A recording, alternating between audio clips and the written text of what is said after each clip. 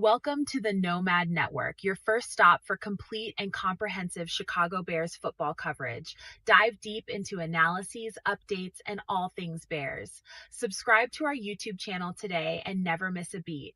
Thank you in advance for your support. We promise to bring you the best because together we're unstoppable. Go Bears.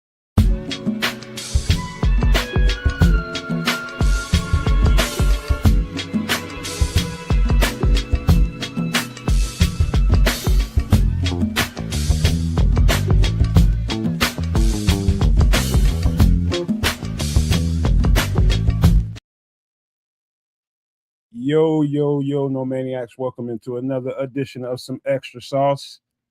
Put your kids away because we got a chef in the building today, and Kez is being greedy face right now. He's eating. And, man, I apologize in advance right now, man. I know we've been giving way too many apologies recently. Man, since the last time we talked, I have been pushed for time. I've been out there hustling. Had a little... just hustling, man, trying to get us ahead a little bit. That's just best thing I can tell you. I've just been mad busy, so the show ain't gonna look quite like we've been how we usually do things, man. It's gonna be a little less of some of the stuff we do, man, tonight, just because I just didn't have time, man. I just flat out was pushed too hard this week, and I apologize in advance, but we'll get it right. We'll get it right. I promise you that.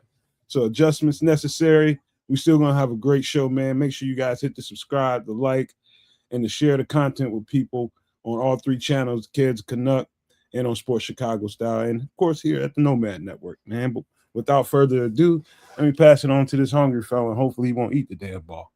The ball will be ate today, man. Look, what it do, y'all, man? I'm going to apologize right off the bat because I'm hangry like you wouldn't believe. I went on a 3-day fast, and I'm calling it 3.5 because my son wouldn't let me eat for the better part of today.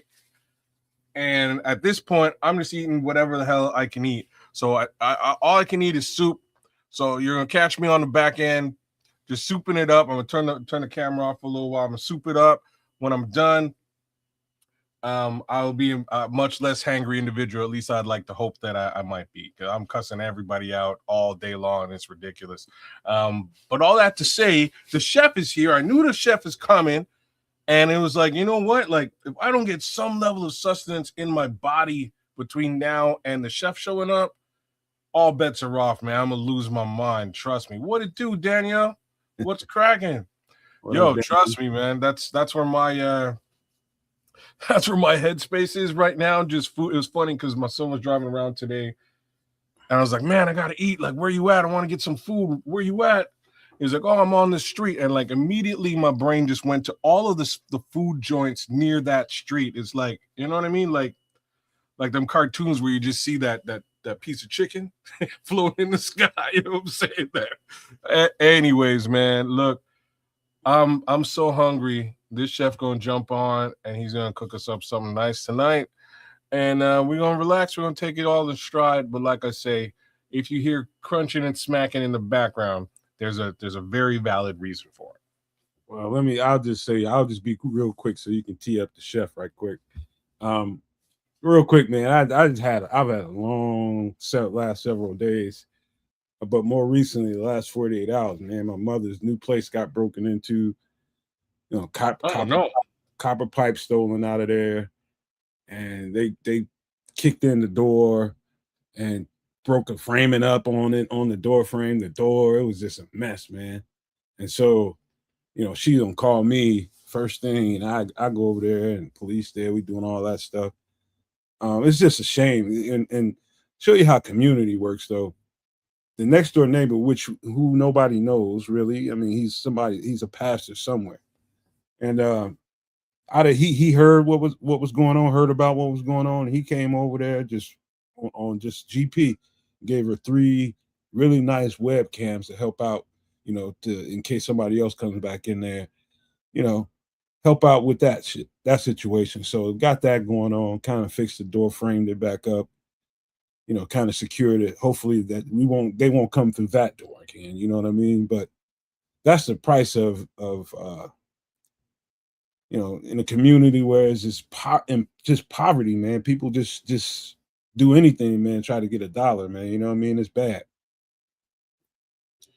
Well, shout out to your moms. Hopefully she took it all in stride. You know what I mean? That's terrible news. That's terrible that they got in there for long enough to actually get some copper out of there too, man. That's 3 or 4 in the morning, man. Was she gone? Yeah, nobody's there. I mean, Okay. she's rehabbing the house. Nobody's in there. Okay, well that's kind of a positive thing in my mind, just because you know what I mean. You never know what could go on in that case scenario if she was actually there. So good. I'm glad she's safe and sound, and unfortunate situation nonetheless. Hopefully the webcams help out.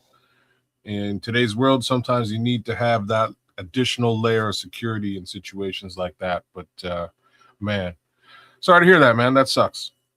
Yeah, that's all right, man. She's cool now, man. She was just very, very animated, man. She's too old for all that kind of shit. So just calming her down. She's good. Also, man, I just give some people advice. People who live in Illinois, anybody that lives in Illinois, there's a like I'm one of those people. There's a sexy car time, sexy wheels time, and then there's a functional wheels time. So I found out there's a lot of cars out there for very cheap, just because of the storm damage we had that we was talking about a month ago, kids, about that big storm that came through. Mm-hmm. A lot of hail damaged cars, really nice cars with some hail damage on them, and they going for dirt cheap out here. And so I happened to luck into one of them. I didn't buy it yet, but we're gonna probably scoop that thing up probably tomorrow sometime, just for a few $1,000, man. It's a nice vehicle, bro. Really nice vehicle. If you're not into vanity, if you ain't got to be riding around and everything got to be sexy right now, man, this is functional time in life for me. You know what I mean? Get the sexy some other time, but right now it's functional. Well, if you can get the functional on the low, maybe you can afford that sexy too, man. So that's kind of a good, always a good look. You know, in Canada we call it the winter beater. You know what I mean? You just get that thing you can afford to just leave on the side of the road. Worst come to worst, because winter's an MF and it's going to destroy your sexy whip anyways. So, what it do, Skunk, man? Good to see you, bro. I almost got one of them. I saw one of those for like a Honda Civic. It was 2012 for like $1,600, $1,400 or something. Damn, like that. That's a good deal, man. That's a good deal. My son's looking at something like that right now, but once you're in that range, sometimes you got to do special stuff to get that whip on the road. So he's kind of in the middle of all that. But that's his battle. My battle right now is soup. All right, well, you better. I think the chef is about ready to help you. Speaking of soup, let's see what the chef got going on.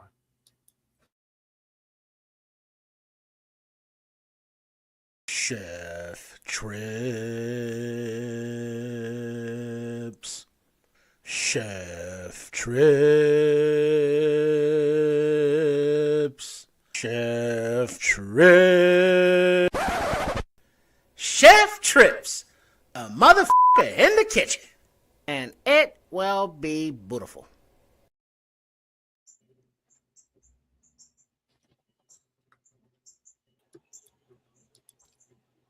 Hey, What chef. up? What you got? Hello. Can you see me? Can you hear me? Yeah, we got you, bro. We got you. Live and direct. Welcome to the kitchen of Chef Trips. I am your owner and proprietor, Chef Trips, or as you may know me for some extra sauce on the last Wednesday of the month, a MF'er in the kitchen. For tonight's live cooking menu, I will be preparing crunch wraps inspired from the In and Out burger, and they will be beautiful. Name them again, chef. What was the name of them? These are crunch wraps, okay, inspired from the restaurant chain of the In and Out burger. Interesting. Damn. I'm real glad. I told you. I'm real glad I got the soup going right now, because you're about to blow it up. You go, chef. He's a fool for burgers. Well, the camera, please, onto the subject of the morning, or the evening, wherever you are tuning in from. And for the meat, I will be utilizing right here the Wagyu's ground beef. It's 75% lean and 25% fat. And this was about $8-9 because I know somebody will ask. So we're gonna cut that open, and then also while we're cutting this open, we will be utilizing our induction cooktop with the skillet. So we turn that to a medium heat, and we get that to warming up. $8 Then $9. we'll, $8 or $9 for Wagyu beef, man. Someone say that's a steal. Who do you well, have to we're beat up not for going to that? ask what truck it fell off of or how many fingers the discount was for. But yes, that is a good price nowadays, as the meat prices are through the roof. But also for this recipe, you can utilize any of the ground beef that you have, or you can also utilize the ground turkey. Yeah, especially beef. Beef is kind of rich right now. Yes, it is. And so we will be breaking it up as it starts to get its sizzle on. And then as we break it up to make it more of the in and out inspired, we will be adding a layer of the yellow mustard. Hey, chef, what's Yes. like? What makes Wagyu special? Any idea? I heard that it has a passport from Japan. Okay, well, I knew it was from Japan, but like, you know, one would think a cow in North America versus a cow in Japan.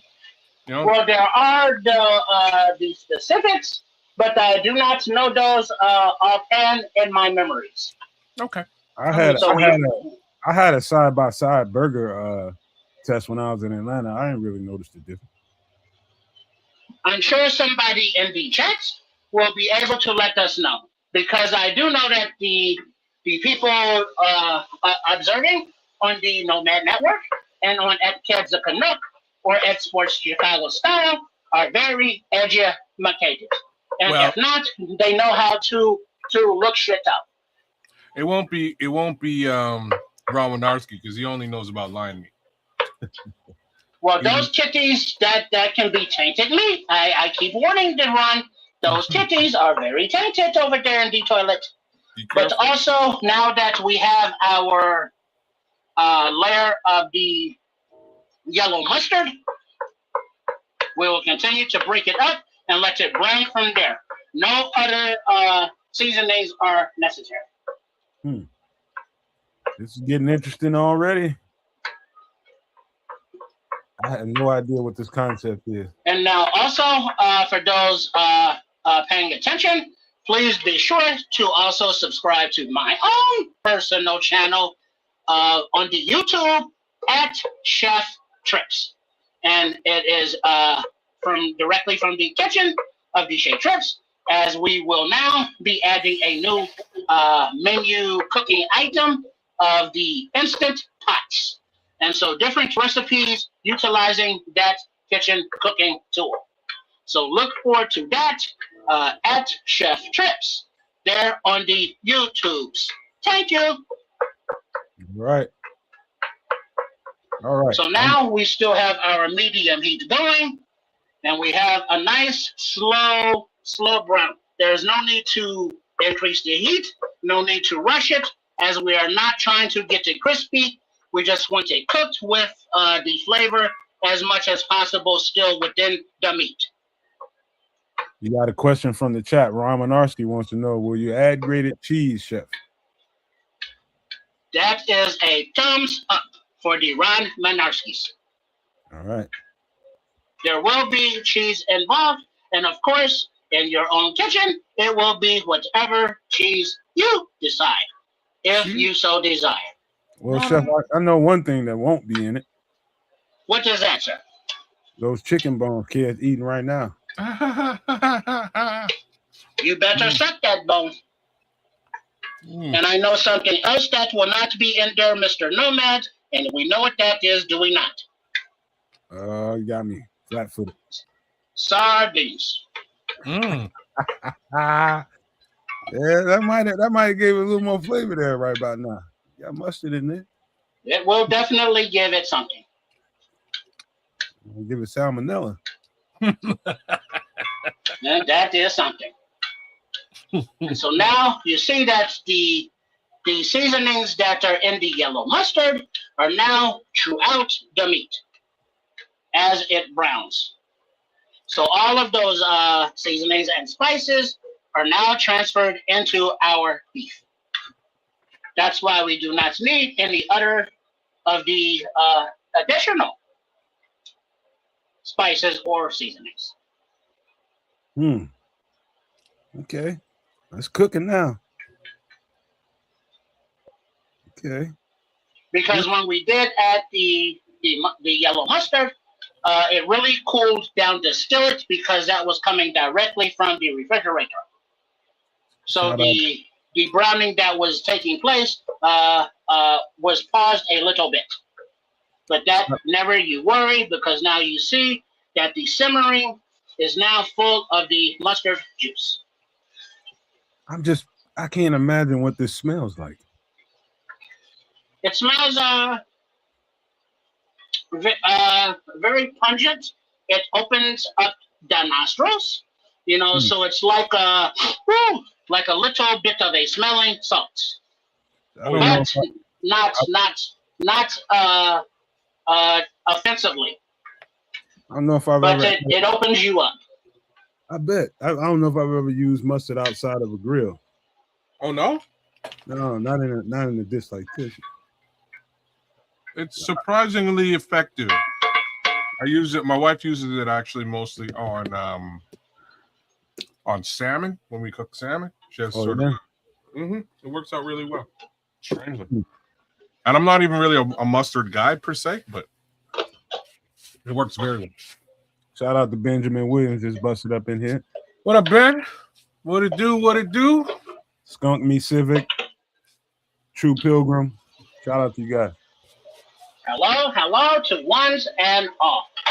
We welcome you to another fun-filled, exciting episode of a MF'er in the kitchen. And yes, that is me. I am that MF'er. Thank you very much. He is. I see it's giving off a little fluid there. Now it's cooking down a little bit. What that is the 25% of the fat. Okay. So there will be a little juicy. But that is goody. Okay. Because now that we see that all of the pink is out, the meat is done. Okay. So it's nice and tender. So what we will do, we will turn off our heat, and we will remove our meat, but we are not draining the fat just yet. All righty. Where is my spoon? There it is right there. There we go. So we will drain.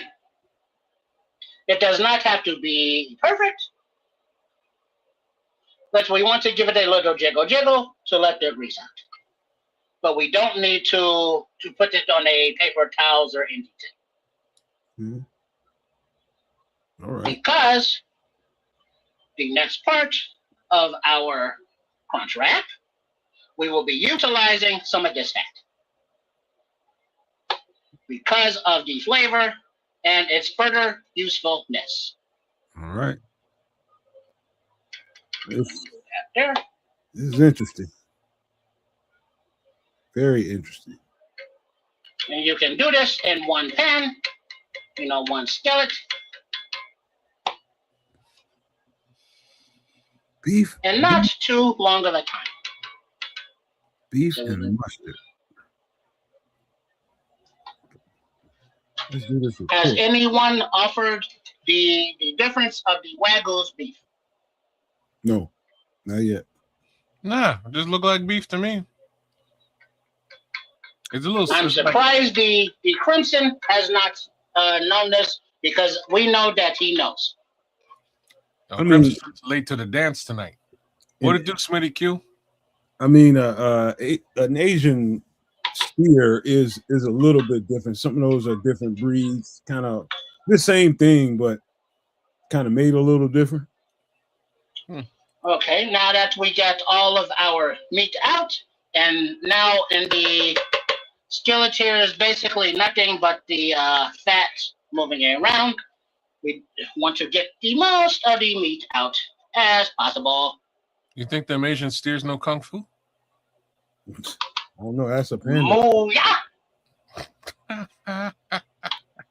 Kung Moo. Okay, now, hung low. Now we move our beef to the side for now, and we can put the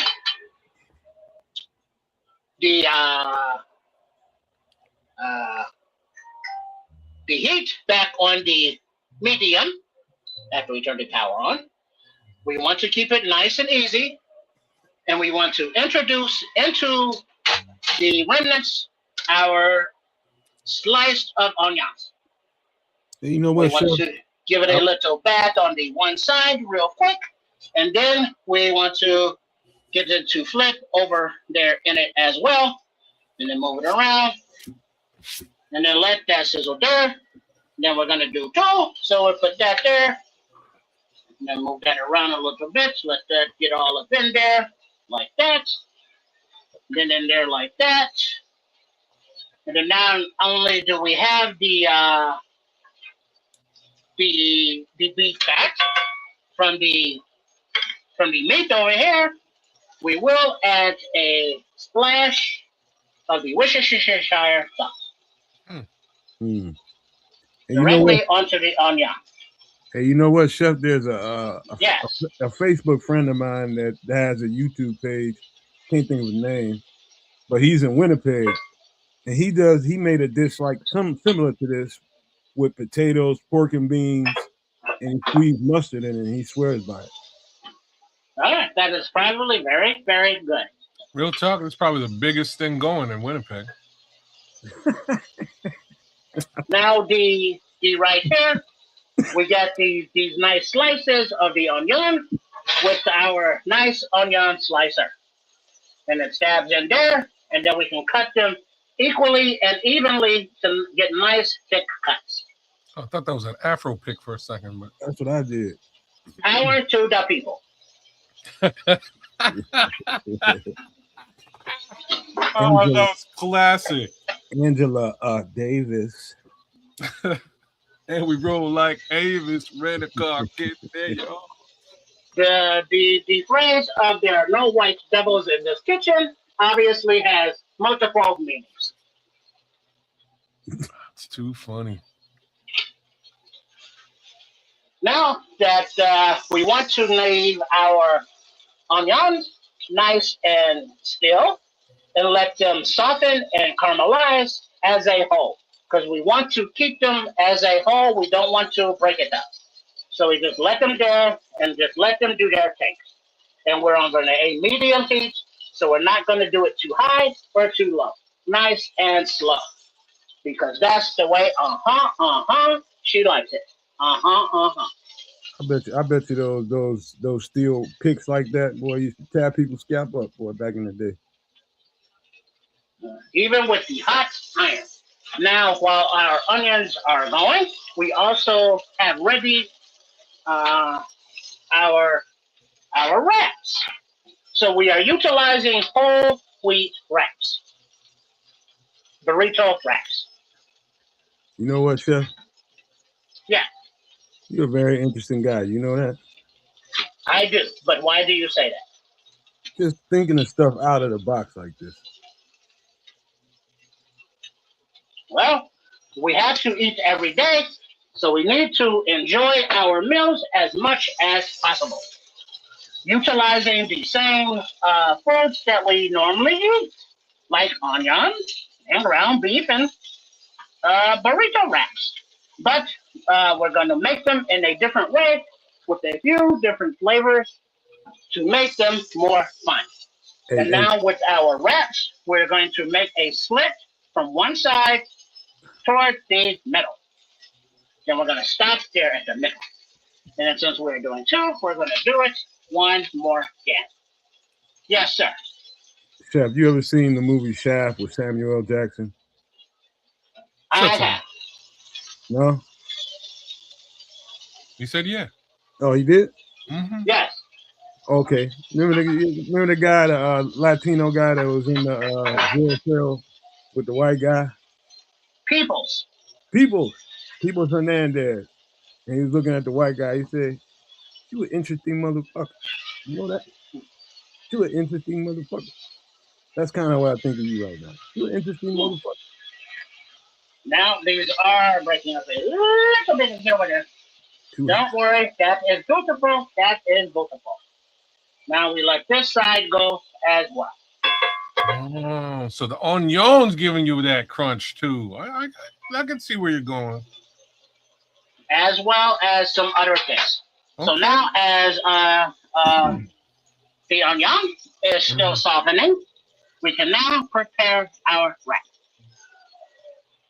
So I have earlier prepared some of the in and out sauce. And it contains a half a cup of the mayonnaise of your choice, or you could substitute the plain Greek yogurt. Okay. But then also 3 tablespoons of ketchup, 1 tablespoon of yellow mustard, 1 tablespoon of the white vinegar, 2.5 tablespoons of the sweet pickle relish. And if you have dill relish, put in a little bit of sugar or to add a little sweetness. And then a dash of salt and pepper. And then you make this ahead of time and let it chill out in the refrigerator for at least a day or 12 hours or so. Yes. So it's close to like a tartar sauce. Correct. Yeah. Okay. Because you can use it, for your French fries or your tater chips. Yeah. Or anything you would like to, to have a little sauce on. Yeah. So we spread that out. Nice and thick over there. And now we can pause on our onions because we do not want them overcooked, but the skillet, the heat that is in there is good. Because as I turned them over, we saw how softened the other side was. So the current side that they're on are doing just fine. To add to that crunch, like the kids, the Canucks has said, but that is not all. There are 3 levels of crunch, as you will see. Oh, word. All right. So we get this smeared out there because we like the sauce. I don't know. Is my jeans getting tight thinking about how this is gonna come together? Not me, man. All right, so now that we got our sauce, we can remove this from the area. We clean as we go and get shit out of the way. So now, we remember where our slits are. Mm-hmm. And they're probably easier to do one at a time now. So we'll work with this one here. And we will add our, it's still in here. Here it is. Now we will add our sharp cheddar cheese. Uh-oh. How we getting there?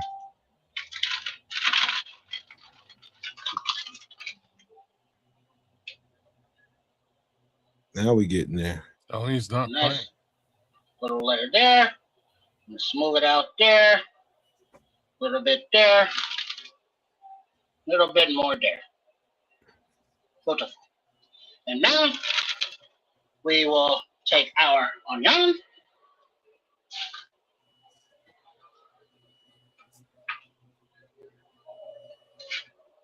And put it over here.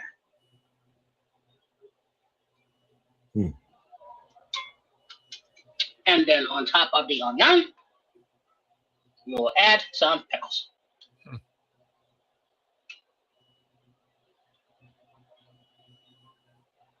Mm. And then to give it a little bit of a more Chicago flavor, I will be adding some optional for use, some of the mild jardineras. I knew it. We'll put those over here. Not too many, just for a little bit of added flavor. This thing is gonna have some twang, twang, twang. And then on this side over here, we will add, of course, some of our Wagyu beef or whatever meat you are utilizing. We'll spread that out there on this side. Even some steak or grilled chicken, whatever kind of protein you desire. Maybe some beautiful grilled fish or some fried fish or some baked fish. Mm-hmm. So now we will add another level of crunch by utilizing some tortilla chips. Now you can use corn chips or you can skip this part totally. We put those right there. We'll lay those on top of the jardinera on that little quadrant there. And then we'll come back to this side over here for a little bit more crunch. And then we add another little bit of cheese on top to make it a little bit sticky. We like it when it's sticky, cats.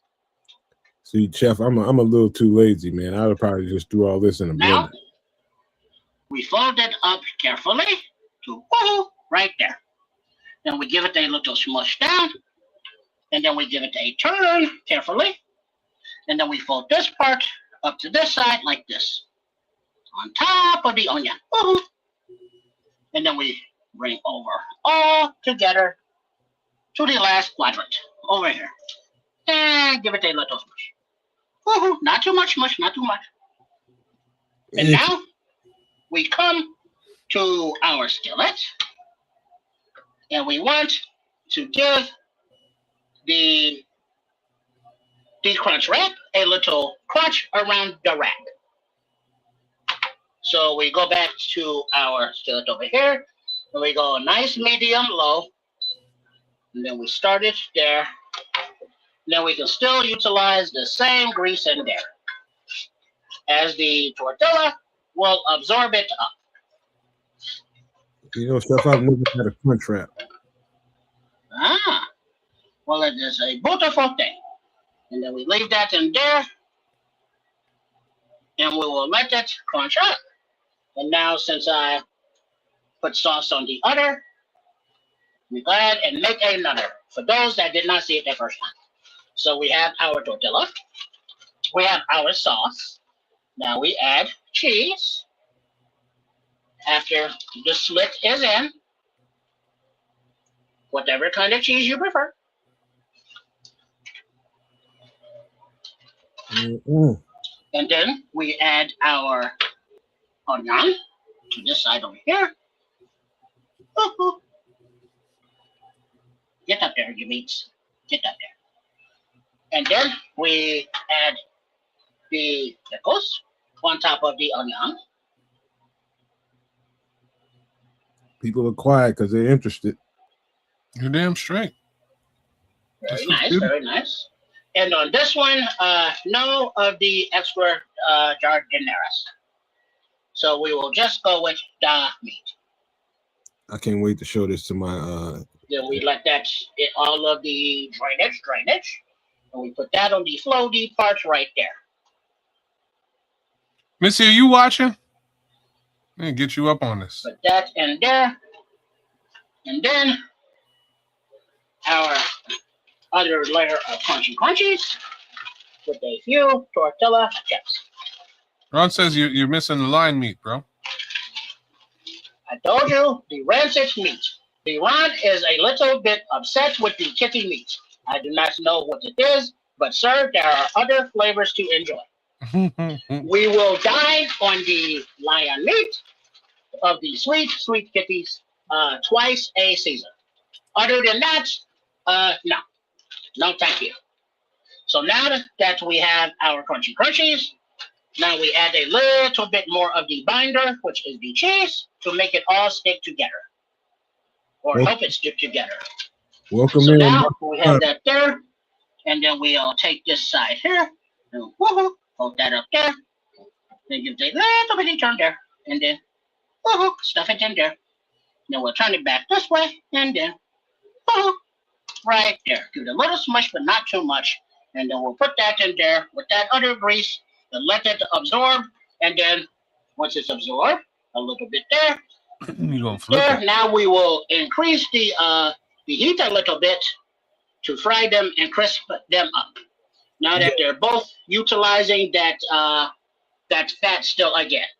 And then for the tops, as we increase the heat a little bit to medium, we will give a little bit of a spray there. Making a fan, chef. You got a fan. What are you spraying with? What are you spraying it with? This is just a little extra untouched, or AKA virgin olive oil. Okay. Chef, you just made This is just the same thing in the spray bottle as the same thing in the big bottle. Okay. Chef, What was that there, Nomad? You just made a fan here, man. Marcus gave me a great compliment. He said this is great technique, and he's going to try it. Thank you very much. Marco, Make sure that you subscribe to the channel for other interesting ideas at Chef Trips on the YouTubes. I'm in with him, man. I'm definitely gonna give this a go, or at least maybe I will trick the wife to do it. One or the other. That's what you're gonna do.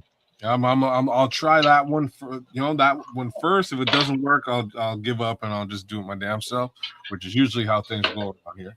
But anyhow, I might have went with some cheese around the outside of it, around the edges of it, so nothing falls out or something.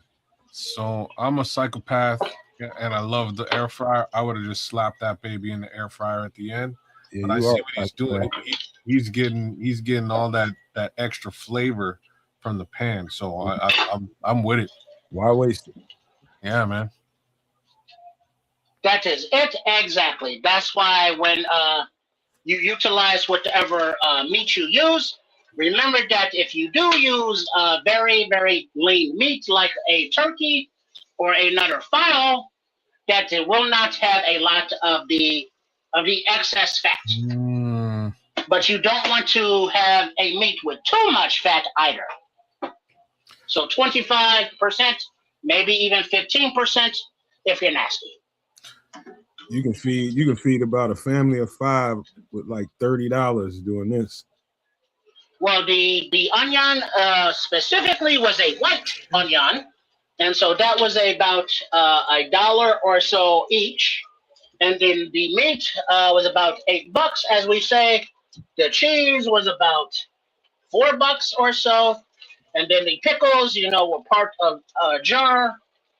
And then the sauce was the kitchen staples in there. Woo-hoo. Give that a nice little flip. Woo-hoo-hoo. That old cast iron, boy, never let you down. And then we let that crisp up there. So yes, now once this other side is done, this will also be crispy as well. The outer sides. That looks good. So there are many different ways to customize it, and many different ways to make it your own. So I do encourage everybody to try, especially something that the kids can enjoy, because you can have many of the same ingredients, but customize them for different and/or picky eaters or those with medical requirements or restrictions. Hey, chef, Mark must have just got here. He wants to know what sauce you use. What? The sauce you used? The sauce was this was a mixture of the mayonnaise or plain Greek yogurt, And with the ketchup, yellow mustard, white vinegar, sweet pickle relish, or if you use dill relish, a sweetener, and a little bit of salt and pepper. And you mix it all up and let it, the flavors melt together for several hours at least. And so that's kind of an In-N-Out version of a burger sauce. That is correct, sir. Okay. Once again, never had an In-N-Out burger. Me neither. We don't have In-N-Out in Canada. That's why I was sort of interested in what you were going to put down here today. And I'm real glad that I saw it. You know what else I'm glad about? I'm so glad I ate before this, man. Because damn, jeez, that looks delicious, bro. I ate about 4:30. I should have waited. You're hurting now. I bet you. I'm gonna bite the shit out of one of these. Regret. Take a little look, nice and golden brown. And so now that we see that they are beautiful underneath, we can turn off our heat. Fight wife. Kill wife. They look very satisfying, man. Regrets. And now, just to give it a little dab for the excess of grease, put a little towel there. Little dab, dab, dab, dab, dab. You know, this is also a optional step if you prefer to have the grease on there, because it is not drippy, but you can see what came off. Thank you, Mark. Man, No please problem, man. do us a favor and give us a subscribe on all 3 channels, please, if you don't mind. That'd be great. On all 4 channels, please include the chef's channel, as well as the not only the sports Chicago style, but at Chef Trips as well. And so now that's the more recipes, Mark. And that's the excess grease that you can see we took off after being in the skillet. So we give those a minute. And something about hot pickles, cold pickles, they are always delicious. Just eat them.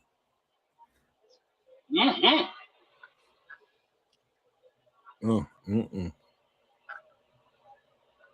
Oh, yep, those were hot. Those were hot. Mm-hmm. You ready Oh, those were hot. for your money shot yet, Chef? One moment. Give him a moment to relax and settle down. And then now, Even 2 Pilgrims bound down. He's not gonna lie, that looks good. You're damn straight. That looks delicious. Don't play around. okay, now we can do a little bit here and a little bit up there so we can see how it looks on the inside with a beautiful bite. Hello. So we saw that. Let me bring the plate closer, as it will be a little there. So now we can point it downward, and there's a little drippy drippy.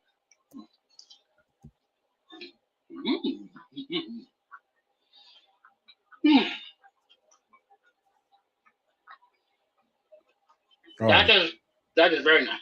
Hold on, let me get a little bit deeper so I can get a big piece of the onion. I have to put the plate down. You hungry, Sean? Yo, chefing it up.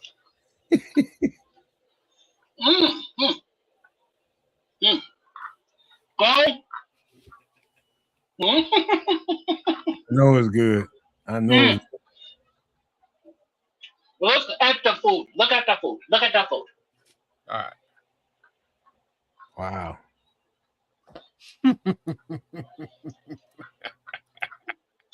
It's just oozing. Chef is just eating, man. He's loving this. So, as we see, what up, Chrome boy? There will be some drippage, whether it be the sauce or the grease or whatever. But you see the pickle in there, then the layer of meat, and then the crunch with the chips, then the cheese. You get back in there. But Yeah. you see how soft that onion is? and how sweet of the natural caramelization comes out with the pickle and the melted cheese and the sauce, and it comes together beautifully. So not everybody's Canadian. I'm the resident Canuck. Ked's a Canuck. The remainder here are Chicagoans representing. And you make sure that you are not driving when you eat this. You might crash your whip. That's most things made in Chicago. You better not be. This is the one with the mild jardineras.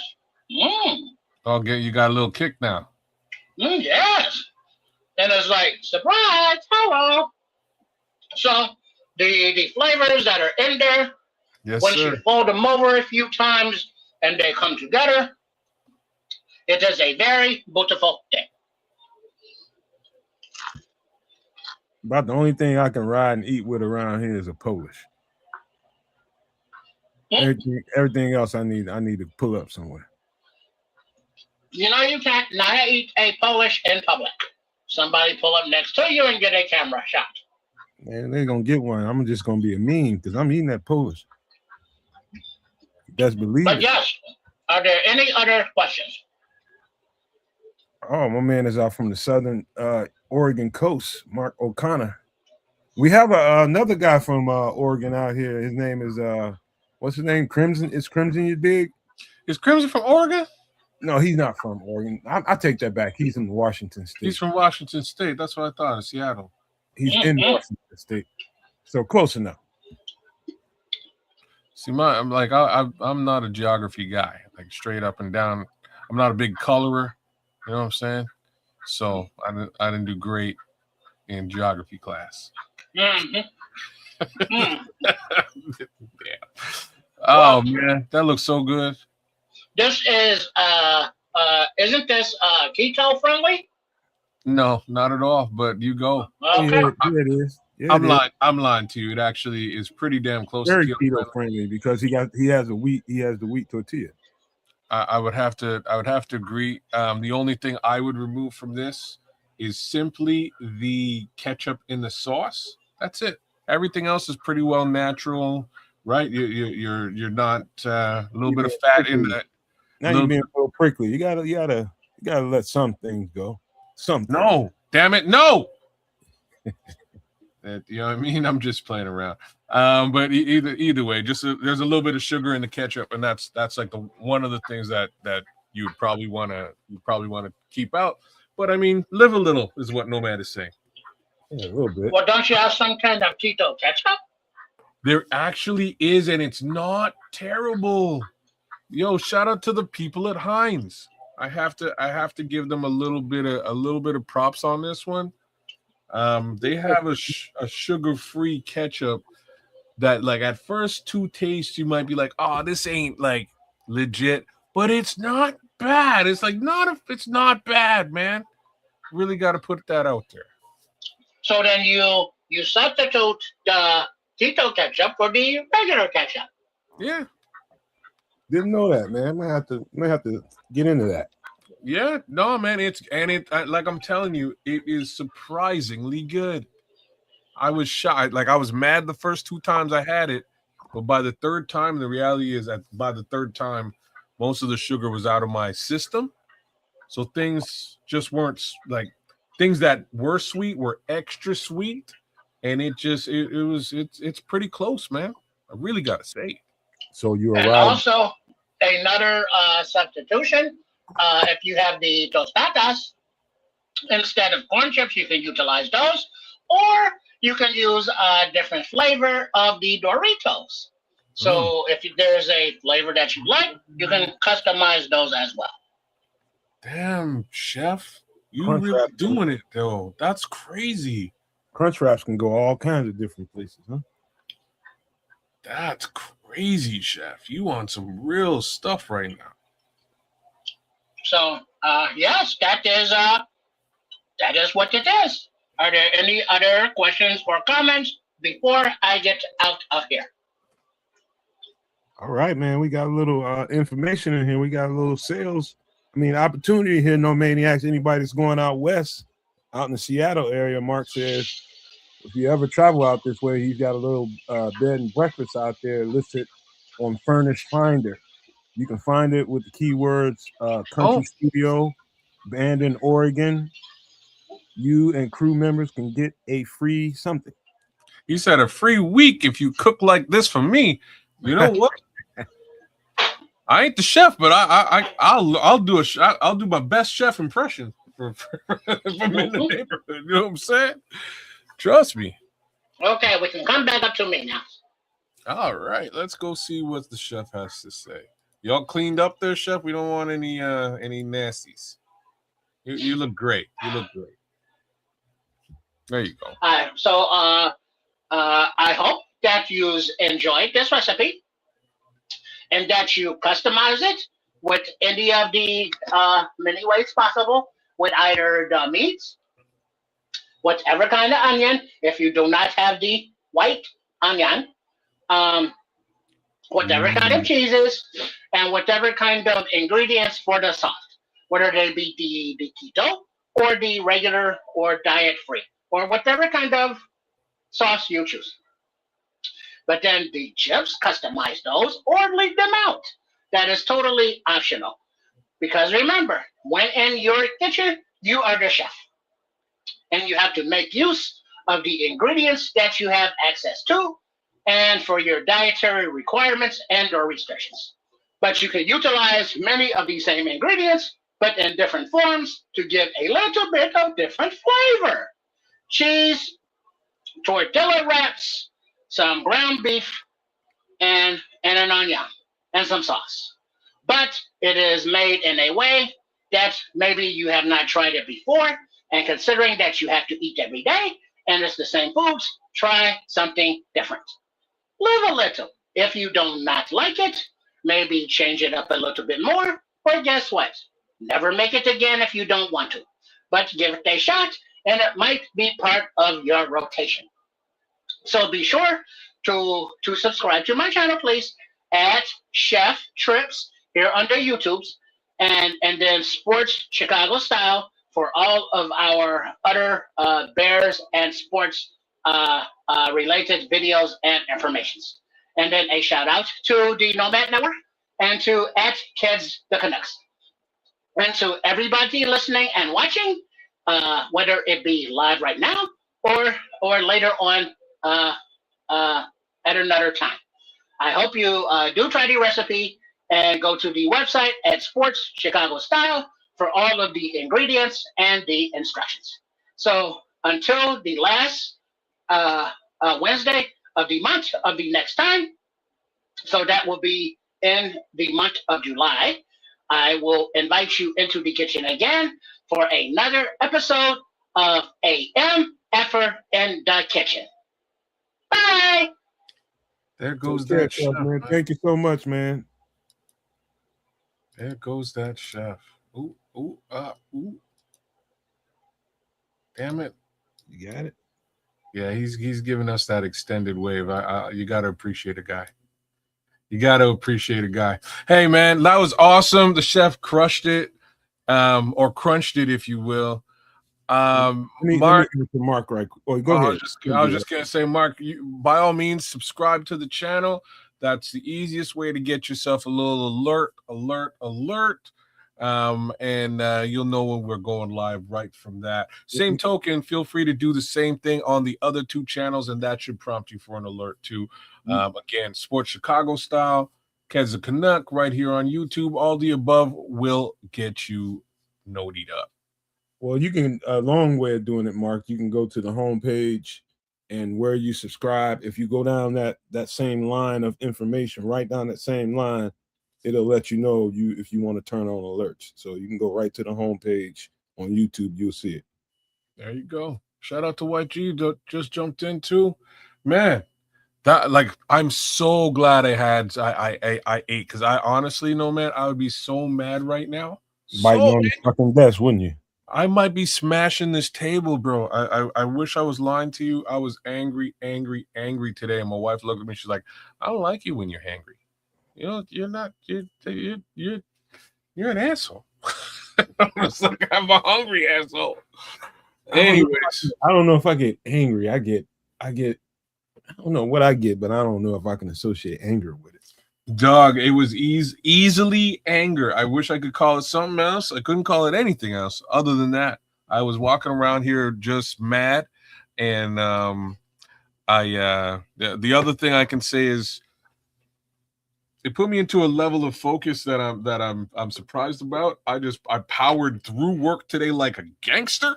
You know what I mean? I had work to do. I was up early, got up early, got right into it, and next thing I knew it was 6 o'clock. I was like, oh, my fast is over. Whew. You know what I mean? I made a bunch of money today. Everything went great, except at 6, I'm expecting to eat.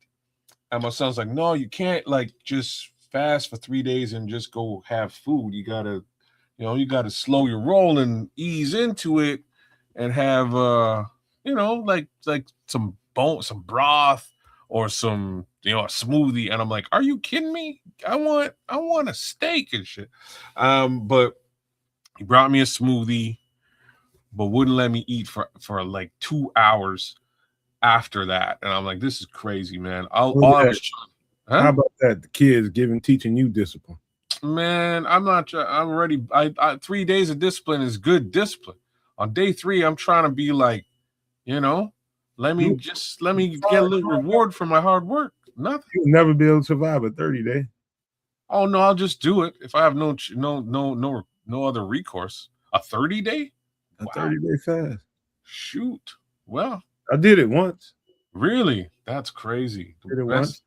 Best I've done is a full 7 days. I did a full 7 days, but that's when I was like full keto, been keto for about 2 or 3 months, and I just wasn't hungry. So all it was water. I think the last day I actually ate just hard-boiled eggs in the morning, and that was like the end of it. But I haven't done like a 30-day. That's crazy. But I feel all right, man. I feel good. I gotta say, I feel good. It's just that my brain would just want to punch people in the face is all, I remember one time I did like a 7-day, and so you do it, and so you eat nothing until I forget what time, and then you eat. And man, dude, like you never know how much food can be a shock to the system until you're deprived of it and you eat a lot of it. Like one time, like right after the fast, me and my boy Frankie went to Arby's. I don't even fucking like Arby's. Man, all that food was so good, man. I ate just about everything they had on the menu, it seemed like. It's a shame how much food I ate, and I felt terrible. He's just like, man, you're doing it the wrong way. You gotta, even when you get to eat the food, you gotta be disciplined about it. And that's what he was trying to impart to me. So the upside is like I was in agreement, and I was like, look, let me eat something light, because that's what he'd suggested originally. You get some light food, some light. I'm like, okay, so like soup is pretty light. Let me get some soup. It'll just have vegetables in it, and we're good.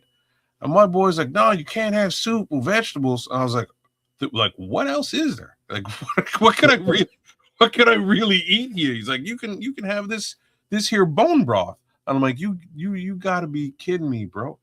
So me and him argued for at least an hour and a half about whether I should be eating this bone broth or not. I was like, that's not happening. I'm not eating the bone. That's just drink. If I'm going to drink, at least put some vegetables in it so I can crunch. Like some sprouts would be good. I'll live with sprouts. Anyways, long story short, got me some delicious pho, mostly just just sprouts and vegetables and what have you. And I'm good, man. I'll be good for the day. And tomorrow I will try. I'll probably go from now until about 2:30 tomorrow with intermittent, and keep it moving, man. But yeah. Dog, you clearly have never had a good season like that's an entree meat. I mean bone broth. Like people that do that shit, man, that shit is so savory and so fulfilling. Man, dude, it is. I had some in Midtown in Atlanta one time. I really didn't even need to eat after that. It was so good. Really? I had one of those little crusty breads to go with. I forget what they call them things, French bread, Italian bread, whatever it was, crusty as hell. You dipping in it. Probably a baguette. Whatever it was good. It was so good, man. Well, I wasn't allowed to have no damn baguettes. You see what I'm saying? Like, it was just drink this shitty broth and like it. I'm not. 3 days later, man, I'm not really into it, man. But let me continue on down this path, and I'll definitely do another one of these because it wasn't that bad. Wasn't that bad. I got through it relatively easily. I could do this again. I could do a longer period of time, but when I'm done, I need to, you know what I'm saying? I need to get some. I need a reward. And something. I know how you feel, man. I know how you feel. You know what I mean? But discipline, my boy. Discipline. Yeah. It's a thing. About that rap though, man. About that rap. The whole time he was making that and putting that together, I just pepper jack cheese was just calling my name. Oh, that would have been dope on there. No, I don't buy pepper jack cheese that often, but I could see the flavor profiles, and I know that would have been. Well, when he said the Doritos thing, I was like, real talk, that would be nuts. You know what I mean? You put some Cool Ranch on there, you got a whole different flavor You could make 4 or 5 of these and have them be real, like completely different, but bomb each way around. Like, wow, you know what I'm saying? Cool Ranch, a little I'd have probably went with some chili corn chips. Mm-hmm. Yeah, you could do the chili corn chips. You could do the hot Takis even. Yeah. Give it a real kick. Yeah. Takis, the flaming hot Doritos. I mean Cheetos. Man. That could have went wild different places. Yeah, you could do some different things with this. I'm just, as soon as he said it, I was like, you could really that's a truck. That's a food truck right there. Just that alone. Wow. Dog. Man. I'm impressed. All right. You wanna get on some food? Something I think you might be interested in. All right, let's do this. Just a little bit. Oh, wait a second.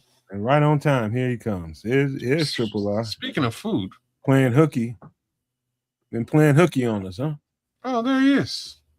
Yeah, my bad. Was running a little bit late. You had technical issues transferring over. But a shout out over there to Kitchen Chef Trips. Mm-hmm. Chef did his thing. I knew he was doing something crunch wrap related, kids. You know, he said when we had the production meeting last week. But yeah, it looked good to me. What'd you think? Your boy blew it up again, man. I'm telling you, I was on a fast. I knew he said something about In-N-Out burger and crunch wraps and stuff. I was so mad because if I didn't get some level of sustenance between, you know, fasting and Chef Trip, all bets are off. I don't know what my performance here tonight was going to look like. What it do, Joseph Archer. Big ups to Queen M who jumped in here too. We were in here basically re-engineering the chef's thing with some extra ingredients like some pepper jack cheese, Takis, and all kind of different shit. Yeah, say man. What? We can do some things with that, man. I'm telling you, that's a damn food truck all by itself. You know, just that one dish with the different customizations. Yeah, that's what I'm saying. You flip it a couple of different ways. People are happy. Everybody, you standing outside a party or a business park. You could clean up with that, man. You could really make some good paper. Crunch Wrap Shack. Yeah. Ooh, you've got a name too. Look at that. Crunch Wrap Shack. You know, did your kids eat the same thing growing up, or did one was a picky eater and they couldn't, you know, decide on the same kind of cheese or the same kind of meats or the same kind of fillings and toppings? Well, one is more picky than the other. One, which means that my son will eat anything under the sun, and my daughter might not. You know what I mean? How it goes, there will be a variety of crunch wrap that you could customize for that she would consume. Now, You gotta drill every damn thing in the house down with a son in the house. Oh, dog, see, now here's where we are. So he's back, and when he left, he was a vegan. So when he left, I'd experienced for about a year this pleasurable thing where I'd open my fridge and there'd actually be food in there. I was like, what's going on here for about a year? After that, now he's back, bro. My fridge is empty all over again. I can't. What happened to that vegan thing? Went out the window, huh? Well, they do their best to push that out your system when you go play football in a, like, you know, in a higher capacity. Once you're out there, it's like no.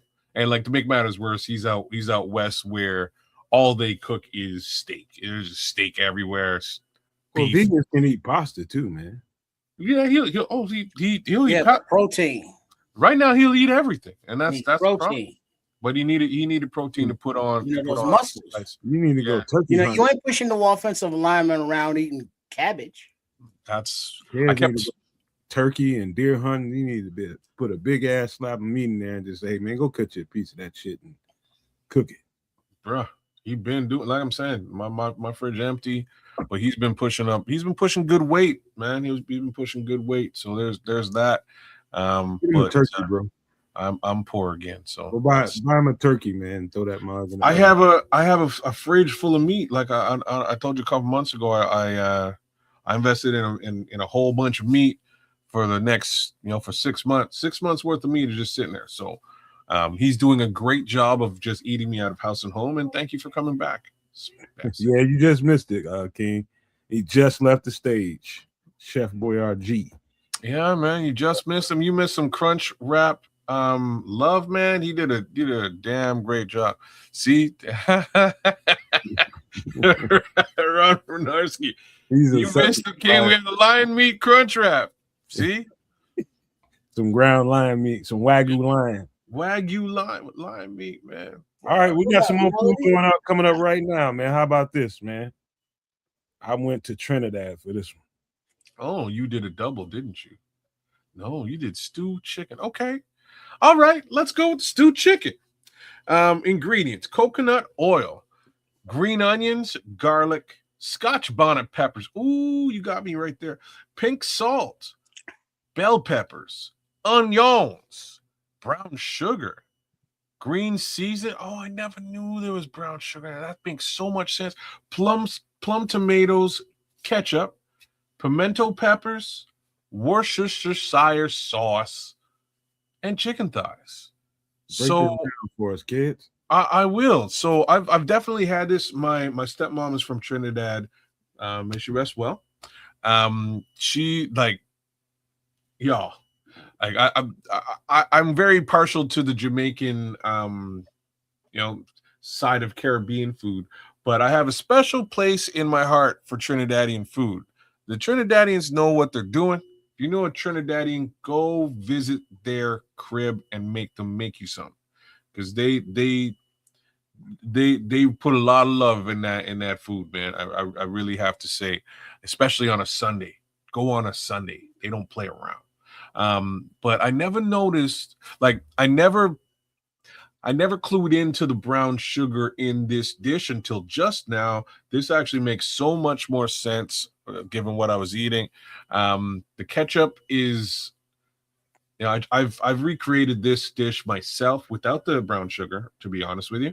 But I couldn't figure out what I was missing, and it was ketchup and plum tomatoes. Those were the two little ingredients I was missing. Found them in my fridge, threw them in there just from a taste perspective, and boom, you get that just original flavor. This is a very distinct dish. The Scotch bonnet peppers gives it just a little bit of kick, but you want to take those out. I would only suggest you put Scotch bonnet in there to simmer, right? Once it gets to a boil, the flavor will come out of the Scotch bonnet pepper. It'll sort of make its way through the dish, but you want to get it the heck out of there before it explodes. If the Scotch bonnet explodes, you may have problems on the throne tomorrow. Just saying. It was said to me that the way to start this dish every time has to be put coconut oil in, and then put the brown sugar in and let it caramelize. Let it Okay. get brown, and you kind of got to burn it a little Yep. bit. And everything else goes after that.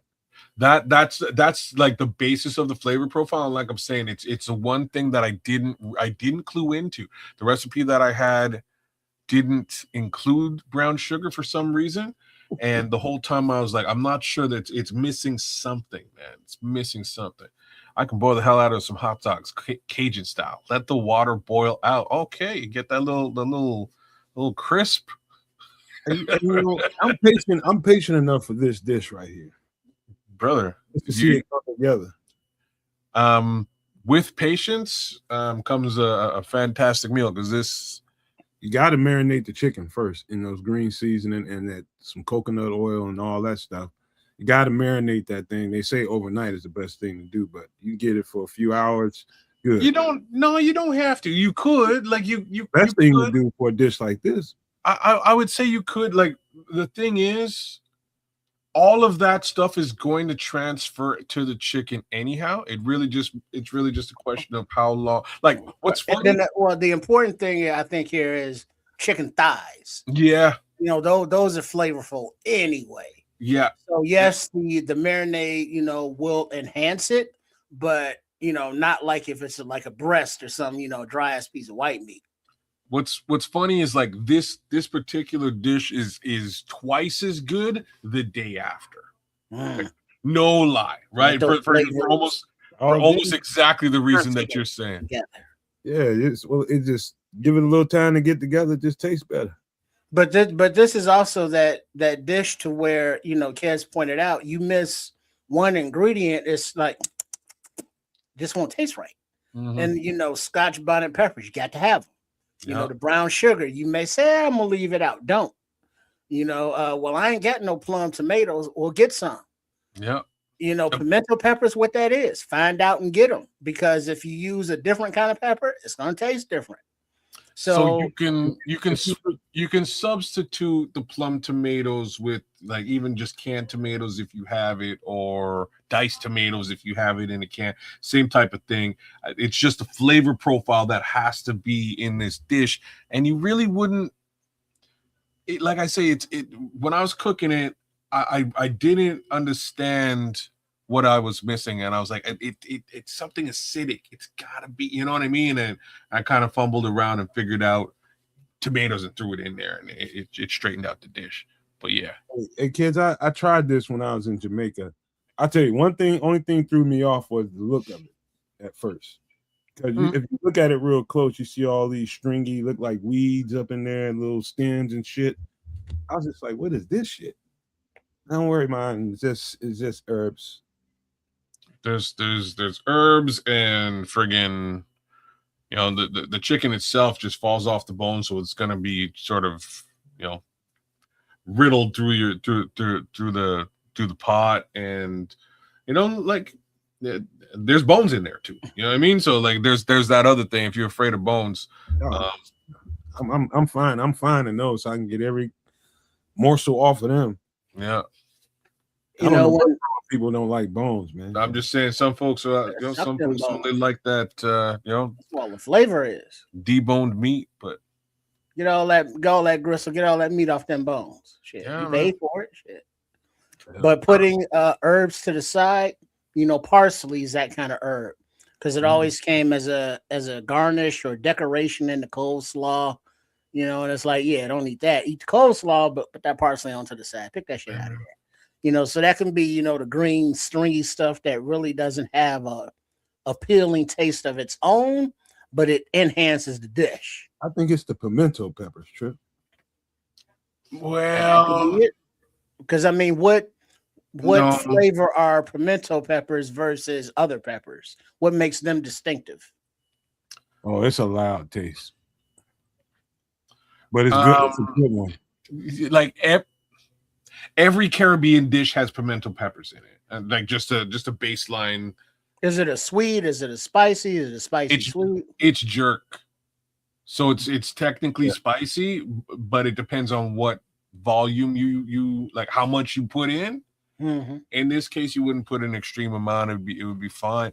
But the jerk is mostly pimento pepper. That's really what you're getting. And that's a very distinct flavor. Yes, it is. Again, like if that's your whole seasoning profile, it's gonna it'll kick you in the ass. But just a little bit of pimento pepper, like pimento peppers from a heat perspective, is nothing compared to Scotch bonnet. Scotch bonnet blow your shoes off. You taste them, you feel you taste the pimento, but you feel the damn Scotch bonnet. Oh man, it'll like I've had it explode in rice and peas. And yeah, like I don't know if y'all ever have had spicy rice before. Crazy, dog. I don't know what to tell you, man. It was wild. Yeah. Well, something that is not comparable, but comparable. Like when you get order wings at like a Harold's or Uncle Remus, and you get your mild sauce or spicy sauce or hot sauce, rather, excuse me. There's some sweetness to it. But if you get like a thing of jerk chicken and you lick the paper or the sauce off of that, it's not offensively, jalapeno kind of hot, but it's to lay down on the back of your tongue like, yeah, I'm hot right here and I'm gonna chill kind of hot. There is no sweetness to it. There is no like, well, where's that sweet reward to all the bitter hotness? It's just not there, but it's not a bad taste. It's just very different and very like, yeah, this is jerk chicken. And yeah, if I'm eating jerk, this is what it tastes like. All right, so here's what we're gonna do. When you're in the next production meeting with the chef, you tell the chef about honey jerk sauce. I want him to put some honey jerk sauce together, little honey garlic, little jerk flavoring. See what he can create there, and potentially maybe put that on some chicken down the road. There's a little production idea for the future. Bro, I found out real quick, Trips. All jerk seasoning, all jerk sauce ain't MF insane. It tasted different every time I ate it. Literally. But it just kept getting better to me. Okay. The further I got, especially the further I got away from the resort. Yeah. Yeah, you're like it really depends on who's cooking it. There's about 3 different ways to cook it, just in general. The first is a dry rub, right? You might get a dry rub. Chafe, careful. Hey. But yeah, you may get a dry rub, and personally, I don't like the dry rub quite as much because it's just dead heat. There's no, it's just heat. It's hot. It's spicy. You want the wet sauce too. I think I heavily suggest the wet sauce, man. You want actual sauce. That takes just a little bit of the heat off of the palate, and you can sort of add other things in there to add some additional flavor. So that's my preference. I've definitely had them both, and will always lean towards the sauce. Plus, like if you have like a rice and peas, you get a little sauce in your rice, and it tastes good with your rice. Yeah, that jerk. The further you get, now I ain't gonna lie, the further you get from the resort, the hotter it got too. For sure, you get off the beaten path, that shit got hotter. But it was better though. Same thing with something like this. Like you can get this relatively hot as well. But all of these, anything like this, you want to serve on either just some white rice or some rice and peas, and enjoy it. I don't see any kidney beans in this dish, so absolutely a rice and peas would be my suggestion, and you'll enjoy it. If you're walking past a Caribbean restaurant, jump in the building, ask them if they have stew chicken. Let's be factual here. They never have what's on the menu anyways, but feel free to ask. All right. We're going to get out of stewed chicken for a minute. I think this is probably one of the more interesting dishes I put up on the show and that I have to try. But this is interesting. Let me see if anybody tried this yet. Oh no, you doubled down on the Caribbean this week. Jeez. Well, never. This ain't Caribbean, buddy. What are you talking about? This ain't Caribbean. What do you think? Oxtail is just strictly Caribbean? Yes. No, it ain't. It is. No, it ain't. Okay. Oxtail's been in the South and in the North for centuries, bro. There's oxes. They have tails. People might cook them. I'm just saying, always been here. Oxtail's been a delicacy in the Caribbean forever. That much I can speak to. This I've never heard of this before. I'm surprised I never thought of this before. It's huge in Philly and Chicago. It's starting to get bigger in New York, but those are the two places I know for sure got this pop. Now I'm gonna have to stop and search the city for some oxtail pizza. You know what I'm gonna do? What read through it? Read through it how it comes together. Let's go through this here. There's something missing here, sir. I want to see if you picked it up. Okay. Read through the ingredients. All right. So oxtail pizza, y'all. Ingredients: olive oil, dough, red onion, parsley, Italian seasoning, mozzarella, oxtail, and oxtail gravy. You get it? There's your sauce, sir. Wait, did you say something was missing? Yeah, he did say something. No sauce outside of the oxtail gravy. There's no, he's saying there's no like tomato sauce. Well, no, the oxtail gravy should be the sauce, right? Exactly. That's wild, bro. Yeah. I mean, get you some oxtails and you slow simmer those sons and all day, and then you peel that meat off, and then you make you some oxtail pizza. Man, I'm gonna go to my homeboy. So my family owns 2 different restaurants here in town, but my boy also owns a restaurant downtown, and he gets a lot of good traffic. African Bambaataa, Wu-Tang Clan, you name it. If you're coming into the city, you'll probably pass by his restaurant and you might just stop in. Like he engineered the oxtail and jerk chicken poutine. These are 2 little things that he came up with for y'all Canadians out there. Dope. But this would be something I guarantee you, Lennox. Big ups to Lennox. Lennox, I think this is right up your alley, bro. I think you would crush this and make a killing on it. Oh, and unaliving on it. That's my 2 cents for the day. This sounds like a brilliant idea. I gotta give somebody, like only in America would you find an oxtail an oxtail pizza. Like just like only in Canada would you find an oxtail pizza. Bro, they make mac and cheese pizza here. They make any kind of pizza here. Okay, now we've definitely gone a little bit overboard. We're a little too far now. Man, don't knock it till you tried it. Do you like mac and cheese? I'm not like somebody. You'll never catch me going, hey man, like I really want some mac and cheese. Like you won't catch me saying that. Or no, I'm like if it's available as again, like crap. In Canada, mac and cheese is ubiquitous. It is probably the like it's embarrassing to say. I've eaten so much mac and cheese that I can live without it and without ever seeing it again in my life. Like, wow. Well, I bet you don't mind. I'll bring your ass here. No, I'm telling you, man. I guarantee you.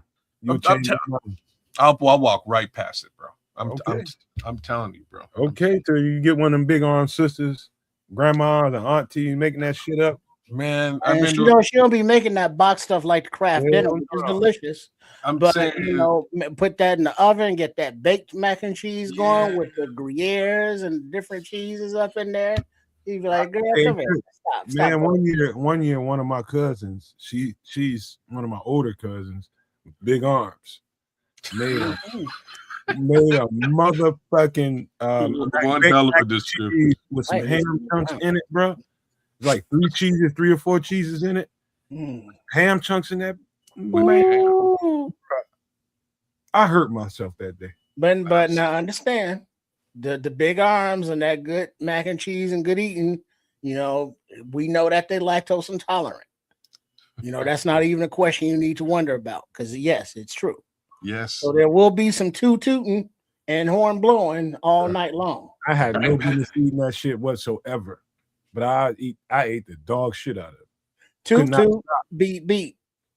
I'm telling you, that's the kind of when you got people creative like that thinking. I mean, it was so good. That shit was dense, and it was so good, stringy, Dense cheap with everywhere. lactose.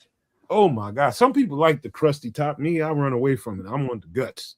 Well, but that's the thing, though. It's like a pizza, and like you want that crusty edge, or you want that crusty, where it's kind of dark and crispy, and it's like that's burnt. No, it ain't mind your business.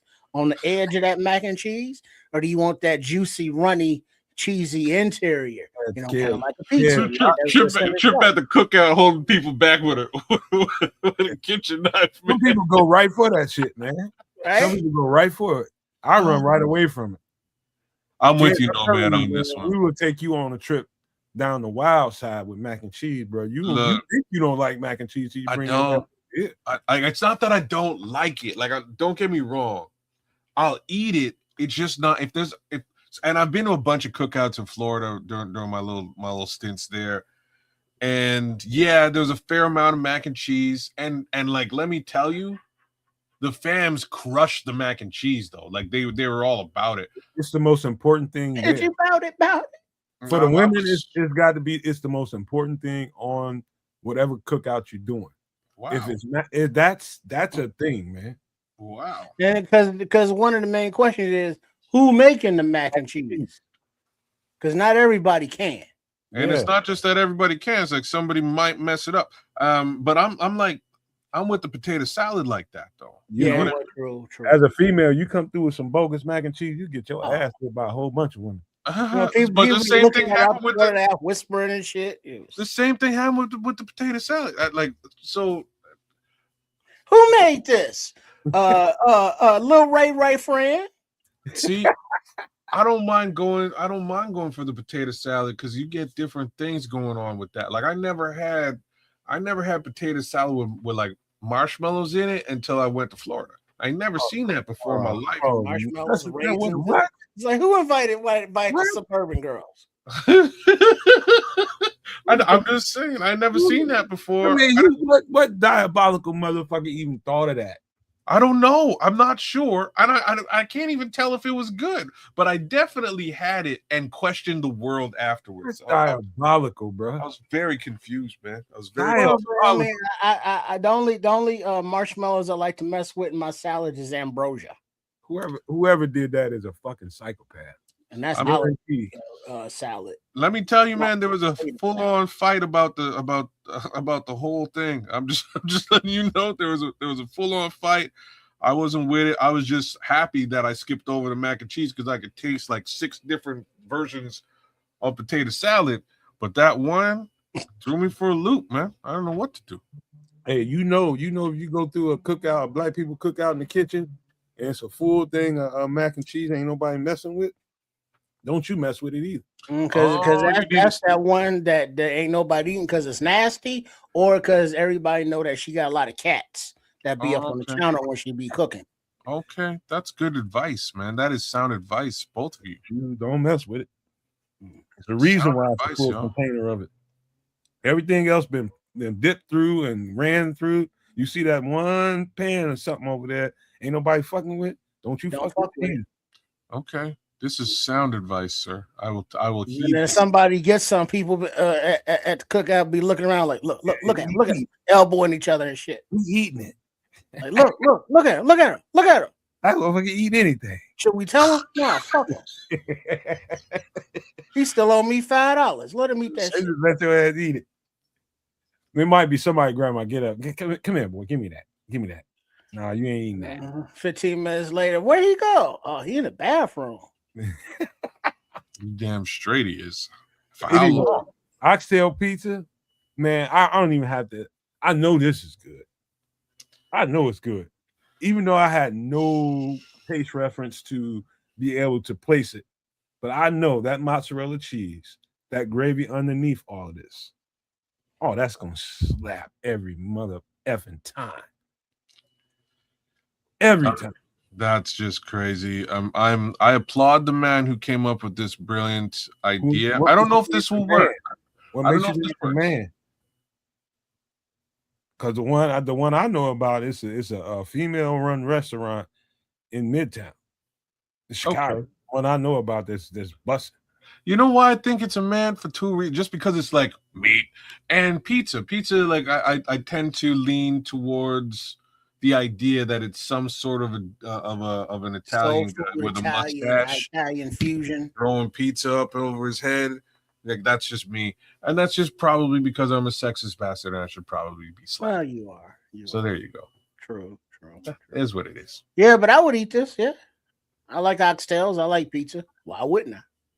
It's see now the question becomes, okay, how did you cook the oxtail? Did you stew Well, them? you got to cook oxtails like Put them oxtails. on the grill.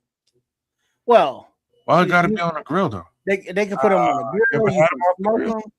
I don't think I've ever had oxtail on the grill. No. Oh man, bro. However you cook them, as long as they cooked. Your oxtail world will be bust wide the fuck open. Well, how do you get sauce? You simmer it and then you thicken it with some cornstarch, a little flour, make nice thick gravy. Scrolls, what are you talking about? Are you for real, Scrolls? Black people invented everything, recognize. But you know how you thicken gravy? Yeah. You know, the same oxtail drippings, you know, the fat from it, however you prepare it. You make a gravy and just thicken that shit to thick it. And then you spread that out. There you go. Oxtail gravy. Look up a dude named Lex Barbecue. Not Lex Luthor. And I'm telling you, man, that dude make the best. I ain't never tasted it, but I know that shit's good.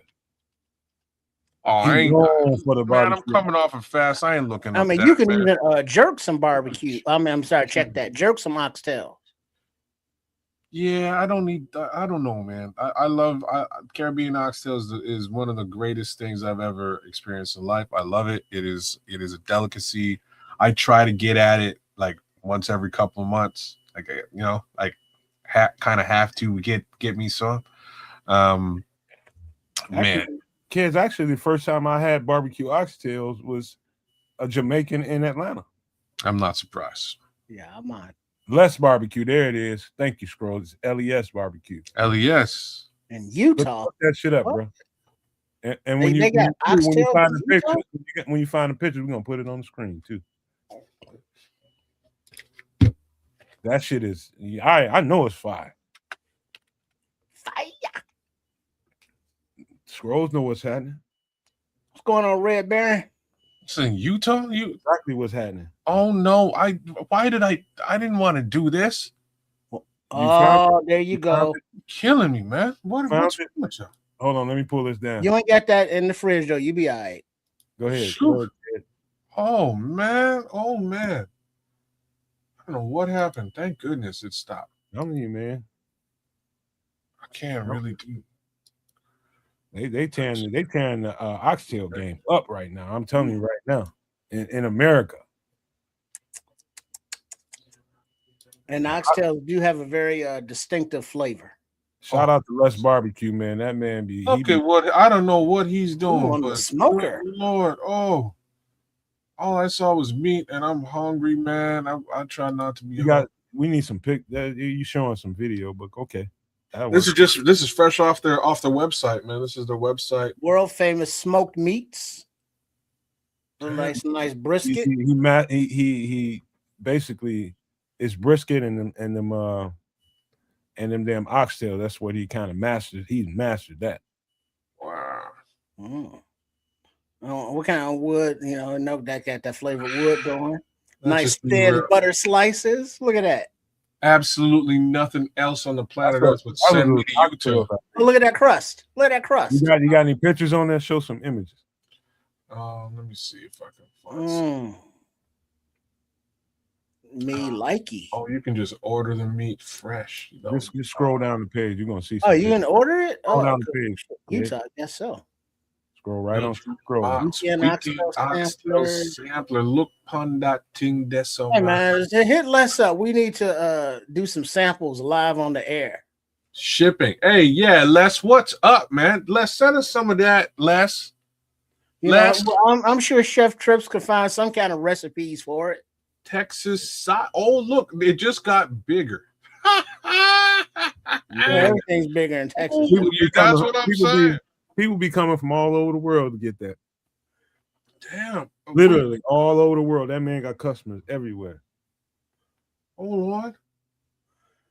Visitors. Oxtail patties. Yo, Les, you're a gangster, bro. Oh, hamburger. All hail Les. They be tearing this shit up over here, man. All hail, bro. Oh, look at the sausages. Shoot. Tell me that ain't I heard he got oxtail sausage. Oxtail infused beef sausage. My boy ain't Shut your playing. mouth.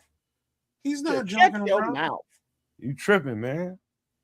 Now, if Les is not Jamaican by heritage, I'll be very surprised.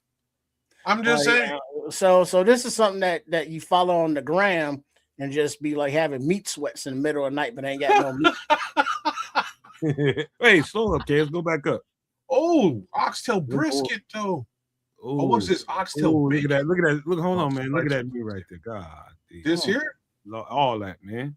Everything all the way I like across. that char on the left though. Yeah, them oxtails, This bro. here. Them they call Cajun them spicy them- oxtails. He's not. he call them his diamonds. And what it read off? What are those? So he's got Cajun spicy oxtail softballs. Uh-huh. This is Les's sliced beef brisket. Yo, that's got to be super soft. That looks real good. The scroll said Lex also make oxtail infused t-shirts and keychains. I bet he does. That had a swag. Oh, snap. Lemon stepper. Yeah, he's definitely Jamaican, bro. I'm telling you, man, this a whole different universe over here. Definitely Jamaican. Oxtail tallow. Yeah. And he based out of Texas. Hey, what kind of tallow is that? He's oxtail tallow. Go back He's up to the nice. top, man. Let me see what he based out of. He's from Utah. No, He's in Utah? it's in Utah. Yeah. I thought he was in Texas. Nah, man. It was just Texas size oxtail sampler. But he's from Utah. He's a Utah. That's what I was saying. Like the only thing on the planet Earth that could get me to maybe go to Utah. Right. You got to go to bed by This you is gotta go this to is bed it. by 9. You got to go to bed by 9. Shit, it don't matter. No This matter is what it. you do. Everybody Yeah. go to bed by 9 in Utah. Or Yeah, you this get is yeah. What were you saying?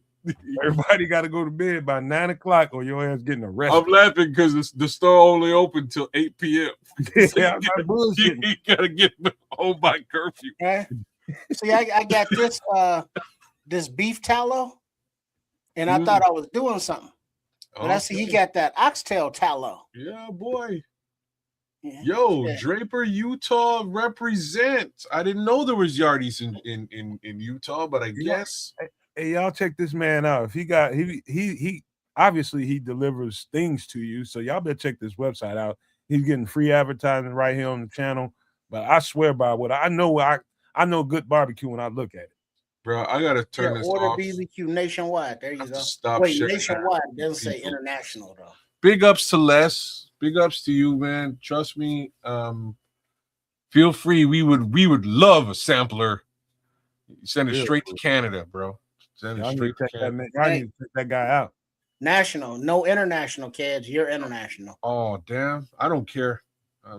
I'll pay the tariffs. I'll pay the Trump tax on that. You know what? Kids, they are so good at freeze drying and just packaging things and keeping them in regulated temperature vehicles.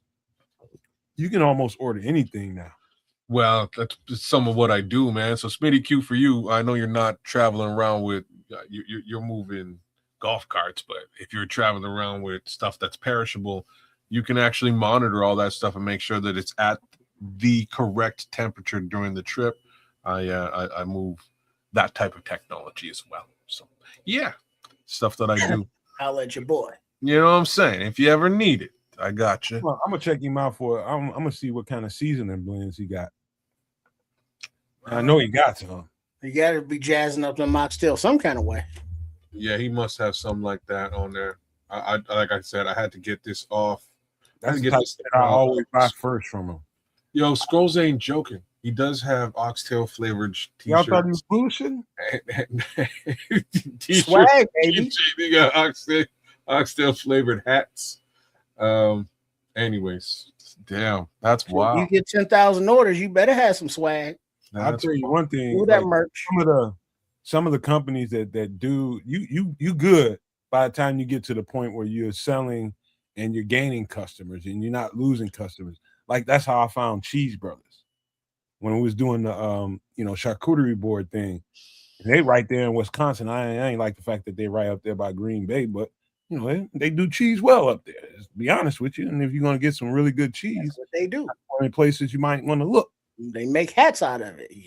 Shit. Yeah, they do toilet seats and all kind of shit. And we make cheese graters. People with FGB. pine glasses. What you say, kid? I said, and we make cheese graters. Hey, man. FGB. FGB. All right. I tell you what, man, we need to get into a Bears conversation. A good segue, as good a segue as ever there could be, man. Professionals we are. Yes. Watching the show sometimes reveals some things not as good as others, but sometimes some really general conversations pop out some really good, interesting thoughts. And I thought about this for a minute because Kid said this at least a week or two ago. And we need to address it, man, because I can't tell exactly what show it was, but I know it's no longer than 2 weeks ago. But he's really concerned about the fact that we're missing this guy and he don't feel like we have a viable replacement for him. So let's talk about it. Do you remember having a conversation about that? I actually don't, but I do feel that way. You know what I mean? Like I don't remember the conversation, but like just considering what some of the stuff I said even last week, when I was talking about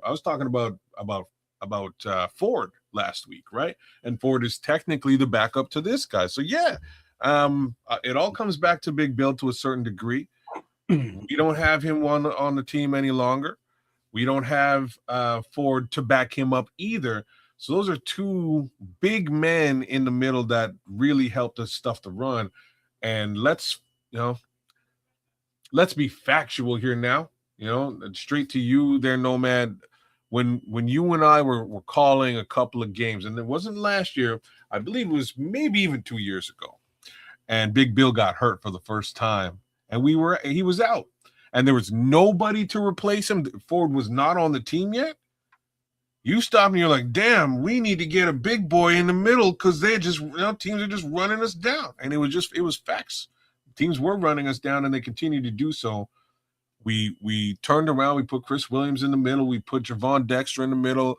We did some things that we hoped would slow, fill the sieve, if you will. It didn't.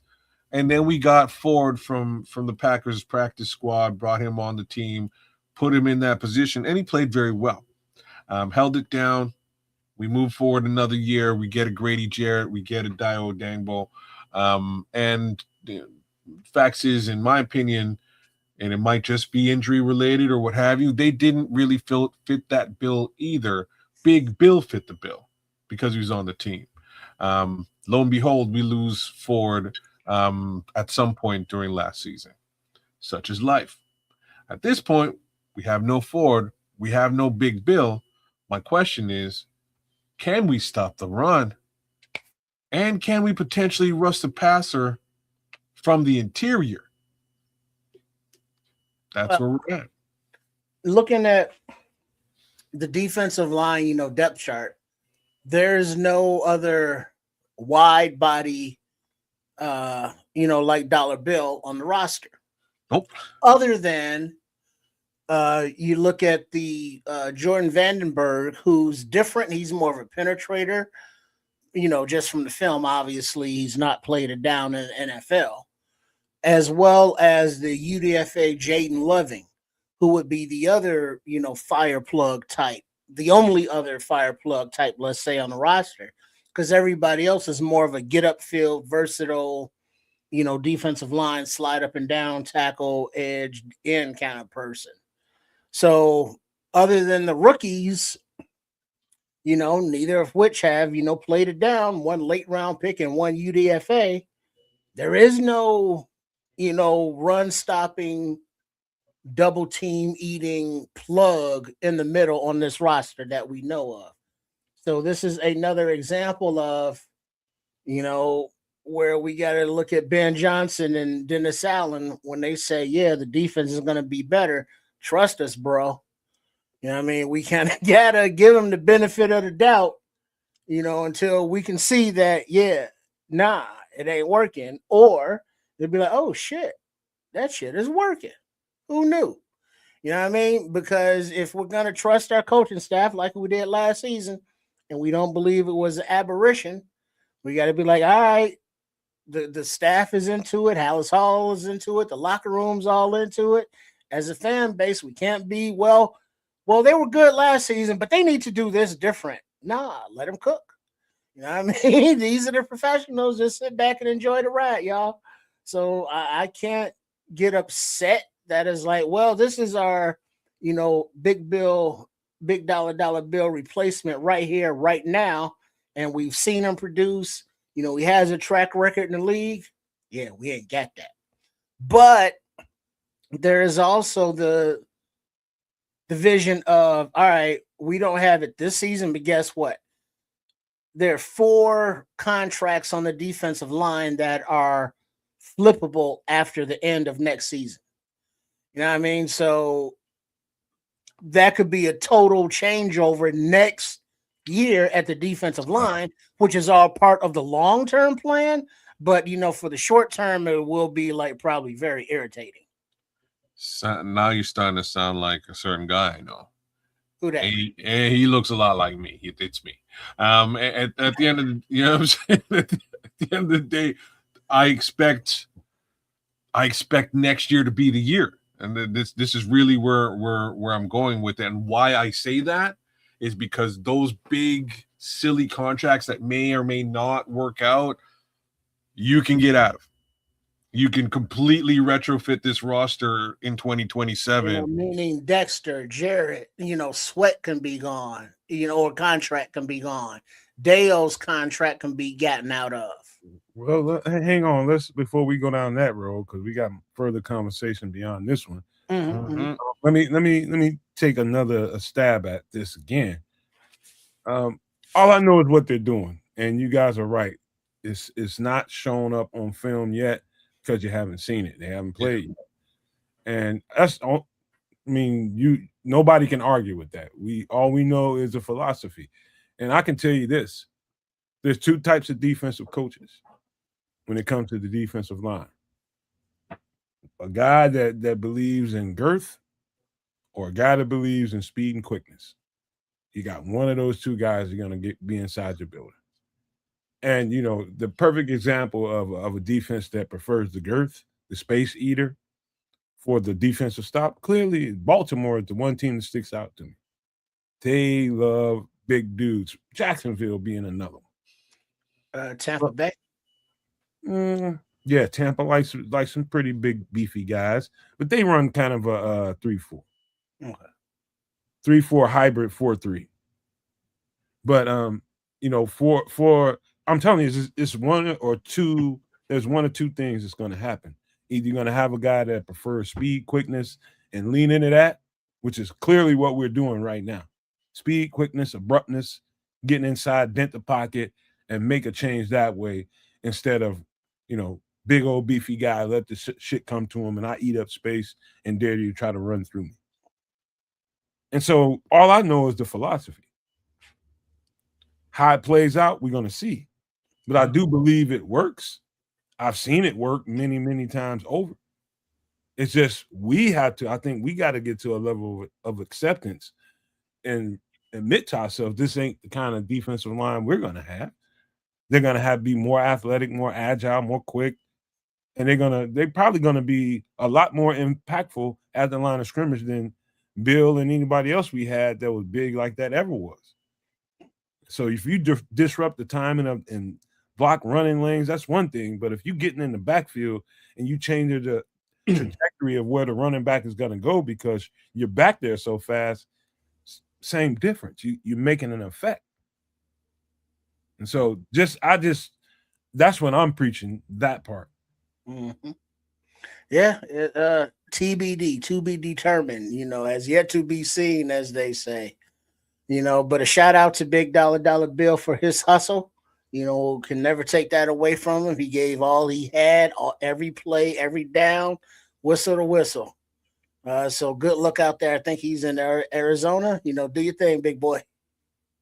Yeah, shout out to Big Bill. Shout out to KB, man. Always good to have KB on the show, giving us them Big Bill takes. But yeah, I don't know. Much like Nomad said, none of us will until we actually see, a little something, as seen on TV, as they say. So when we see it, we'll have an idea. But it is a little area of concern for the dude. Again, that dude looks a lot like me. You know what? I remember that conversation we had about me going on and on about, man, they need to find a fat dude. You remember what I'm talking about, huh? I know exactly what you're talking about, and it was obvious, man. That comes down to that, like that situation in particular came down to a whole bunch of stubbornness. Like, why did it take you that long to go ahead and just find your big boy somewhere to help you out? Because it was clear that we was hamstrung by Bill not being there, and you just thought you can just throw anybody out there and they're supposed to produce the same way somebody that's 40, 50 pounds bigger than them can. Yeah.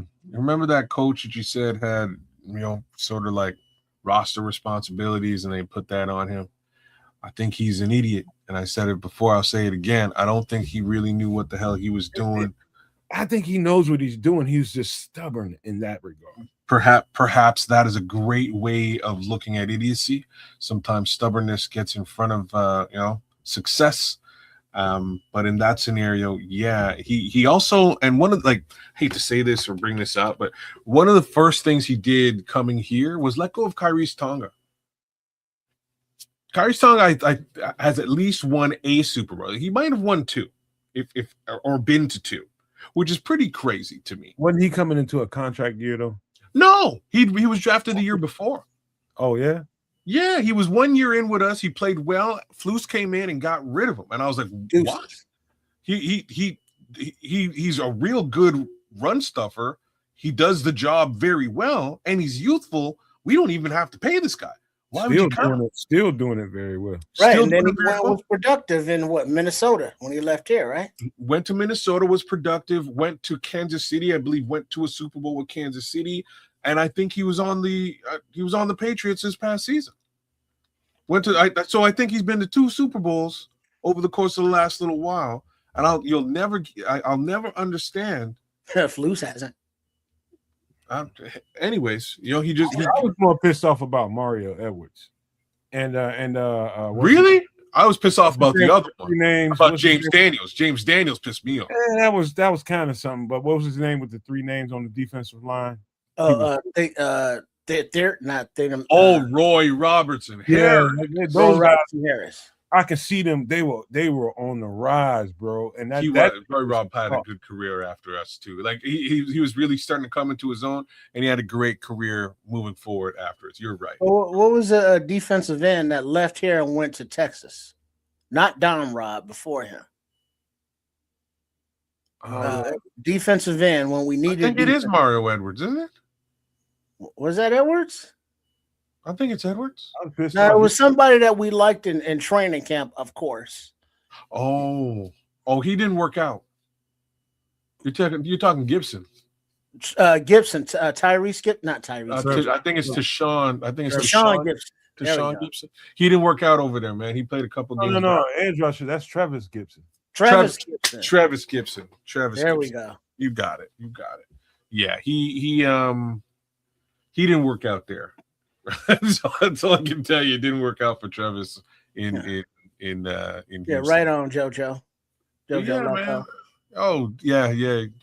It's actually Gibson with a P. But anyways, right, But yeah, I just back to the big man thing. Flus came in, looked at the situation, and thought, you know what? I don't want to have a big guy in the nose position. I don't want to have that. It doesn't fit my scheme. I'm getting rid of this guy, and got rid of Tonga.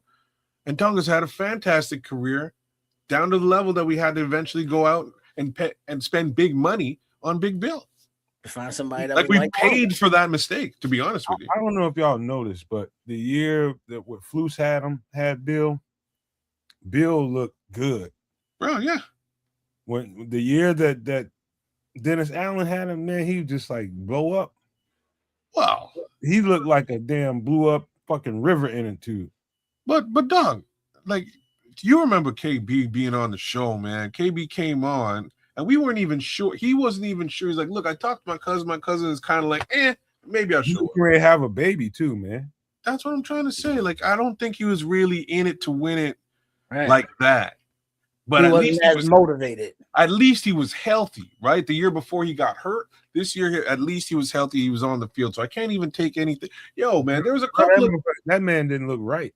There was a couple of snaps. Like goddamn Michelin man, doesn't it? You know what? There's a couple of snaps where he was hustling. He chased a couple of dudes down, and I was very impressed. I have to say that too. But yes, you know, season was up and down for the guy. He was limited.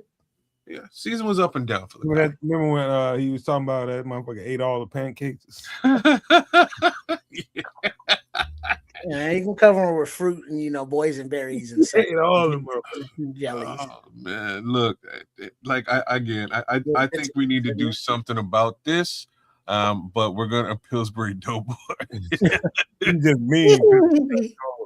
Damn true, Pilgrim. That's cold blooded, man. Look, and I think they need to do something about this. I think they're gonna find out whether they do or not in camp.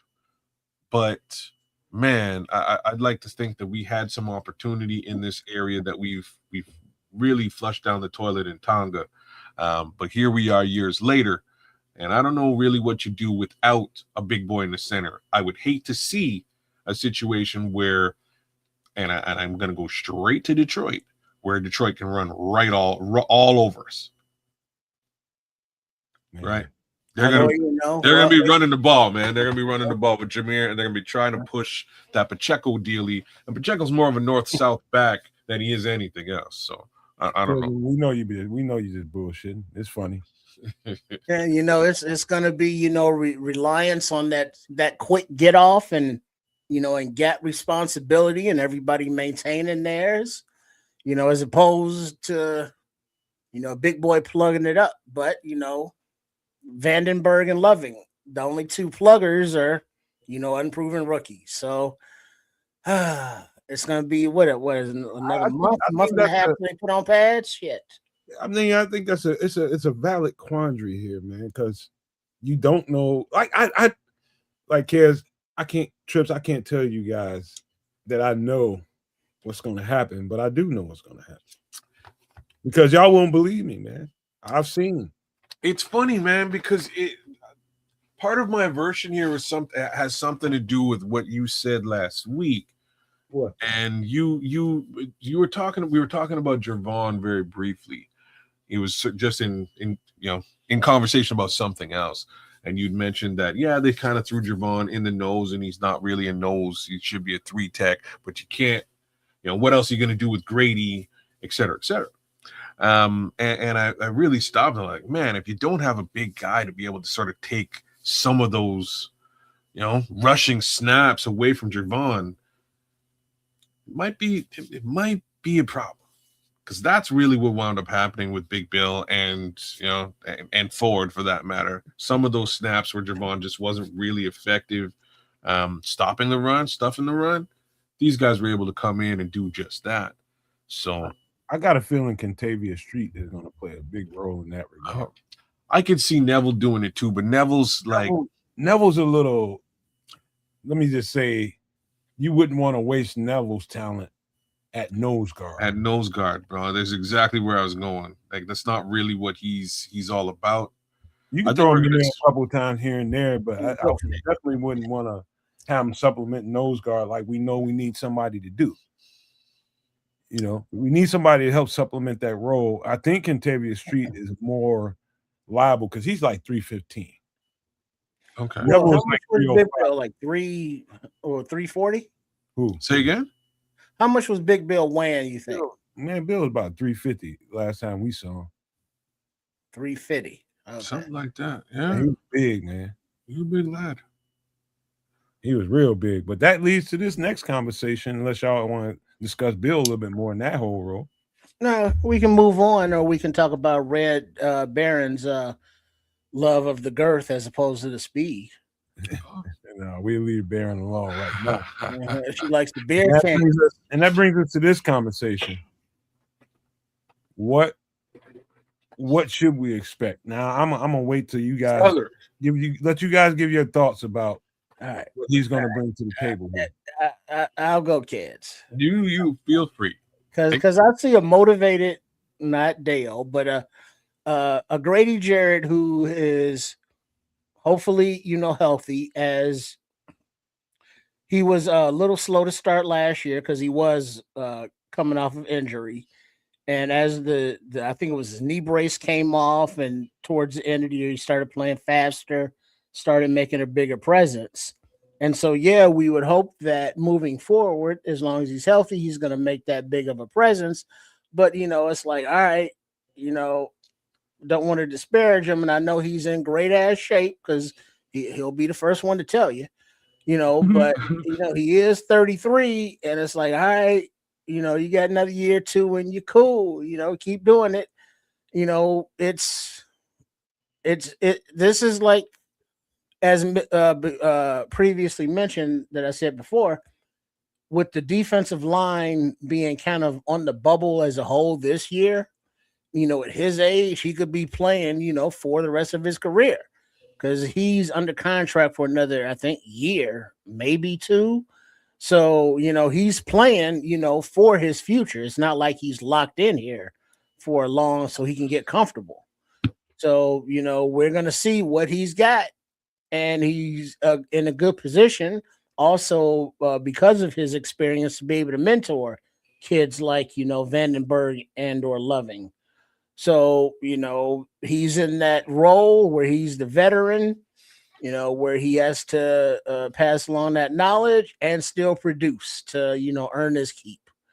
So it's going to be a very interesting year from Mr. Grady Jarrett, and I'm looking forward to seeing what he got. Everything you says is 1,000,000,000% facts. This is a prove it year for Grady Jarrett. Let's be as real about this as we can. He's got a pretty sizable contract. Likely not his largest contract, but sizable enough for the Chicago Bears to really, put the microscope on him, really zero in on his play and what he does this season, to decide whether he's back next year. Last year, we'll just call it a wash. I'm going to say that I really, really liked and was excited about what I saw towards the end of last year with what I believe was a healthy Grady Jarrett. Given that age case scenario that Tripp just brought up, we could easily be back into a not so healthy Grady Jarrett situation at any point this season. Just being straight up and down about that. The veterancy, being able to again transfer knowledge to young players, super important, super valuable. That doesn't grow on trees, but at the same time, somebody, there has to be results on this defensive line. So a lot of pressure is, a lot of pressure on Grady Jarrett, man. A whole lot of pressure. I'm not going to step away from the Grady conversation. It just made me think about another guy who generally stands next to him, and the fact that he's probably also in a prove-it year too. But back to Grady. I'm confident that we're going to see an actual uplift from him in this position, in this role this season. I know he can do it. He can be a very disruptive force on that line, and we really need him to be exactly that. One more time, until we see it, I can't say that it's law. So it's truly a prove-it year for this older statesman. Here's my thoughts about this whole entire scenario with Grady contract, what he brought to the team the first year. I'm gonna put it in a nutshell, the way I see it. You can't really fault the front office for, remember, Ben Johnson was here when this happened. Just remember that. Are you sure? Yeah. They saw this opportunity in free agency, and they was like, "Fuck, Grady Jarrett, what?"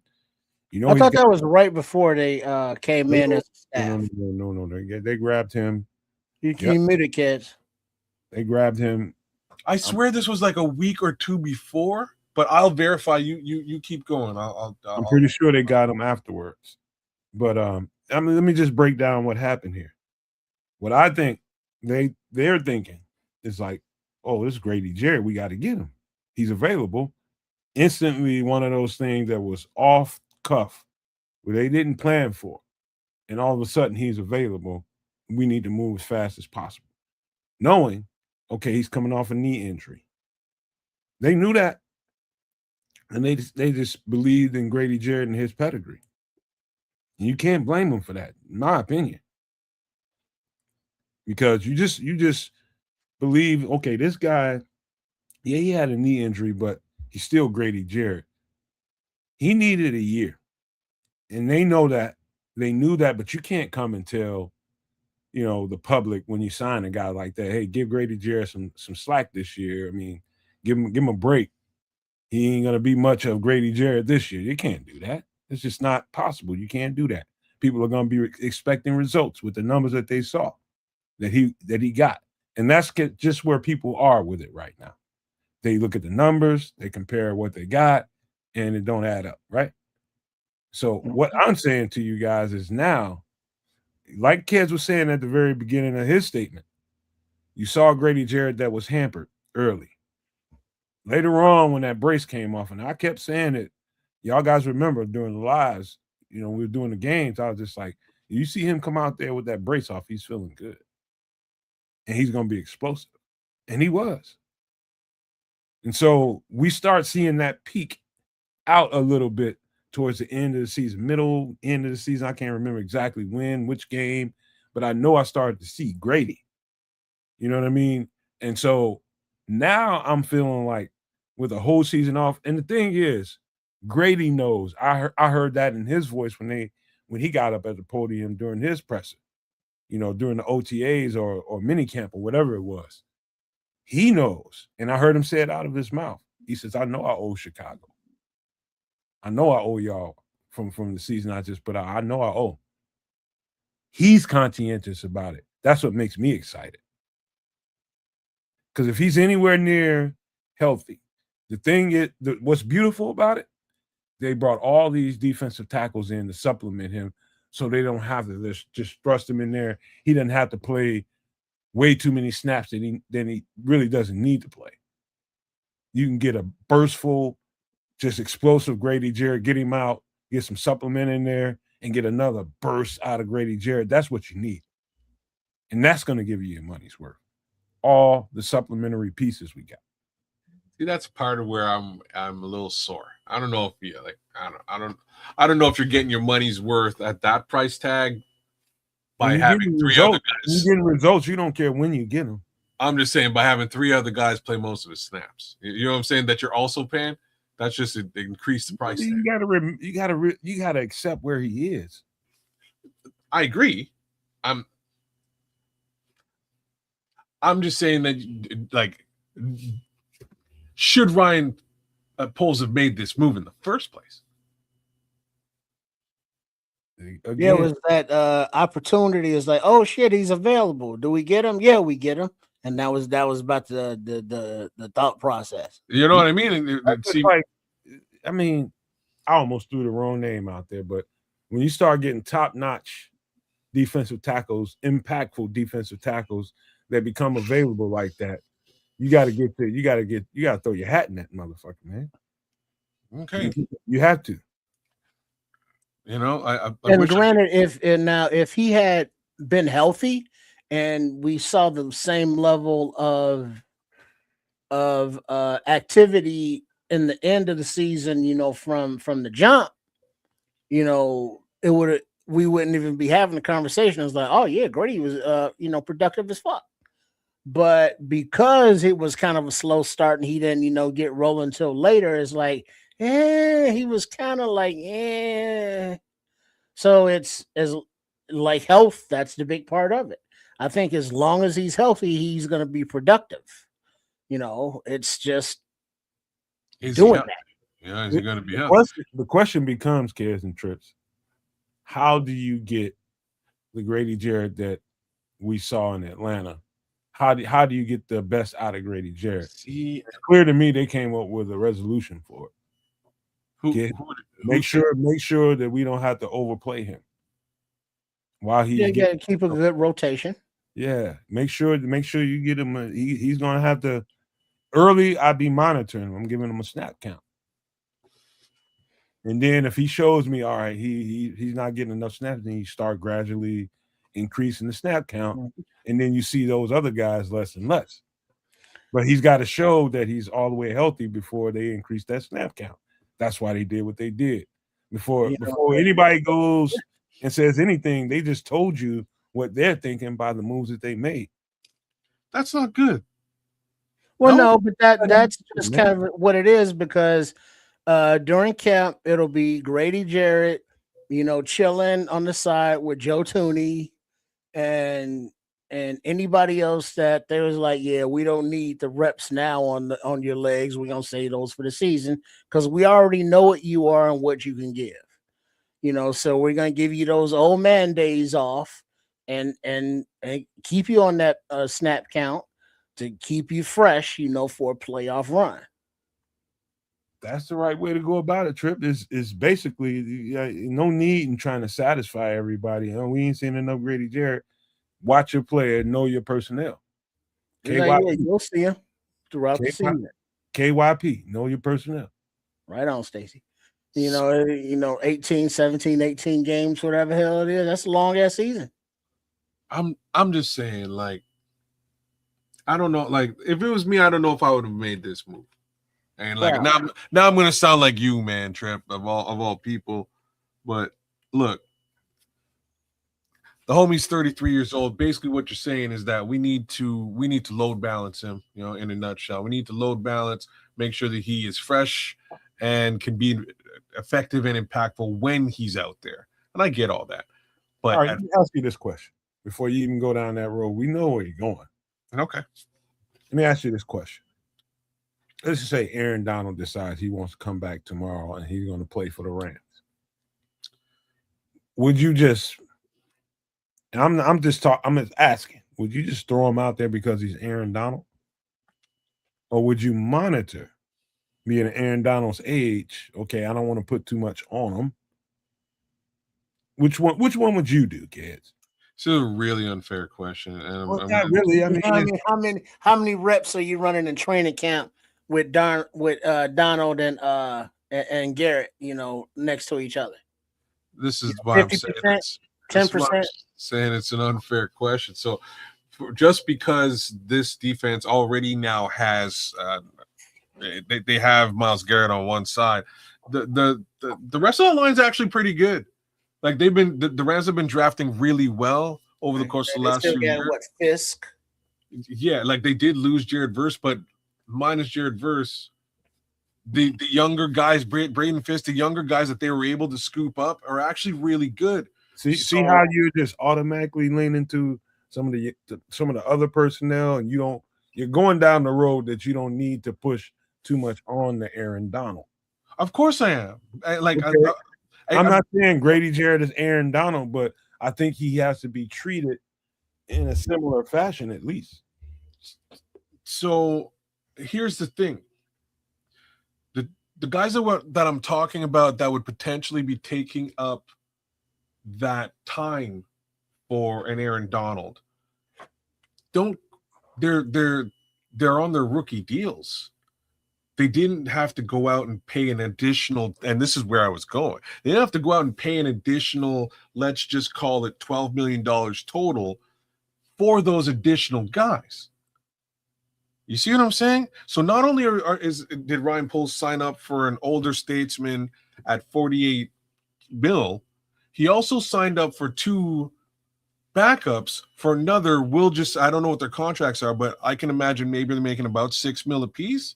So that's probably $60 million for this Grady Jarrett situation, if you follow me. And I think that's wild. If you go down the track, the mindset that you're thinking, and I mean, it's partially, you're partially right here, in my opinion. But at the same time, I can see the other side of that and say, all right, if we start looking at the dollar amount being paid, that means we need to put this guy on the field extra, because if we don't, we're not going to get our money's worth. Instead of looking at it by way of the way coaches see how the practice is going this week, how's he feeling, how, the human part of it. No. The human part of it really exists, where if you're looking to make a long run in the playoffs, and that's just that, then you are not looking to satisfy a fan base that says, we didn't get our money's worth out of him. We don't see him enough. That's not an issue, because they're going to ignore that, and they know exactly what they're looking at in practice this week, and they're going to take it easy on him, or they're going to give more reps, depending on what they see. Now you're really speaking to it. So you're right. It's forget appeasing the fans. If we are talking about what the coaches are seeing, like you really spoke to it, and I'm not even sure if you meant to. You know what I mean? Like if this is what the coaches are seeing, they're like, hey man, like he gonna need some load balancing. That's not a good thing for the coaches to be saying. It's not an uber positive thing for them to be saying. You want the coaches. Reality, but we all know it is reality. It's not a lie. You know what I mean? It is the truth. And if they're telling the truth and they're saying, hey, yeah, he's 33, he needs a little help. Ryan Poles should have really thought about that before. Oh man, no way he knows that. It's just his age. Like Tripp knows it. Well, but I mean, isn't he the same age as Joe Thuney? I guess to each his own, right? Right. We got results out of Thuney because he wasn't. That's a good way of looking. Imagine you are the one who's backing up the age thing right now. Thuney's older. Well, I mean, I'm not saying, but the first thing I said is, yeah, he's 33, and it's like normally you don't get better, with age like that. You stay solid. But it's like, all right, you're gonna need to take some laps off. You don't need that many laps around the track, and we want to, see what you got in the tank still, because it's closer to the E than it is the F. Mm-hmm. Got to play this shit smart. That's just the only way to go about it if you want to get any kind of results that you're really gonna need when it counts. If you want to get the right results, you got to play this smart. And I think the way they've gone about it so far are making sure they kept a few supplementary pieces here to make sure that we don't put too much on them, and the young fella Vandenberg. And so we've got pieces around so that Grady doesn't have to be overwhelmed, and put too much on his body. And to me, that's exactly what you want. I think that'll out of this guy. I think that will allow him to be the most effective Grady Jarrett that we've had the opportunity to see thus far. I'm not, not against it. Obviously, if this is what the coaches are seeing, and this is what the GM has sort of put in place to supplement Grady, I'm not mad at it. I'm just a little, Well, I'll go further, kids. I think this is a strike window for the Bears. This is a window. This is a window for us to strike. I mean, when I say strike, I mean exactly what you think. I mean, I think a trophy is at stake here, and I think you have to play this smart.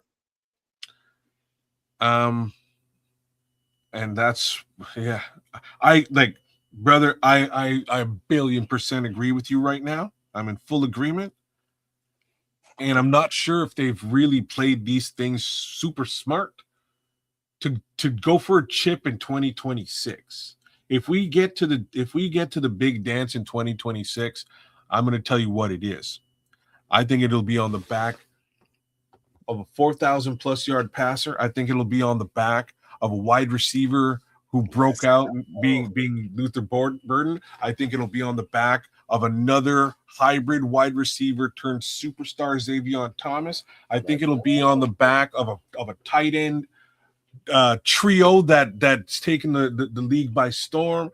I think it'll be on the back of the football cycle himself, Ben Johnson, and just offensive brilliance. That's what I think it's going to be. It would take us to the big dance. I think you clearly see there's a ceiling for this season, and it ain't Super Bowl. I think the ceiling is the defense.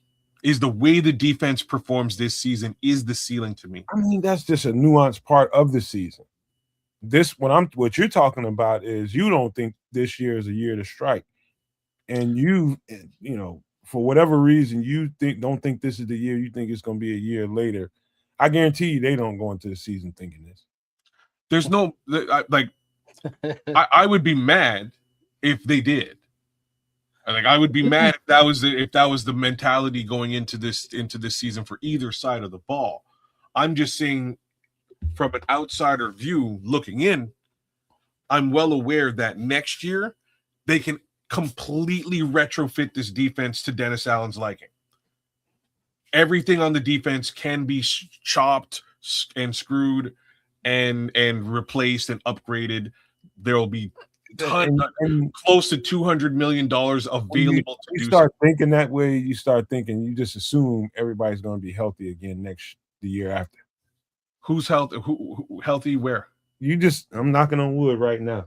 That kind of thinking, you just assume automatically everybody's going to be healthy. Everybody's going to be have the same energy in the same position. You mean on the offense? Every year, this year is the most important year ever. Yeah, I agree. Ever.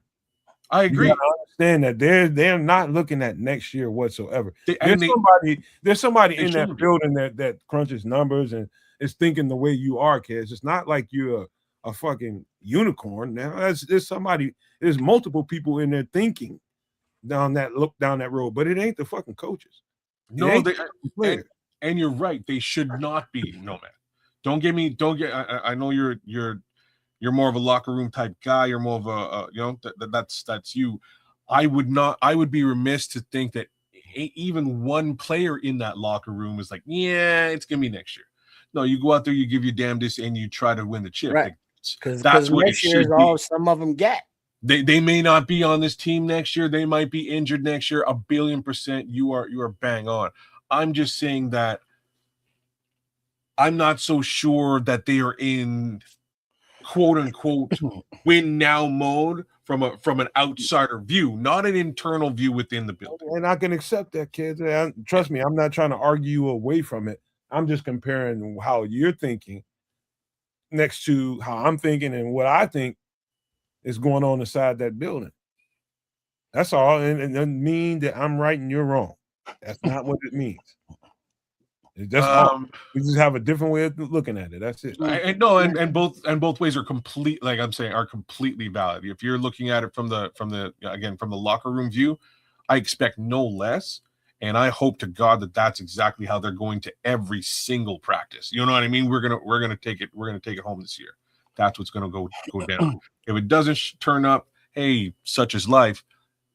There is always next year, as one has said in the past. Mm-hmm. You know, but. Yeah. All right, we got other conundrums on the roster, that we need. Conundrum. Hey, you want to hear something as you change this real quick? Yeah. Detroit Lions cornerback Terrion Arnold voluntarily surrendered to authorities in Florida after facing an arrest warrant in connection to a robbery and kidnapping in Tampa. Lord. According to the Florida State Attorney's Office. In a press release, Arnold will face multiple felony charges which carry a potential sentence of life in prison. God damn. Arnold is accused of coordinating and directing co-defendants to lure 3 men to an apartment where the victims were robbed, beaten, and held at gunpoint. The cornerback initially reported to the Largo Police Department that he had been a victim of theft, $200,000 in personal items that were stolen from an Airbnb that Arnold owned. Arnold allegedly began orchestrating this retaliation with others within hours of giving his police report. According to an investigation cited in the police report, no one has the right to take the law into their own hands, state's attorney said. A dispute over missing property does not justify kidnapping, violence, or retaliation. This arrest is the result of months of investigative work and collaboration between Tampa Police Department and our prosecutors. Arnold and his 4 co-defendants are currently in jail without bond, according to the release. 2 other co-defendants pled guilty to their roles in the crime in the June 24th hearing. Of those who pled guilty were sentenced to 4 years in prison, followed by 6 years of probation. The other entered open plea with the court, and sentencing will be on a later date, and we will continue to pursue justice. So yeah. Terrion Arnold, Scrolls, the cornerback from the Detroit Lions. Young cornerback. He's been there. He's probably going into his 3rd year. Well, now, of course, Terrion Arnold categorically denies any involvement in the matters underlying the allegations made against him and maintains his innocence. You're damn right he does. CEO of EAG Sports Management, so his agent. There is no credible evidence linking Mr. Arnold to these allegations. Instead, the government appears to be relying on testimony from multiple convicted felons who have admitted their own involvement and may have substantial incentives to shift blames in an effort to lessen their sentences. Mr. Arnold looks forward to his day in court, goddammit, and is confident that the judicial system process will lead to his ultimate vindication. He sounds guilty as fuck. Let me tell you something. You better call Saul. I remember this particular scenario playing out for me. And I'm not saying Terrion Arnold is guilty or innocent of anything. And I told my homeboys, and I know how they cut. I know how they roll. My homeboys, not my teammates, my homeboys from here. I said, man, if I get a certain amount of money, man, I can't fuck with y'all like that. Man, here you go. You ain't got no money, man. Now you already talking about. I was like, dog, when you get a certain amount of money, man, there's a certain amount of motherfucking responsibility. And I've seen this shit too many times. I'm just like, dude, I see you when I see you. But nah, it ain't gonna be, man, y'all be doing too much. The people you F with, that's when you're young, immature. And I hope none of this shit's true. And what's messed up about it is all the homies enrolled on it. This is what I'm about to say. You know it's true, man. This is what I'm saying. So like, they enrolled on him and play it out. What's messed? One of them. This is the worst thing. This is a terrible story. First of all, I really thought I thought he would be a real talent in the NFL. He is a real talent. I'm not saying he isn't. I'm saying, like, when we looked at him, he looked amazing at what he did. I was really impressed. I was really mad that he wound up in Detroit. I'll be straight up and down about this. But apparently he didn't have a great inaugural season, and then this situation kind of pops off. But when I'll never really these are situations where when you have that kind of money, I'm gonna give you the quasi view of this. Like, when you have that kind of money, why wouldn't you just pay somebody to do this effectively? Why would you be in any way directly connected to this if you wanted something? You gotta have a guy that knows a guy. You can't be even the guy who knows that guy. It needs to be a guy. Yeah, you got another guy.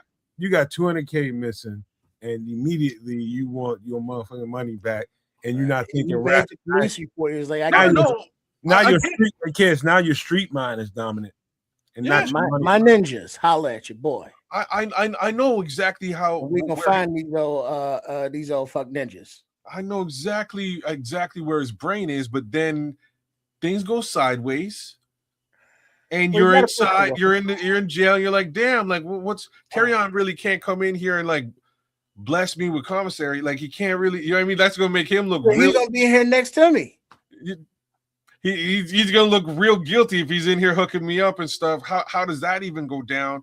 Oh man, I'm gonna do a bunch of time for this. Like, these are all things that probably hey, look, if you do a bid, I got your woman taken care of in the Bahamas. We're gonna move her out there, paper free waiting. But remember, you just run the race. If it's something from a principality of the matter, if you're dealing with the streets, You can't have somebody stealing from you.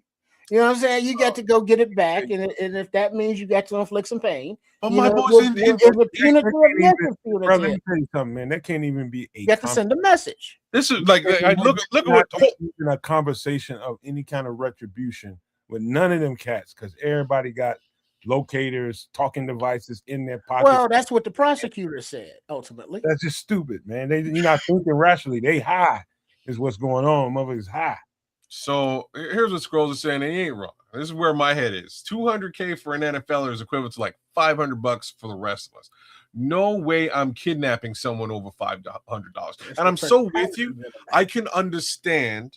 That's grown ass people talk. 100%. I can understand you being, fresh from the streets and pissed off about a situation. Like I get it. You can't let him get away with $5. Mind you, your $5 just jeopardized potentially millions of dollars for you, bro. Like this is how you got to look at that. Generational wealth. Sometimes you just need to shut the fuck up and take it. This is one of them times. You got insurance? Write that off. Call your agent. They got lawyers. They got accountants. Shut your mouth. You got pictures. You got what you do. This is something that Pac-Man told me when we was doing his camp. We was just sitting over there having a little lunch and shit while the kids was doing their thing. They was over there eating and we was eating. He was just like, man, the shit I do different. And old boy was just like, here you go again, man. He's like, man, for real, I do a whole lot of shit different. And he started talking. He was like, man, when it started coming to some of that money and some of the stuff that was, people was playing with his money and all that kind of stuff. He said, if I had to do it all over again, I'd have hired the best private investigator I can find and see what he can find out and keep my hand out of it. Because when you from the streets, naturally, your street mentality is dominant when it comes to your motherfucking. There's a guy who knows a guy. That's actually a brilliant way to move. You hire that dude, you send him to go and figure out what happened with your stuff, and he'll be on that case. He gets paid. You wash your hands in the situation. You get your stuff back. Saul. Yeah, man. Because that, like, real talk, that's what Saul would do. Saul would call Mike. You know what I'm saying? Right. You call Saul, and Saul handle it. Saul call Mike, man. Mike will go and sneak up. He's an ex-cop. He'll figure things out. He'll know what's up. He'll let Saul know, and then y'all take care of it. That's how you deal with a situation like that. You can't go. You can't be calling Mike yourself. Don't play with no street kid money. No. I mean, right now he gonna react. His money ain't never had nothing in his life. Yeah. Some people get generational wealth. We get generational poverty, and so when he gets something. You take something from them, expect the worst. Yeah, but you got to move different. That's the lesson to be learned, Trip. That's exactly the lesson. When you're at that plateau, you have to at some point stop and go, you know what? I'm gonna make another $200K in about a month or two. Fuck it. But then that's always where you need a mentor or a consigliere or a trusted someone that's like, hey, you're fucking up, youngin'. It's like, hey, I understand this is a loss, but we're going to go to the legal, legit route. We got pictures, we got insurance, we'll write that shit off and you go on and you get ready for the season. As opposed to now, it's like, yo, we got to find the best criminal attorney we can. You know what I'm saying? To try to get the charges dropped if we can. Otherwise, you're looking at life. You make too much sense. You make too much fucking sense because you grown. Yeah. So you got to have somebody who's got some sense. And I wish that all young athletes, not just athletes, but young people had some mentor who is not trying to, manipulate them or take advantage of them or lead them down the wrong path. Or not answer questions for them, but give them alternatives, give them different perspectives, and let them make their own decisions from there. Because it sounds like Mr. Arnold's just coming from his street bag and was like, here's how we going to do this. Yo, for $1,500 a month, I will do that for any player in the NFL. I just like to say that. I know from the bottom of my heart. You say keep them on contract. I can tell you guys, like by legislation in the United States, you are an adult the minute you turn 18. At 21, you can drink and be out doing different things that you could never do because you wasn't old enough, right? But let me tell you something. Either one of those, you cross either one of those thresholds, it doesn't make you a man, and it doesn't make you an adult. Young people, there's no fucking manual. There's no manual known to mankind to help people at that point in their lives. Either you are a little bit more mature beyond your years, or you are basically a victim to your emotions, and you have to learn. You are either one of those two people. And I'll be honest with you, I was both of those people at different times. And I don't point my finger at none of those young kids. And Trip is right. I wish a lot more of them would accept some mentorship and some guidance, but it's hard to tell somebody who think they got the world figured out because they got money how to go about some shit. Because they think they know what they're doing. But that's how people learn. Well, but that's the thing. If you are who you are, and you just happen to be around some shouties, and you just imparting some wisdom, just from your annals of knowledge, from experience. Your what? Not that kind of anal. Just calm down. Annals of knowledge. My bad. Settle down. And so you're just dropping wisdom and knowledge and dime pieces, because I've been called, I don't know what generation is which. You hear what he said, Scrolls? Did you hear that one, Scrolls? I got but whether it be boss, whether it be unk, or whether it be OG, if you get their ear and their respect, they'll be more in tune, to listen to you, more open to, be receptive to your message. You can't go in just spitting out information and knowledge, that's offensive. They're not open to that. They're not receptive. So, just do what you can to the people around you, whether it be family, neighbors, or whatever. But, the more knowledge, the better in the future, because there's a lot of dumbasses in this, younger generation coming up with no guidance. All right, let me. Trip just blew up the whole show with that conversation, but it's interesting and worth talking about. I'm gonna tell you guys exactly the point where I knew I crossed the threshold of being a grown ass man. It was somewhere in between 28 and 32. 28 and 32. I knew I was a full grown ass man. When you matured. Yeah. That's balls drop. Is that emotionally that emotional maturity where I was more in control of my emotions than they were in control of me. Emotional maturity is adulthood to me. So when you actually learn how to bite your tongue. I move different. You learn how to, you start to feel like that was the first time in my life, as wild as I was, and I was just gone and doing whatever the hell I wanted to do. I didn't realize how much stress I was putting on my mother because she's a parent and she I don't know my son. It'd be weeks, sometimes a month or so before I even call home, go by there, and I just be out there. You know what I mean? Just doing me. And it dawned on me man, one day she stopped me when I was going through her house. She's like, hey man, stop for a minute, man. You need to, I know you grown and you want to do your thing. You having a good time out there, and I know you got all these girls, and stop. Let me know what you're doing. You ain't no telling where you probably all in other countries and other parts of the United States and ain't told me nothing. You need to call me, man. Holler at me once a week or something. But I'm not, you're unaliving me by me not knowing. I need to make sure my son is okay. That realization and understanding that you have to be accountable for you in another kind of way because people care about you. You know what I mean? That was a growth spurt for me.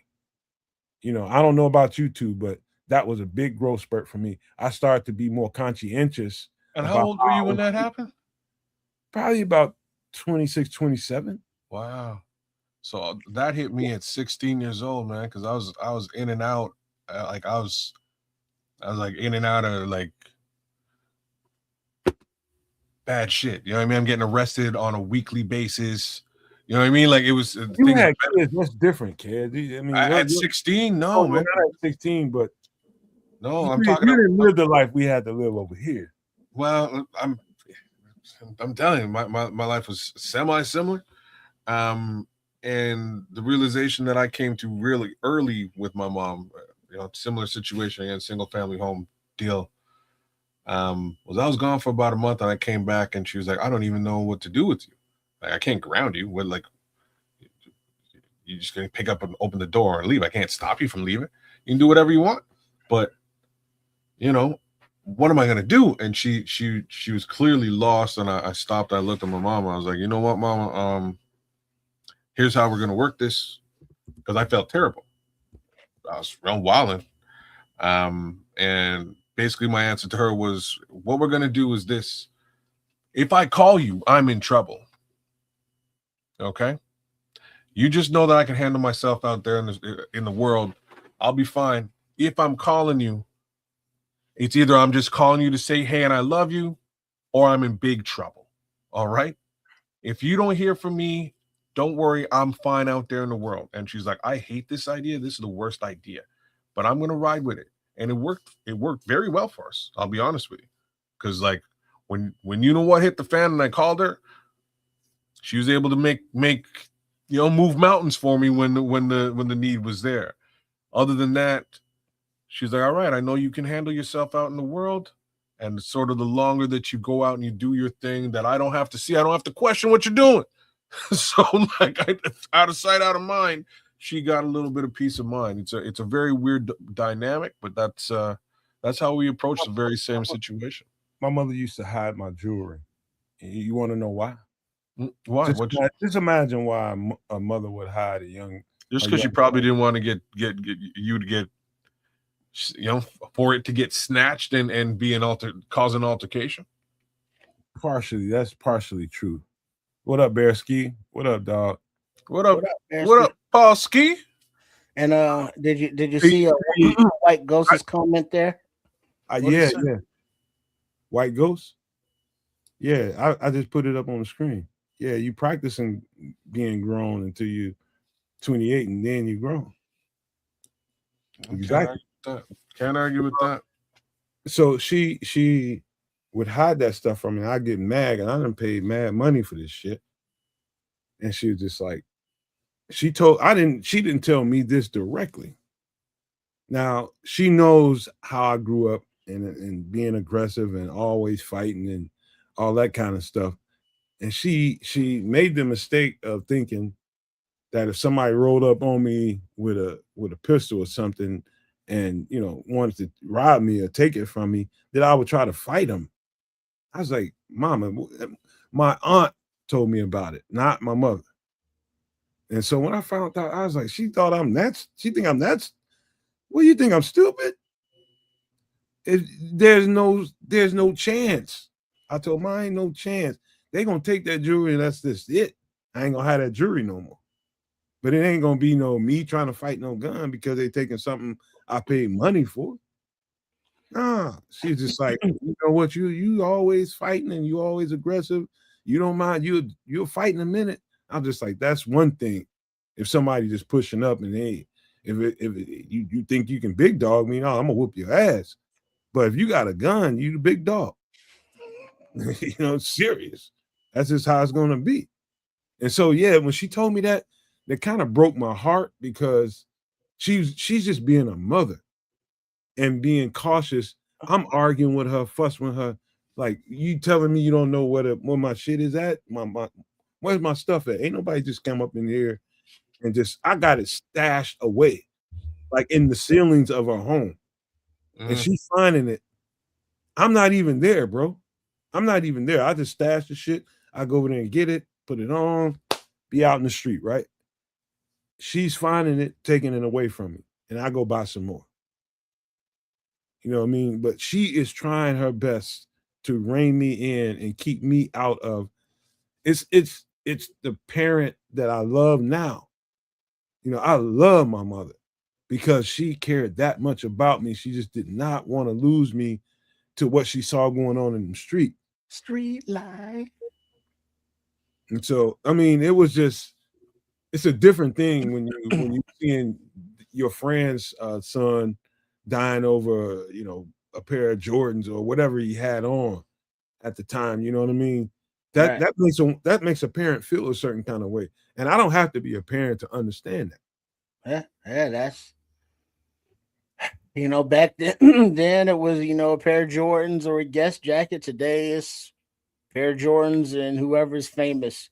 But now to wrap this up, I don't mean to laugh, but on this Terrion Arnold situation, the guys that they set up turned out were not the guys that took the stuff from their Airbnb. But 2 paragraphs and then we can move on. Investigators say the incident was streamed to Arnold, Hilton, and Freddie Hughes while they were traveling to the apartment while these 3 people were held at gunpoint. Police also say there was a group chat involving the defendants and that Arnold and Hilton gave directions through the chat while the attack was happening.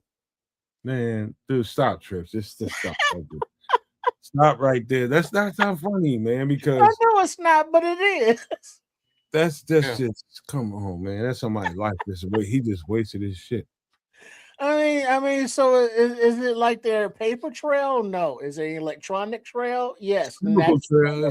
It's a goddamn. Oh my god. That's a confession, basically. You better call Saul, bro. You're so comfortable. Even Saul can't roll his eyes. Saul can't even save your ass, man. What up, White Ghost, Bear Ski, What and up, Hawkeye just busted up in here, man. Y'all, man.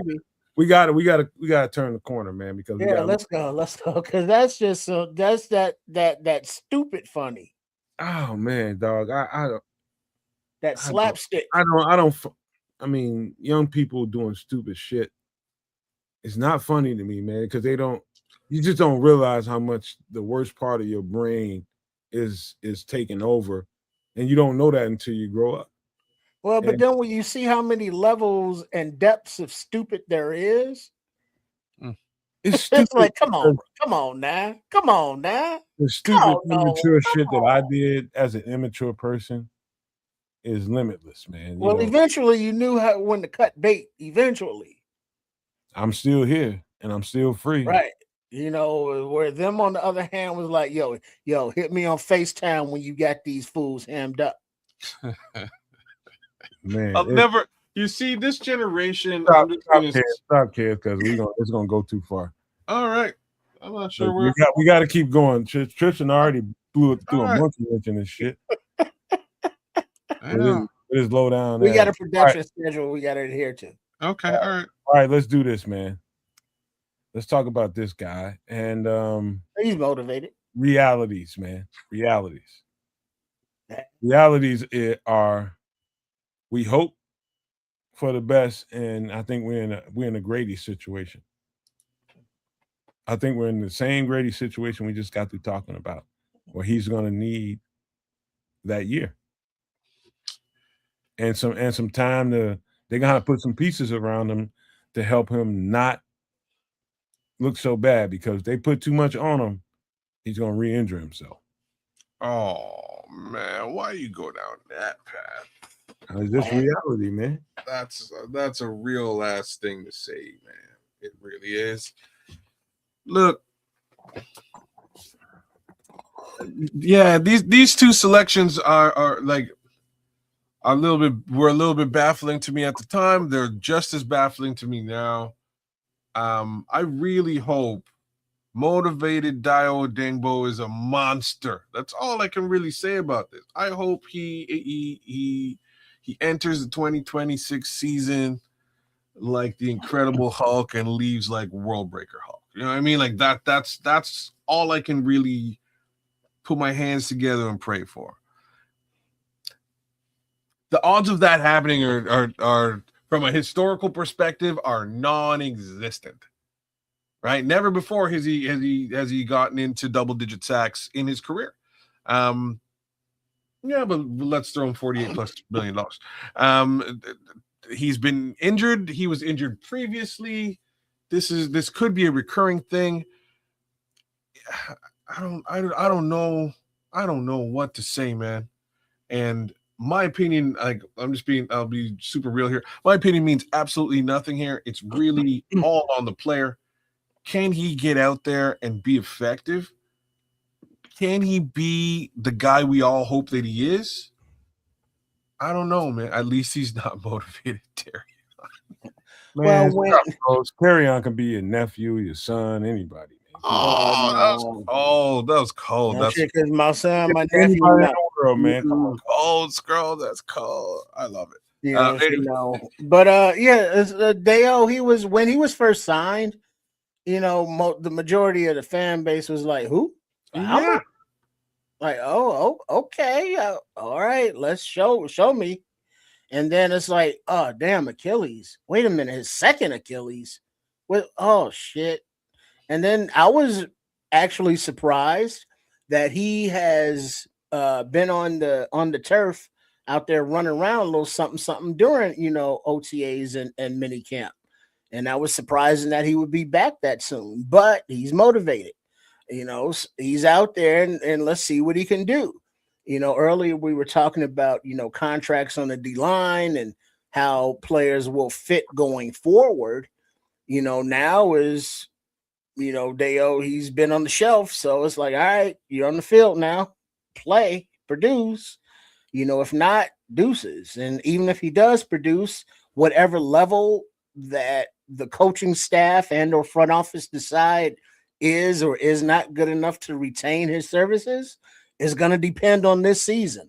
So this is a important year for his career going forward, let alone, how he fits within the team framework and, his contributions to it going forward. So, there's a lot going on here beneath the surface to keep him motivated, if, he needed it, anymore. All well said, man. All well said. I just this particular guy worries the heck out of me. A lot is lying on his shoulders. And when I say all that, the heaviest thing that's lying on his shoulders is his own contract. Right? Like, this is just like I said with Grady. This actually wasn't the guy I was talking about who's right next to him, but he also is in a contract year. There's still another guy. But this guy's contract is big. It's in question. And both of these players have to step up to the plate and hit home runs, period. There's no bottom of the ninth. Bases are loaded. It's a tie game. You know what I mean? Like, they need to come out there swinging for the fences. And all I can say is I hope we see home run after home run this season, because we really haven't seen very much from this particular talent who is, putting a real dent in the salary cap for this team. Like, they could have potentially went and got somebody else who, really could be effective. And that's where we are. I think it all is speculative, number one. And even what I got to say is that I'm going to say this, man. Nobody can control whether or not they get injured. Nobody. Nope. It's going to happen if it's going to happen. Now, coming back from that injury, I don't care how much you're getting paid. I don't care how much you was getting paid before you got injured. You're getting paid that amount because you're getting paid that amount, period. There's nothing nobody can do about that. The thing is to understand that we expect something out of him that maybe he's not prepared physically to be able to produce. And to me, that requires a little bit of grace and understanding. That's just me and how I'm wired. I know either he's going to be okay or he's not going to be ready at all. And he's just going to be out there and they're going to push it when they don't need to push it.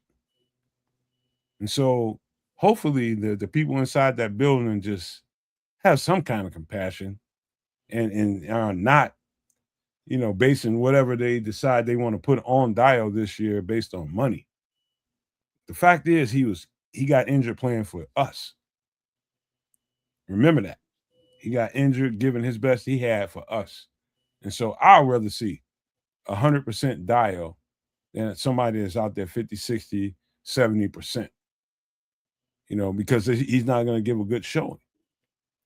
Hopefully, in my opinion, the way they help him out is slide him inside more, give him more reps on the inside, and he doesn't have to stress that joint as much on the outside with all the, you got to be explosive out there. But in the inside, you still have to be explosive, but in a different kind of way. It's more compact and it's less stressful to your body when you're doing it that way. Because when you're pushing up against an offensive guard in front of you, or an offensive tackle right in front of you, that's a different thing than, getting off the line of scrimmage and getting that burst and putting that stress on your joints and tendons and all that kind of stuff that an outside edge rusher has to do. So what I'm saying is, I hope that they kick him inside a whole lot more to help him come along. And as he starts to come along and he starts to feel better and you start to see a different kind of Dio, then you gradually give him some reps on the outside and, help him out that way. But to me, the best part of Dio we can see is from the inside right now, for sure. Not on the edge.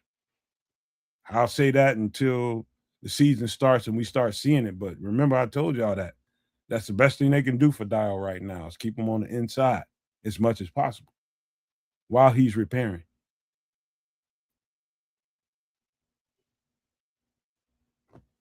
Right on.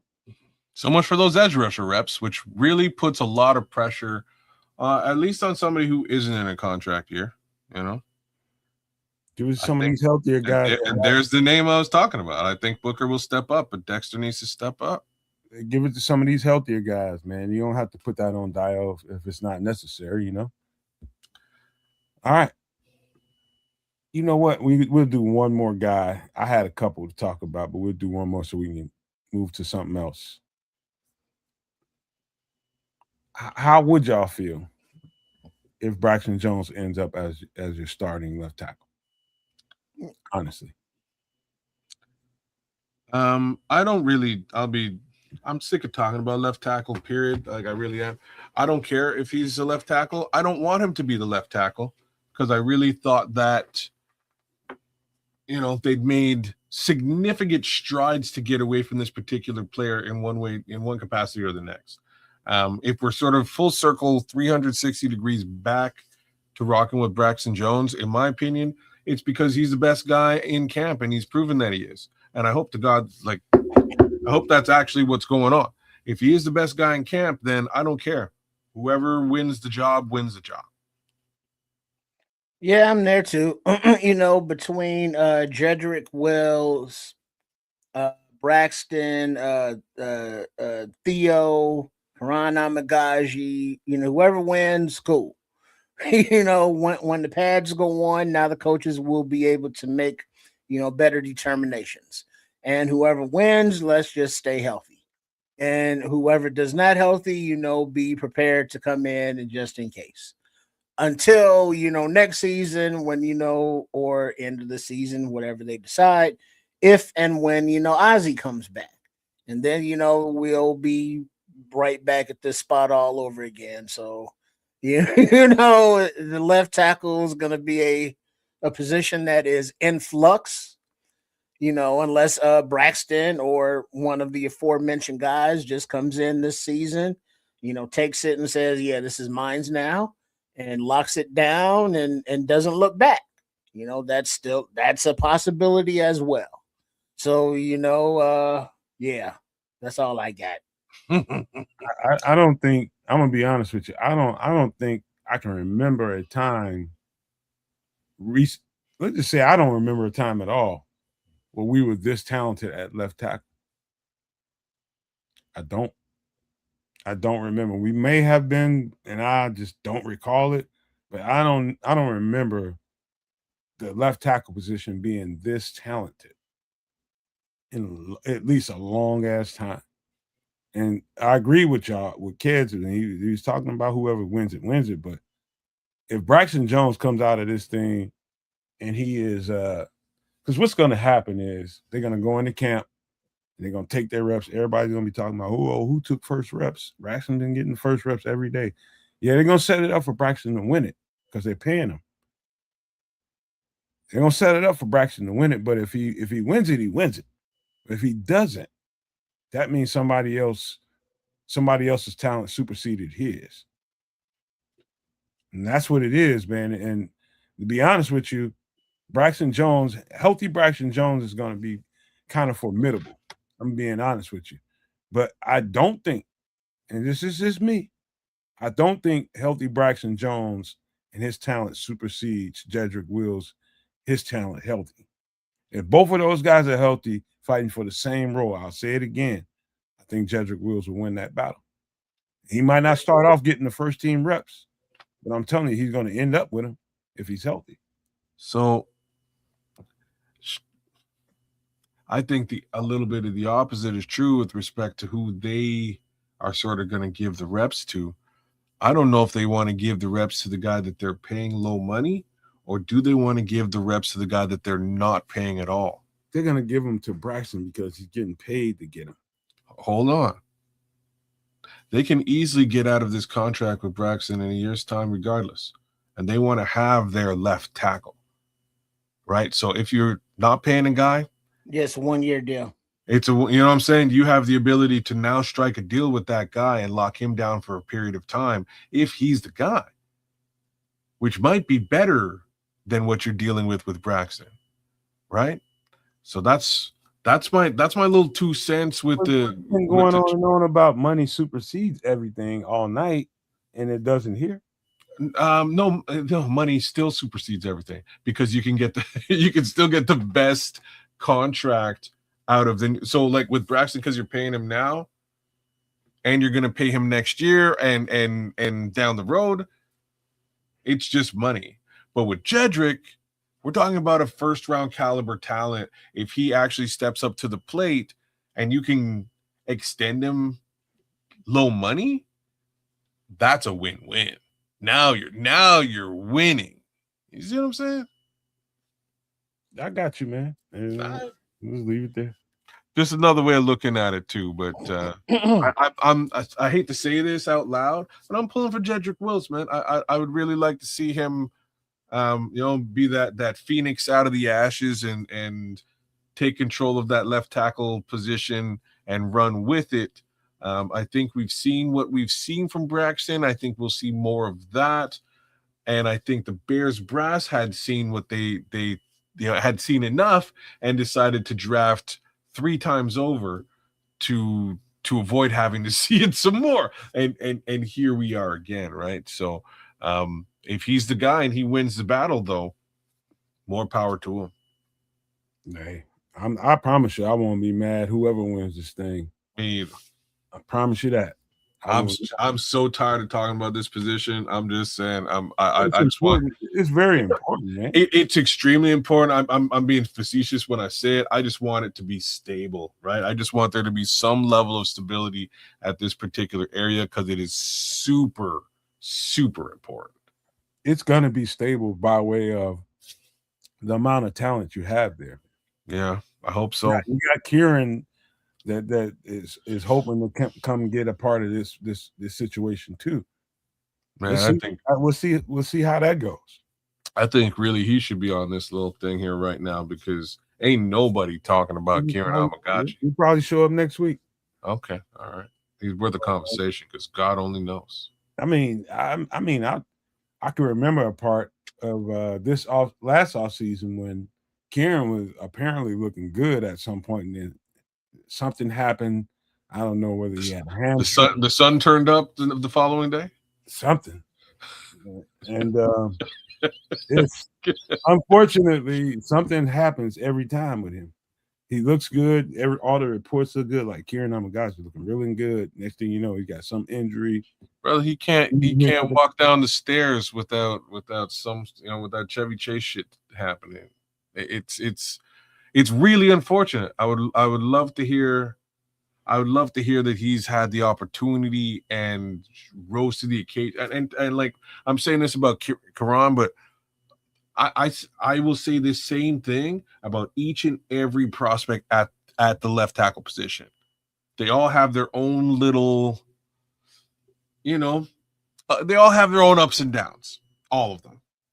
I want somebody to really rise and take the reins and own it. And I have to say, Theo really rose and took the reins last year and owned it until he got injured. And then the whole thing went back into the same position. Ozzy came out, owned it, and now he was the guy. Then he got it. It's crazy. Football happens. The football happens all the time. You know what I mean? In a season, every Sunday it happens. So, but it does. Yeah, man, it's crazy. But yeah, such is the left tackle position in the NFL. Yeah, we have one more guy to talk about, but we'll save that just because for time's sake, so we can get some other stuff in, man. And that will complete the Bears conversation for this week. I'm just gonna pull a card here, man, and go somewhere. And me and kids at least will be able to talk about it. We hope Trip will get a word or two in here. This is gonna be interesting, man. Let me pull this to the side for a second and go here.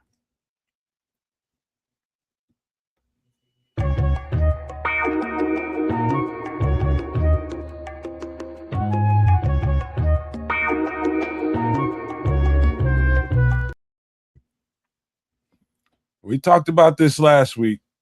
This show right here only has one season, and it's a shame. It's a shame. I know all the stuff that happened with the lead actor here, and that's one thing. I'm going to put that to the side just so we can get into the nuts and bolts of the storyline here of this series, which I think is an absolute original. H.P. Lovecraft. I've heard some things about him, but I'll put that to the side as well. You have to, but continue. I think this has got to be, if not the most. I mean, I look for different. When I go look for shows, I look for movies. I'm looking for something I've never seen. I look for concepts that I haven't conjured in my head. And this show right here is that. It's so many. The depth of the layers here in this show is incredible, man. How it came off on the screen, how it played out, it just takes you through stories. It's deep on a level. We'll get into some of that, man, but I can go on and on about how good the show was, in my opinion, and how upset I am that this thing didn't get picked up for the next season. This is ridiculous, man. This is one of the best shows I've ever seen in my life. Straight up. But go ahead, kids. Tell me your thoughts about this. I haven't seen this one. I thought I told you I didn't see this one. I thought you told me you did. No, I haven't seen this. What I did say was a little bit about Jonathan Majors and his you digs. Well, his ousting from the MCU in what is probably like, for them to have given him the role that they gave him in the MCU speaks to the type of actor that this guy actually is, like his capability as an actor. It speaks volumes. He was given the character that Chris Claremont, who was a famous writer mainly for the X-Men, but actually wrote the better part of the 70s and early 80s Avengers, X-Men, Fantastic Four. And when he came in to Marvel, he came in and he goes, look, I want to connect all of the Marvel properties because they're too separated. They don't even really interact.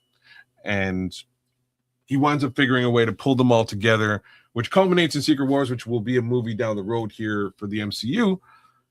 But getting to Secret Wars, he introduces this character named Kang the Conqueror. And that is the character that they bestow on Jonathan Majors. And I hadn't seen anything with Jonathan Majors in it before, and I wasn't really sure, the level of acting that he would put forward. And they threw him in as more or less the big bad in the series Loki.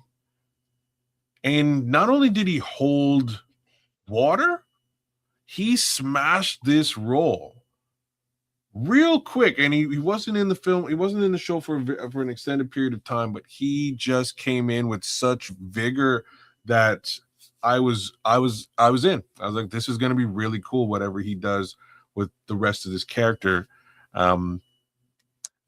Unfortunately, life happens. Shit hits the fan. Some people call the cops. And here we are. Unfortunately, Jonathan Majors is no longer associated with this property, Lovecraft Country, nor is he associated with the Marvel property that I was just telling you about.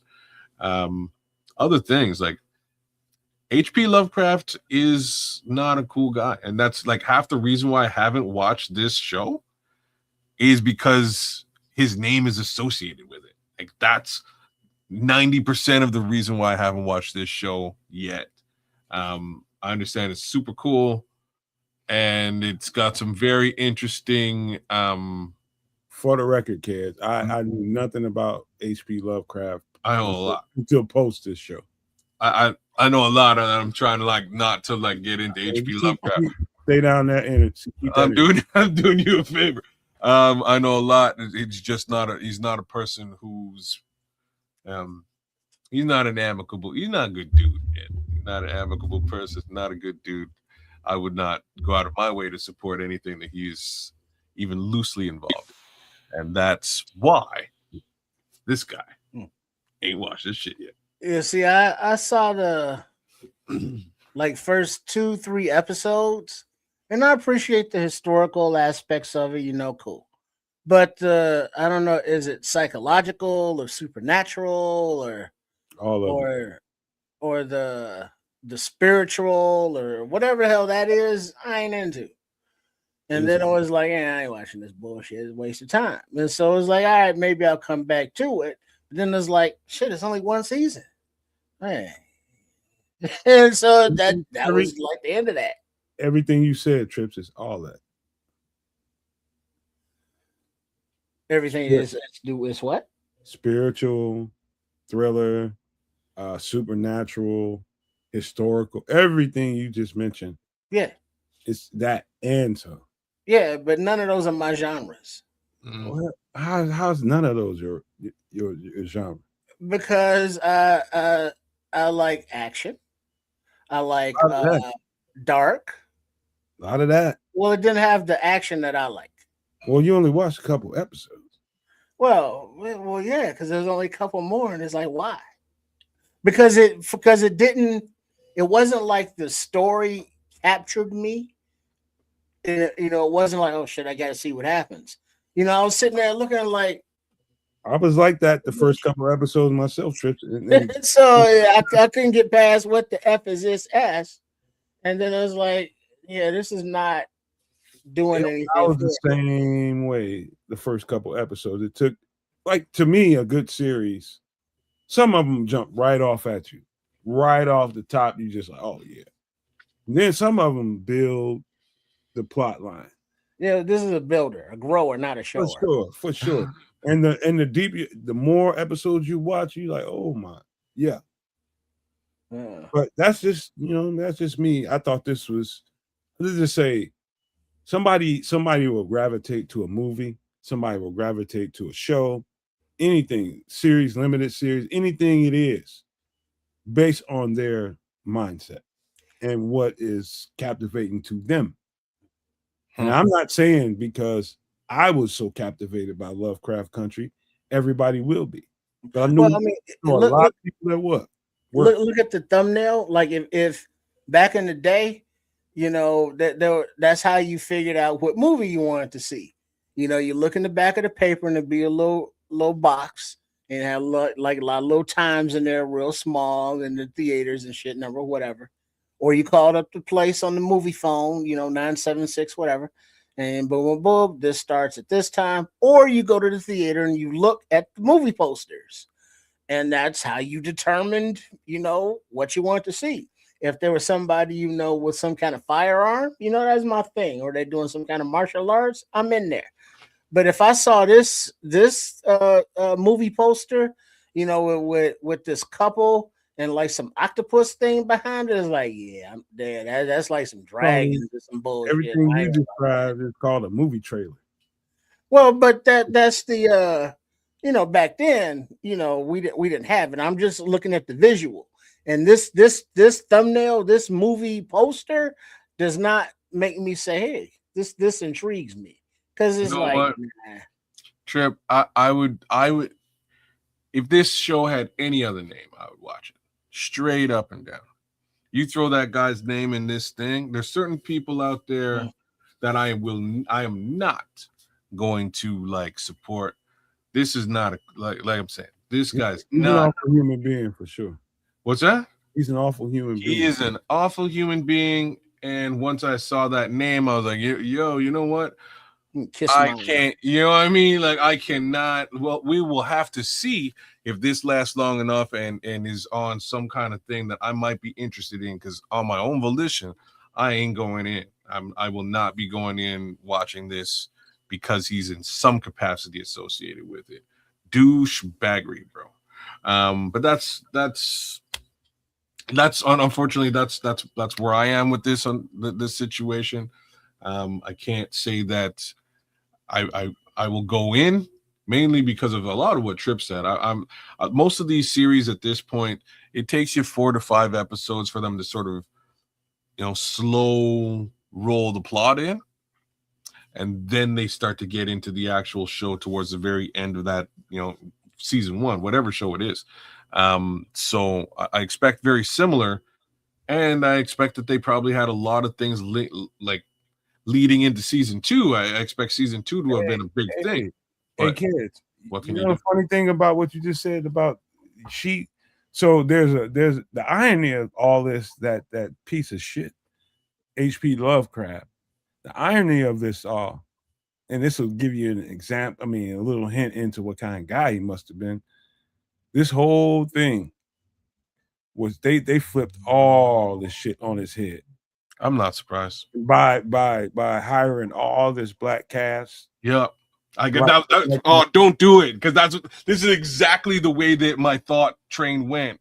Was like they man, I hate to say what I'm black screenwriter. Yeah. She is dope. I bet she is, but she might also be fully entrenched and in agreement with with Lovecraft's ideologies. You know what I mean? Like that's what I tell you, she ain't. Okay. Check that. She's a bad. Just telling the story. Body, and also one of the dudes from Key and Peele is an executor on here. That says a lot, but that don't say. You can this is definitely a Jordan Peele kind of flavor, because he's kind of dark. Jordan Peele. I think it is Jordan Peele. Yeah, because Keegan-Michael Key is more funny and goofy. Jordan Peele's the dark, production, director, creative. You'll definitely see his fingerprints in there if you like his screenplays. Yeah, like Get Out and I was like, what am I watching? I didn't even finish that movie. It was like, this is too stupid for me, and I went on and not gave it a second thought. And then like his other movie with the football one. I haven't seen that one. I haven't seen that. I didn't care as much for. You know what I mean? I watched it and it was like, yeah, what am I watching? I think Marlon Wayans was the wrong actor for that. That would have came off different with another lead. But that's his kind of his flavor. He's that dark, kind of occultish. You're talking about him. That movie. Jordan. Well, his vision of works, of the things that he does, the kind of movies that he puts out, are more of that spiritual, occultish kind of, edge of reality kind of thing. That's his lane. And this fits that lane perfectly. I can't argue with that. And I'm just saying it would take exactly this to make black people give a fuck about H.P. Lovecraft. You know what I mean? Like exactly that level of over and above. They took it from him and turned it on his ass. Yeah. I mean, they turned it on. They put a all black cast, all black. This is how you do it. Executives. Let's introduce black people to X. And when you find out what his story is, you know why they did it like that. Bro. It's dope, but that's that's Lovecraft Country. It's on HBO Max. You should check it out. If I can't tell you if you should or not, because if you find out about H.P. Lovecraft before you go and watch something like this, you probably won't. You know did you know about HP before you watched it? I did not. Okay, all right. I had no idea who the guy was. I fully accept it. I had no idea who the guy. I probably would be just like you. When did you? After the fact, probably 2 years, 3 years after. Okay, all right. And more recently than not. All right. Totally cool, man. Totally. I had no idea who the guy was, man. Yeah, man. He's not good, folks. No. All right, but let's get into something more general that I think I know we all saw this. Maybe a couple, 2-3 times, but this is a very good movie. And the storyline here, I just want people to think where these people were, what kind of mindset these people were in because of the situation. Oh, nice. Anybody wants to go and give a thought on what you want to go ahead, kids, or you want me to go? Man, I'm gonna let you go, Trip, because I've definitely seen this movie one time, but good Lord, it's been a minute. This is You Can't Handle the Truth, right? Yeah, that's that. This is A Few Good Men, Tom Cruise, Jack Nicholson, Hollywood icons for show. But the story of Tom Cruise plays a Marine lawyer, JAG officer, judge, advocate general. So he is defending 2 Marines who were accused of unaliving another Marine in training. And Jack Nicholson is the company commander. And it comes down to a big court case. Is it your fault? Is it not your fault? Did you order the code red? You want me on that wall? You can't handle the truth. A lot of quotables throughout the movie. I'm not going to ruin it for you. No spoilers. It's 30 years old, but don't worry about it. You'll see it. So yeah, the politics within the military, the interpersonal drama with some of the people. It was a good movie. Dramatic license, of course, taken, but it was entertaining and it made you think, how much of the rules should be bent or allowed to be, ignored when you're out in a war zone and you got to keep your shit wired tight. Good, bad, and different. Where do you come up with it, kids? Wait, before you go, kids, can I say something? If you don't mind? Yeah, man. Trips, I want to add to, because I don't think I think you eloquently did it right, but I think you leaving out, I think the nuts and bolts of this, the way I receive it, I can probably say it in a few words. Comes down to this hazing, breaking ranks, not breaking ranks, and protecting status quo. And anything that comes against it, somebody has to be above and beyond to break ranks, because this is so status quo and this is so normal within the ranks of what they're doing here.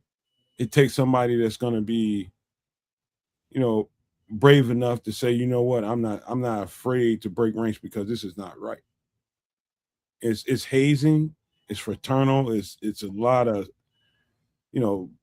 a bunch of rituals that happens that's unnecessary, in my opinion.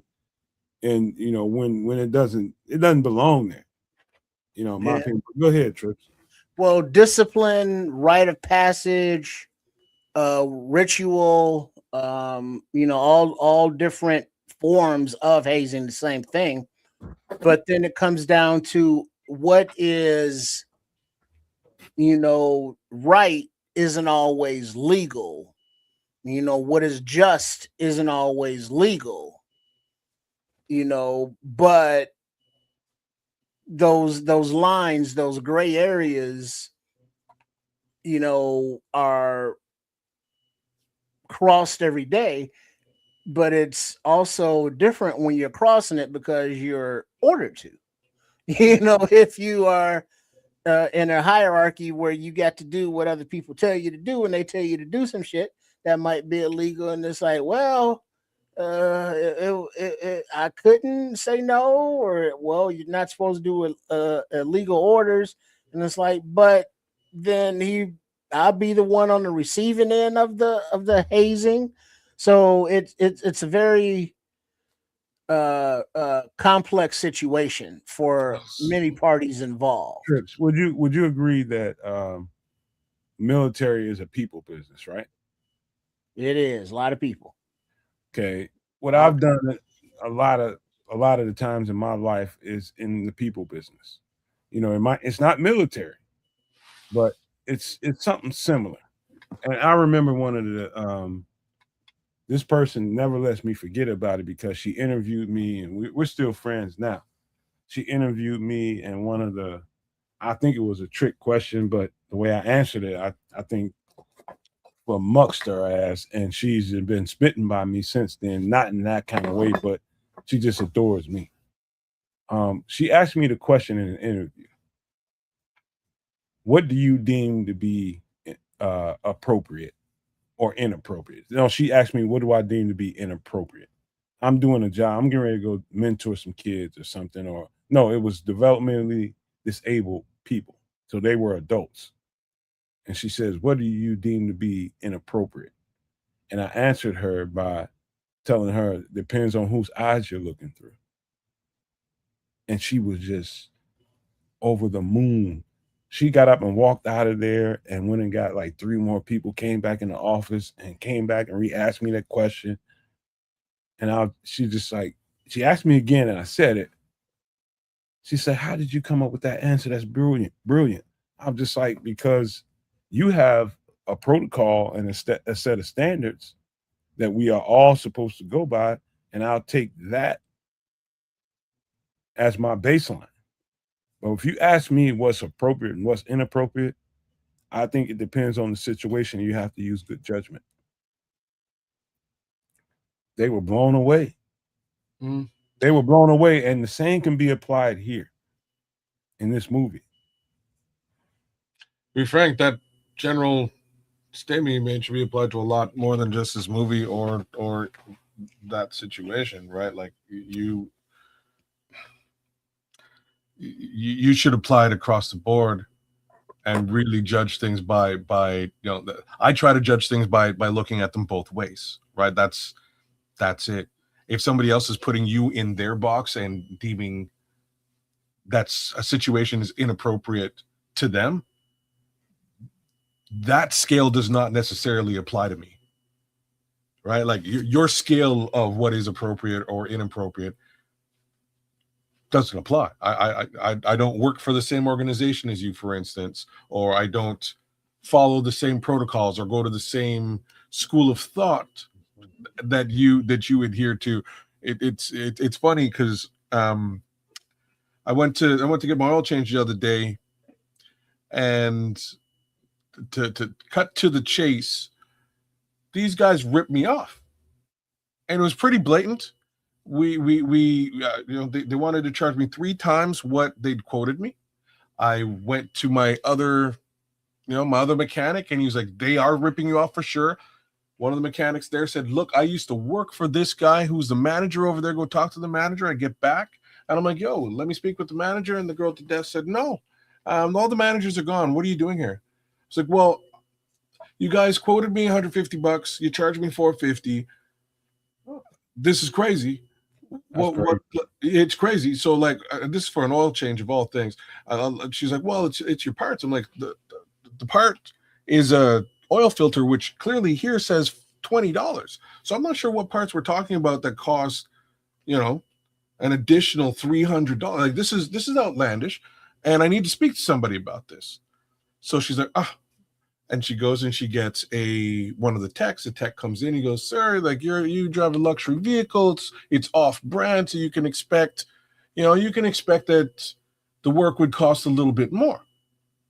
And I'm like, I can respect that. I'm perfectly fine with that.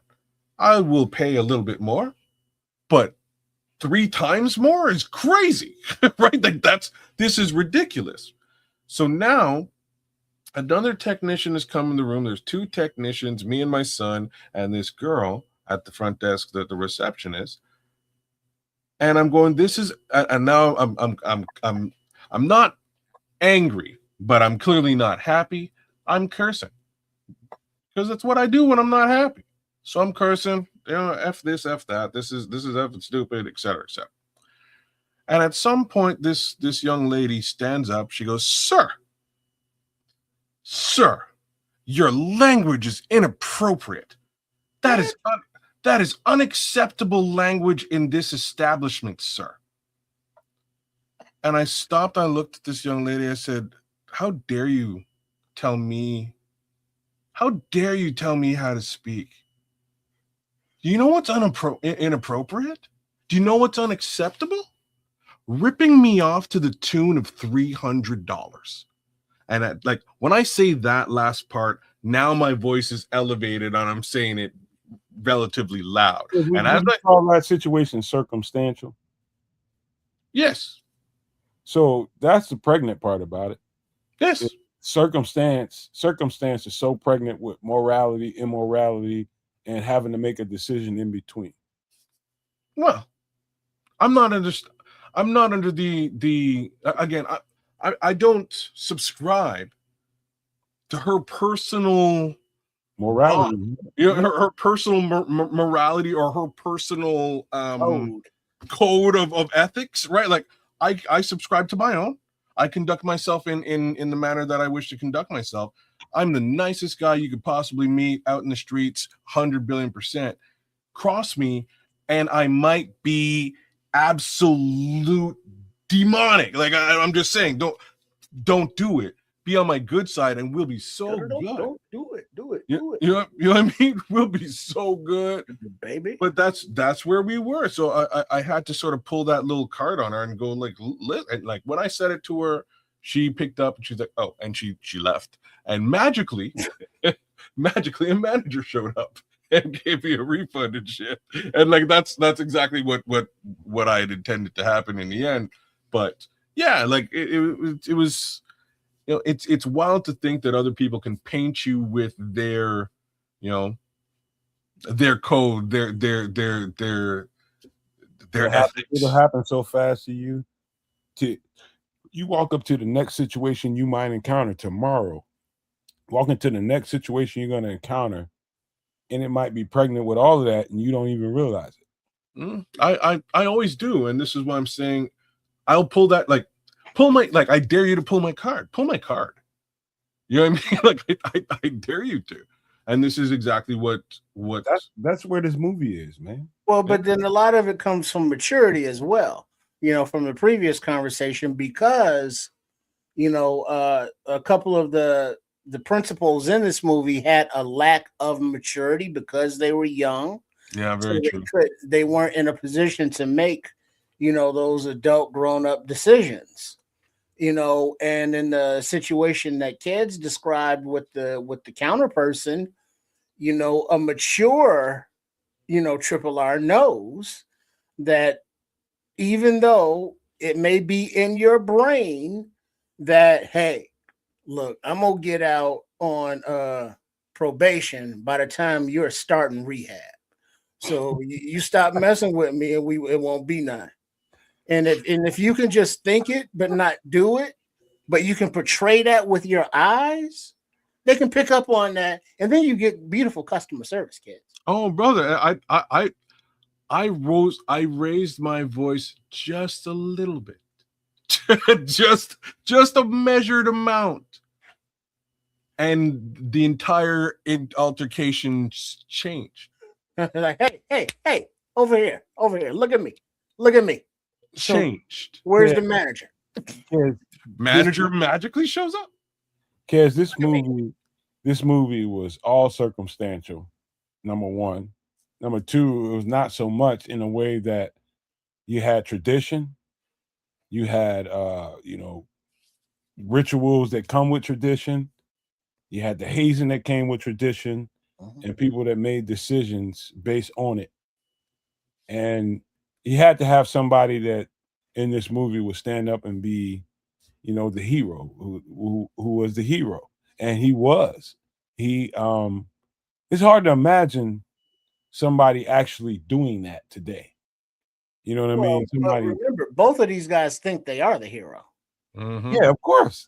In different capacity. That's why I said it's pregnant with all kinds of morality and immorality because of that. And codes of ethics. You're so bang on with that. This is a really good. It's a good way to frame this particular film, because that's really what it's about. It's about a code of ethics versus another code of ethics, and whose morality is correct, I suppose. Is really not only correct but legal. Is legal. You're well said. It's a big fat loaded ass question. Yeah. On what side of this? Because not all the answers are the same. No, and they're not the same for everybody, right? Right. Yeah, crazy. I know some people that might have sided with the general here. Well, from a chain of command perspective, you're damn straight. Like they could have sided with Jack Nicholson. You're so right. Because unfortunately, there's a dead body somewhere. The chain of command and the reasons that it exists. He's not wrong. No. This is what they. I think to really sum it up to me, what I took from it was there needs to be change, and somebody stood up and said, "Okay, this is wrong. We got to stop doing this." And then there's another one that said, "Okay, if you want me to stop doing this, you're not safe, because we need to do it. There's got to be a certain level of this for you to be safe." Mm-hmm. Well, it is on a different level, a bit of an expose of just institution, and sort of showing you that, institution can be manipulated through a code of ethics, which is crazy to really expose in a film. So I have to give Rob Reiner a little bit of props on this one, who I like come to understand that he's the director of this. I'm very surprised that he directed this movie. Didn't know that. Very talented he was. He was indeed. Rest in peace, Rob. He's done all kinds of different things. But like, now that I think about it again, he was always very politically polarizing in a comedic way throughout his entire career. And this movie is no different, except you can probably remove the comedic part. Well, no, there's a lot of Tom Cruise one-liners, levity, if you will. Fair. But yeah, no, well directed, well produced, expose again into just military as an institution, and how that chain of command can be manipulated or used to manipulate people lower in command, right? So I would also say, kids, the trips, if you want to take it down to a bare bones level of perception of how you could see this movie, it could be seen in this particular way simply. Too much bullying going on in the U.S. military. That's another great expose piece again for to bring this story to fruition. It might have been the whole story and concept might have been brought from that. You're right, and not even to take that into question. It probably was right. It's hard to say that Rob Reiner was really trying to attack that chain of command / code of ethics thing more so than he was really trying to say, hey, there's too much hazing in military. Maybe I can expose that, right? It might have been both, knowing this guy, right? Yeah. Like, so the other thing I did want to sort of bring to light, clearly you can see Tom Cruise and Jack Nicholson here, but this cast is pretty stellar. You've got Demi Moore, Kevin Bacon, Kevin Pollak from Usual Suspects, one of my favorite movies, by the way. Kiefer Sutherland is in this movie as well. It's pretty. He's the opposing counsel. There you have it. Like pretty decent ensemble cast put together to really bring this movie to fruition. So, and then the judge is an older black dude with a mustache that you don't know his name, but he's been in everything. Okay. Yeah, he was a military every role he played in, to me. Even when he wasn't. Like he was in what is it, Living Single or some shit. He's probably somebody's daddy. He was something I saw. Another thing to add to this, man, is I'm having a brain fart right now, but come to me. This whole movie is wrapped around a bunch of young people that are supposedly trained to make a choice between who lives and who dies. Very young people. We just got through having a whole conversation about young football players and shit like that make bad decisions, right? All of this shit in this movie is tied to youth, exuberance, and the ritualistic hazing that comes with that. And they have to make decisions. They're going out in the world, and I ain't talking about the United States. I'm talking about out there in the world and making decisions. Young ass people, whether who lives or who dies. So the military is really diabolical on who they choose to go out there and make those decisions. They get the young, strong back, weak mind type of people, and they go out there and have them make decisions that represent and reflect all of us. And I don't know how smart that is. Well, people that are logical thinkers are not just going to follow orders like that, and so that kind of goes adverse to their mission goals and how to achieve them. So they need people that will say, "Hey, jump over that wall," even though bullets are flying or bombs are dropping. They go, "Sir, yes, sir." And whereas other people be like, "Wait, nah, there's bullets flying and bombs dropping. I ain't going out there." It's like, well, that's the job. It's like, I don't want to do that. So you need a certain, not only standard physically, but mentally. And it's not saying that they're not, searching for Mensa candidates, but they're not searching for Mensa candidates. Strong back, weak mind. Strong ass back, weak ass mind. Mm-hmm. They're hunting them.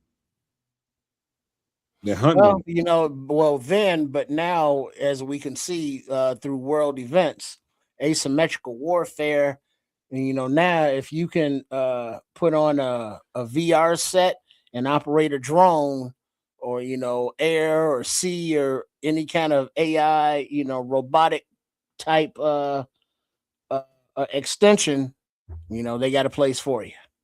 You know what? That's wild. I never really thought about it like that.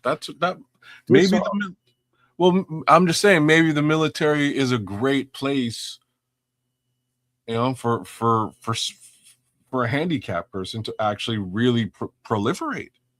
Yeah, you'd be able to contribute because you can't run as a handicapped person, can't run around out on the battlefield, but if you can be set up, at a remote location as a drone pilot. Yeah, there you go. Now you can contribute. I just saw a series. I can't think of the name of it right now, but it's got the guy that played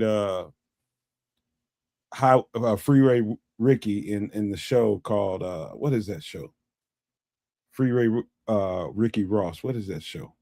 It was a good show on AMC or something. You got me.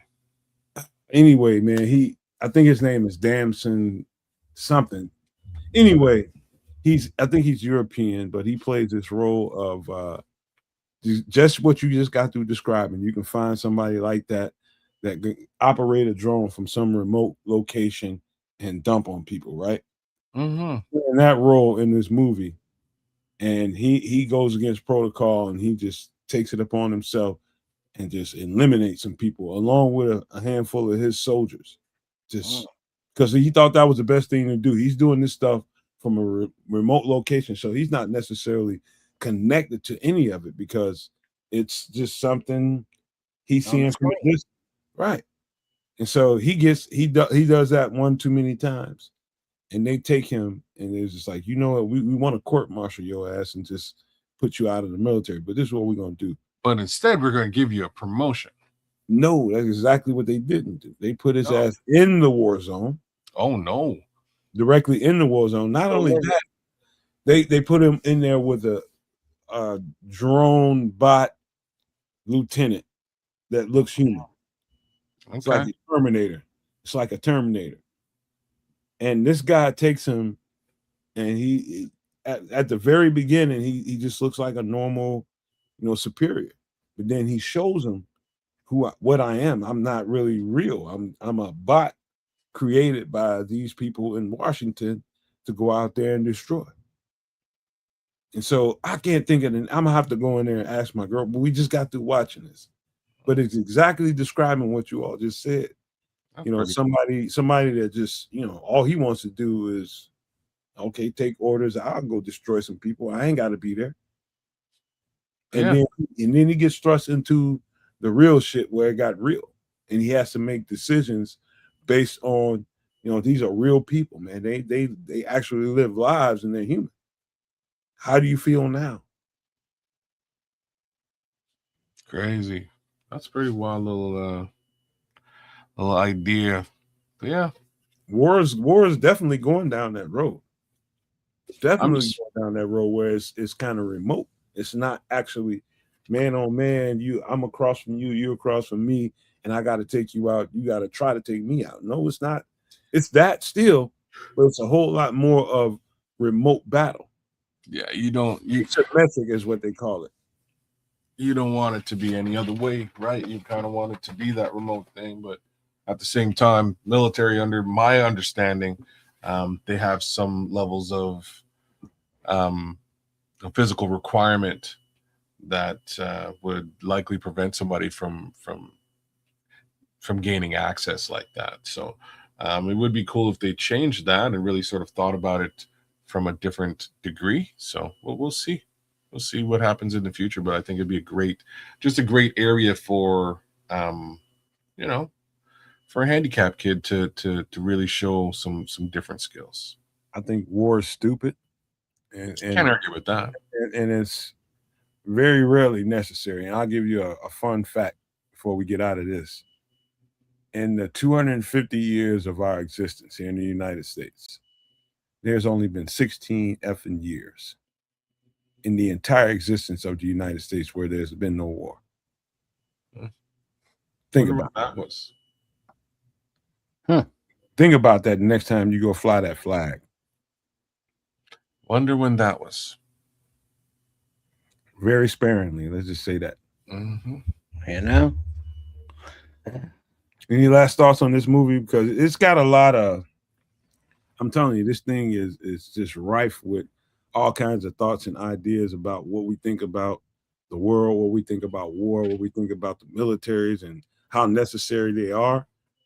There's just all kinds of conversations. And I'm just not with all this. I'm sick of fighting, and I'm sick of wars. I'm sick of people finding every reason to attack the next people instead of finding every reason to find peace with them. I'm just sick of it, man. This world cannot have what it deserves to have with people like this in the front. Well, you're so bang on at the end of the day. If just the idea that we would have wars on the planet against each other explains why we're so far behind where we really should be as a collective humanity. So here we are. Very, very primitive on its face. On its face, super primitive. But all right, we got a little time. Y'all want to do a record review? We can do that before we get out of here. Hey, we can do that on the way. But I just wanted to mention that somebody was Nomad that was talking about the Man on Fire, and I looked to yeah. see if I could check out the series of it. You know, I saw the Denzel Washington movie a few years back, but I didn't see the series. But I saw the original Man on Fire with Scott Glenn and Joe Pesci, and I watched that, and I was thoroughly entertained. Wait a minute. There was one before that, before Denzel? It is Oh, shit. with a young Joe Pesci and Scott Oh, Glenn. shit. You know Scott Glenn from a lot of stuff. Probably not by name, but Well, you'll know his face when you see him. He's no, been in everything. no shit. A fucking another Man on Fire? And it was that was Man on Fire. And then you look at it and you see the similarities, but you also see the differences, as the Denzel movie was set in like Colombia or South America, and this one was in Italy. Mm. Yeah, look It's at Ice pretty Cold good. Efficiency. He saw that Man on Fire. I'm telling you, it's a good watch, especially for you, Trips. You like that kind of action. Yeah, but usually I'm gonna wait till a few seasons is in the box, in the can, if you will. Man, you go, man. You a weirdo on that. Because then I'll watch it all at one time. It's not that weird, man. And why I'm saying that is because of a little bit of what we discussed with Lovecraft Country. Like a lot of the stuff that comes out, like Game of Thrones, as for instance, super slow roll for at least the first 6 episodes. So you're just kind of, you're building to a what the French would call a denouement, right? Like a climax, and then you can go to a different direction.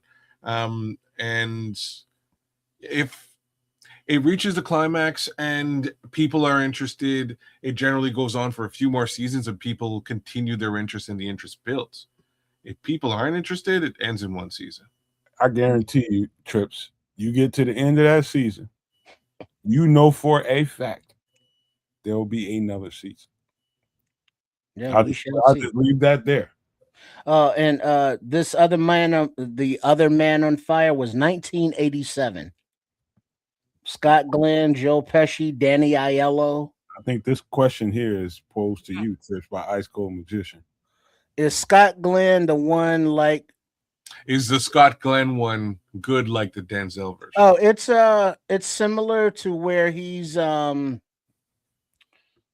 has a tortured military past and is suckered into bodyguarding this kid, develops relationship, kid gets kidnapped, non-hilarity ensues on his rampage to find his friend. So it's the same premise, but different. Mm-hmm. The same thing, from a 1987, Italy to a 1990, whatever that was, Denzel, South America. Those differences in language and customs and the way the police, work and act. How the conspiracies work with the kidnapping rings and such. The funniest part about what you're describing right now is just that, like, it really screams to the fact that Hollywood is almost completely devoid of new ideas. Bro. They went back to a 1950s. Dude, that is such a kid. You don't realize how profound that is. You don't know that there's a whole little army of people that's enthusiasts of Hollywood and movies and genres and shows and all this kind of stuff. They're screaming to the top of their lungs like, these dudes is not right, man. They can't come up with any original. It's flooded with a whole bunch of. It's like reused tires, man. It's like, God, leave, man. Where's the people? They're blocking out the real talent. Yeah. People like ourselves that can come up with original thought and can apply that to a storyline and give new concepts to the industry. They're so pregnant with themselves, bro. 100 billion%. Nobody else can break into that. I've been saying this forever, and it's just again what you described is just another example. I didn't realize that. Like Equalizer is another example. These are both titles that had existed in multiple phases before they became what they sort of became. The Office, as a for instance, existed in England, tried, true, tested in England before it came to the U.S. The list of stuff like this is it's actually rampant, and it's kind of wild to really realize that again. There's a handful of stuff that I think deserves a remake because people would want to see how would the next version of this look like. And then there's other stuff was just obvious, like you can't think of nothing else better but to remake this. High School Magician is not buying Queen Latifah's judo. Yeah, that's another one, man. Like that's some bullshit right there. Yeah, I couldn't dig it, man, either, man. And I don't dislike Queen Latifah, but that's some bullshit, bro. It's nothing personal, Queen, man. Big ups to you for all sorts of things. Latifah in command, but not on Equalizer. She's not. No. I can think of some of the original shows, like Kung Fu. That's some bullshit. Now, do you remember the original? Well, the Robert McCall drove Michael Caine drove the Jaguar. It came on CBS. What are you talking about? The Equalizer. Oh yeah, I remember the Michael Caine version. Yeah, I do. Okay. Why the fuck do we need to redo the Knight Rider and shit? Well, that was dope. Miami Vice. Why do we need to redo the Knight Rider? David Hasselhoff. Come on, legendary. You can't redo it though, man. The Knight Rider's one thing. Miami Vice, you can't really redo. Hawaii, they did already. Huh? Hawaii, I know, but did it work? Like, did it land? Is really my point. Why do we need to do that, man? I mean, you don't like you like. This is what I'm saying. Like, somebody should be sitting around going, "That's dumb." Like, I just want to be that guy. No, you know what I mean? I just want to be that guy who's like, "No, that's dumb. Let's not." I guarantee somebody was there saying water. Guarantee somebody told them it was dumb. You think so? Did it anyway because they're pregnant with each other.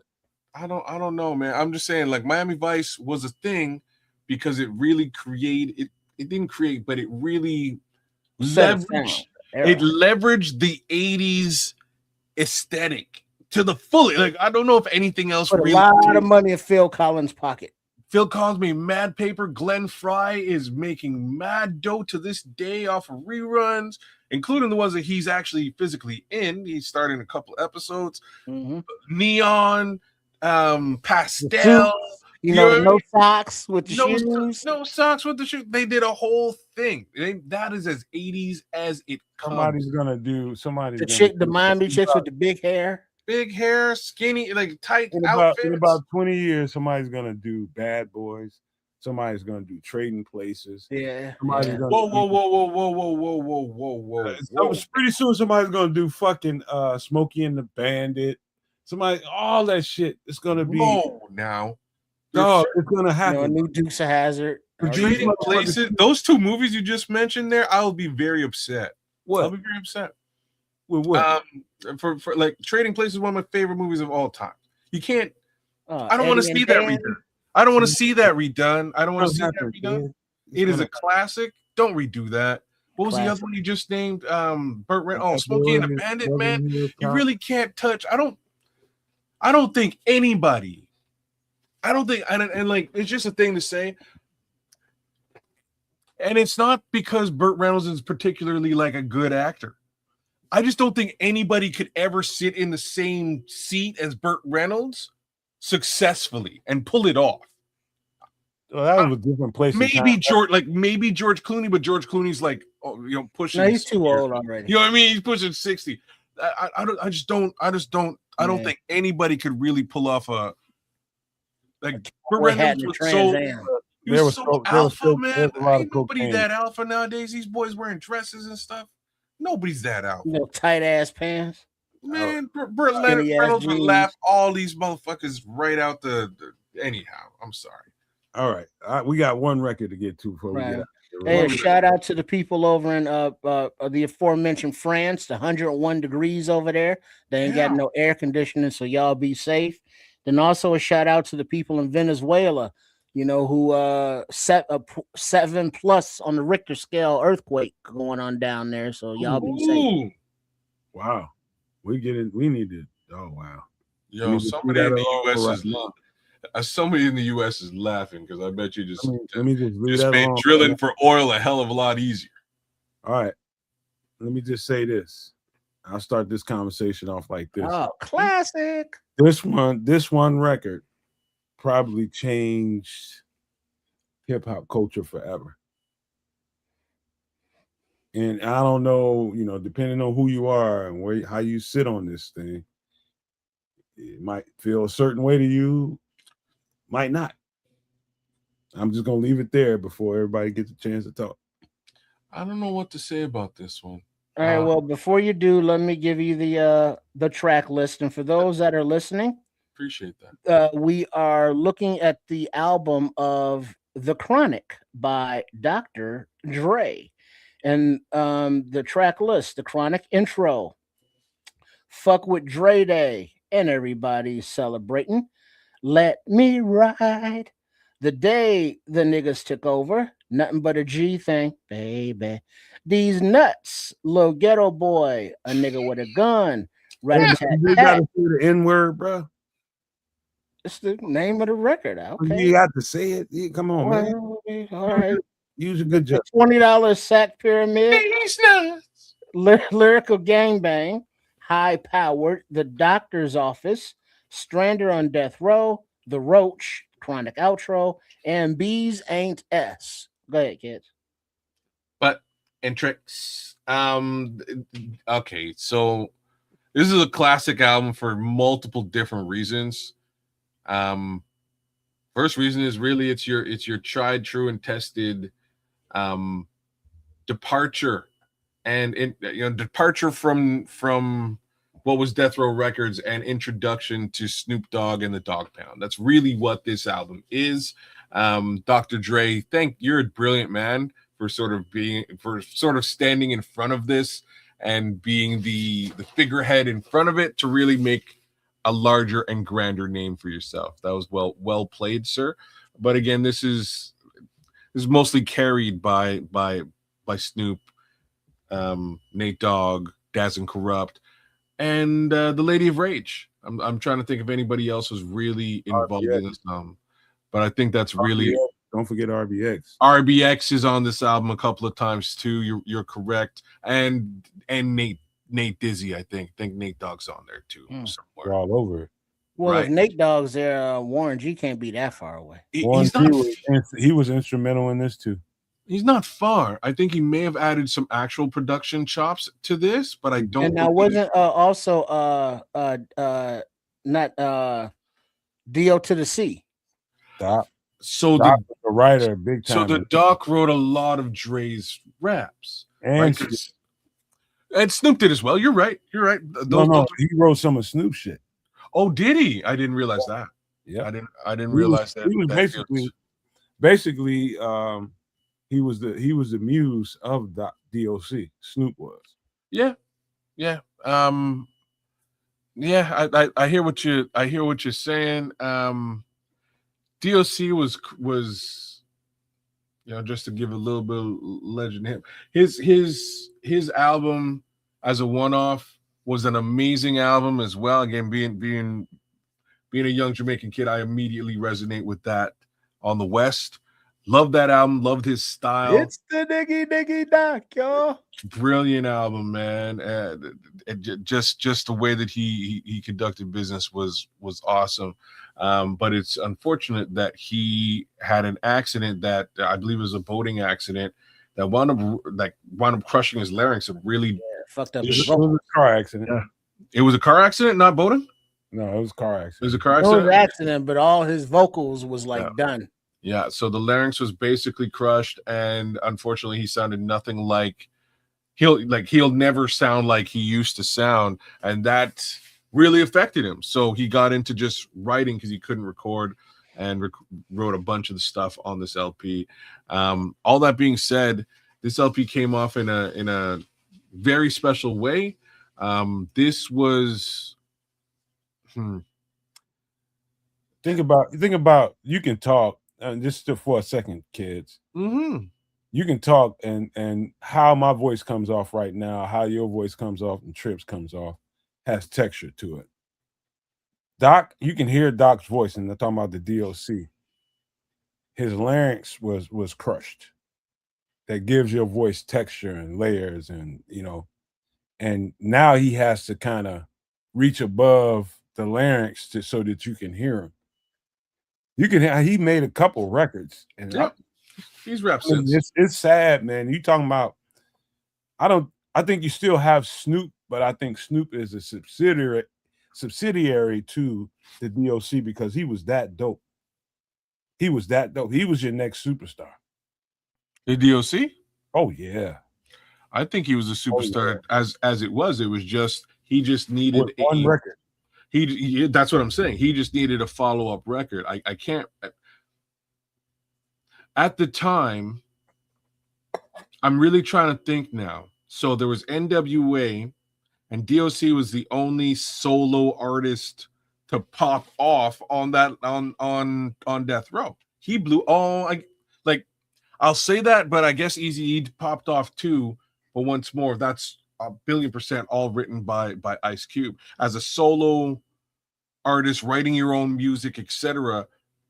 DOC was the guy, and he would have been the guy if this accident didn't happen. He'd probably still be the guy to this day. Like, I'm just saying. He'd have Snoop's career.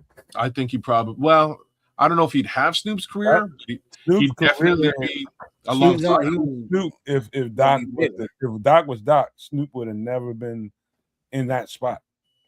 That's probably a good way of looking at it too. Probably a good way. So it is very interesting when you look back at this whole thing.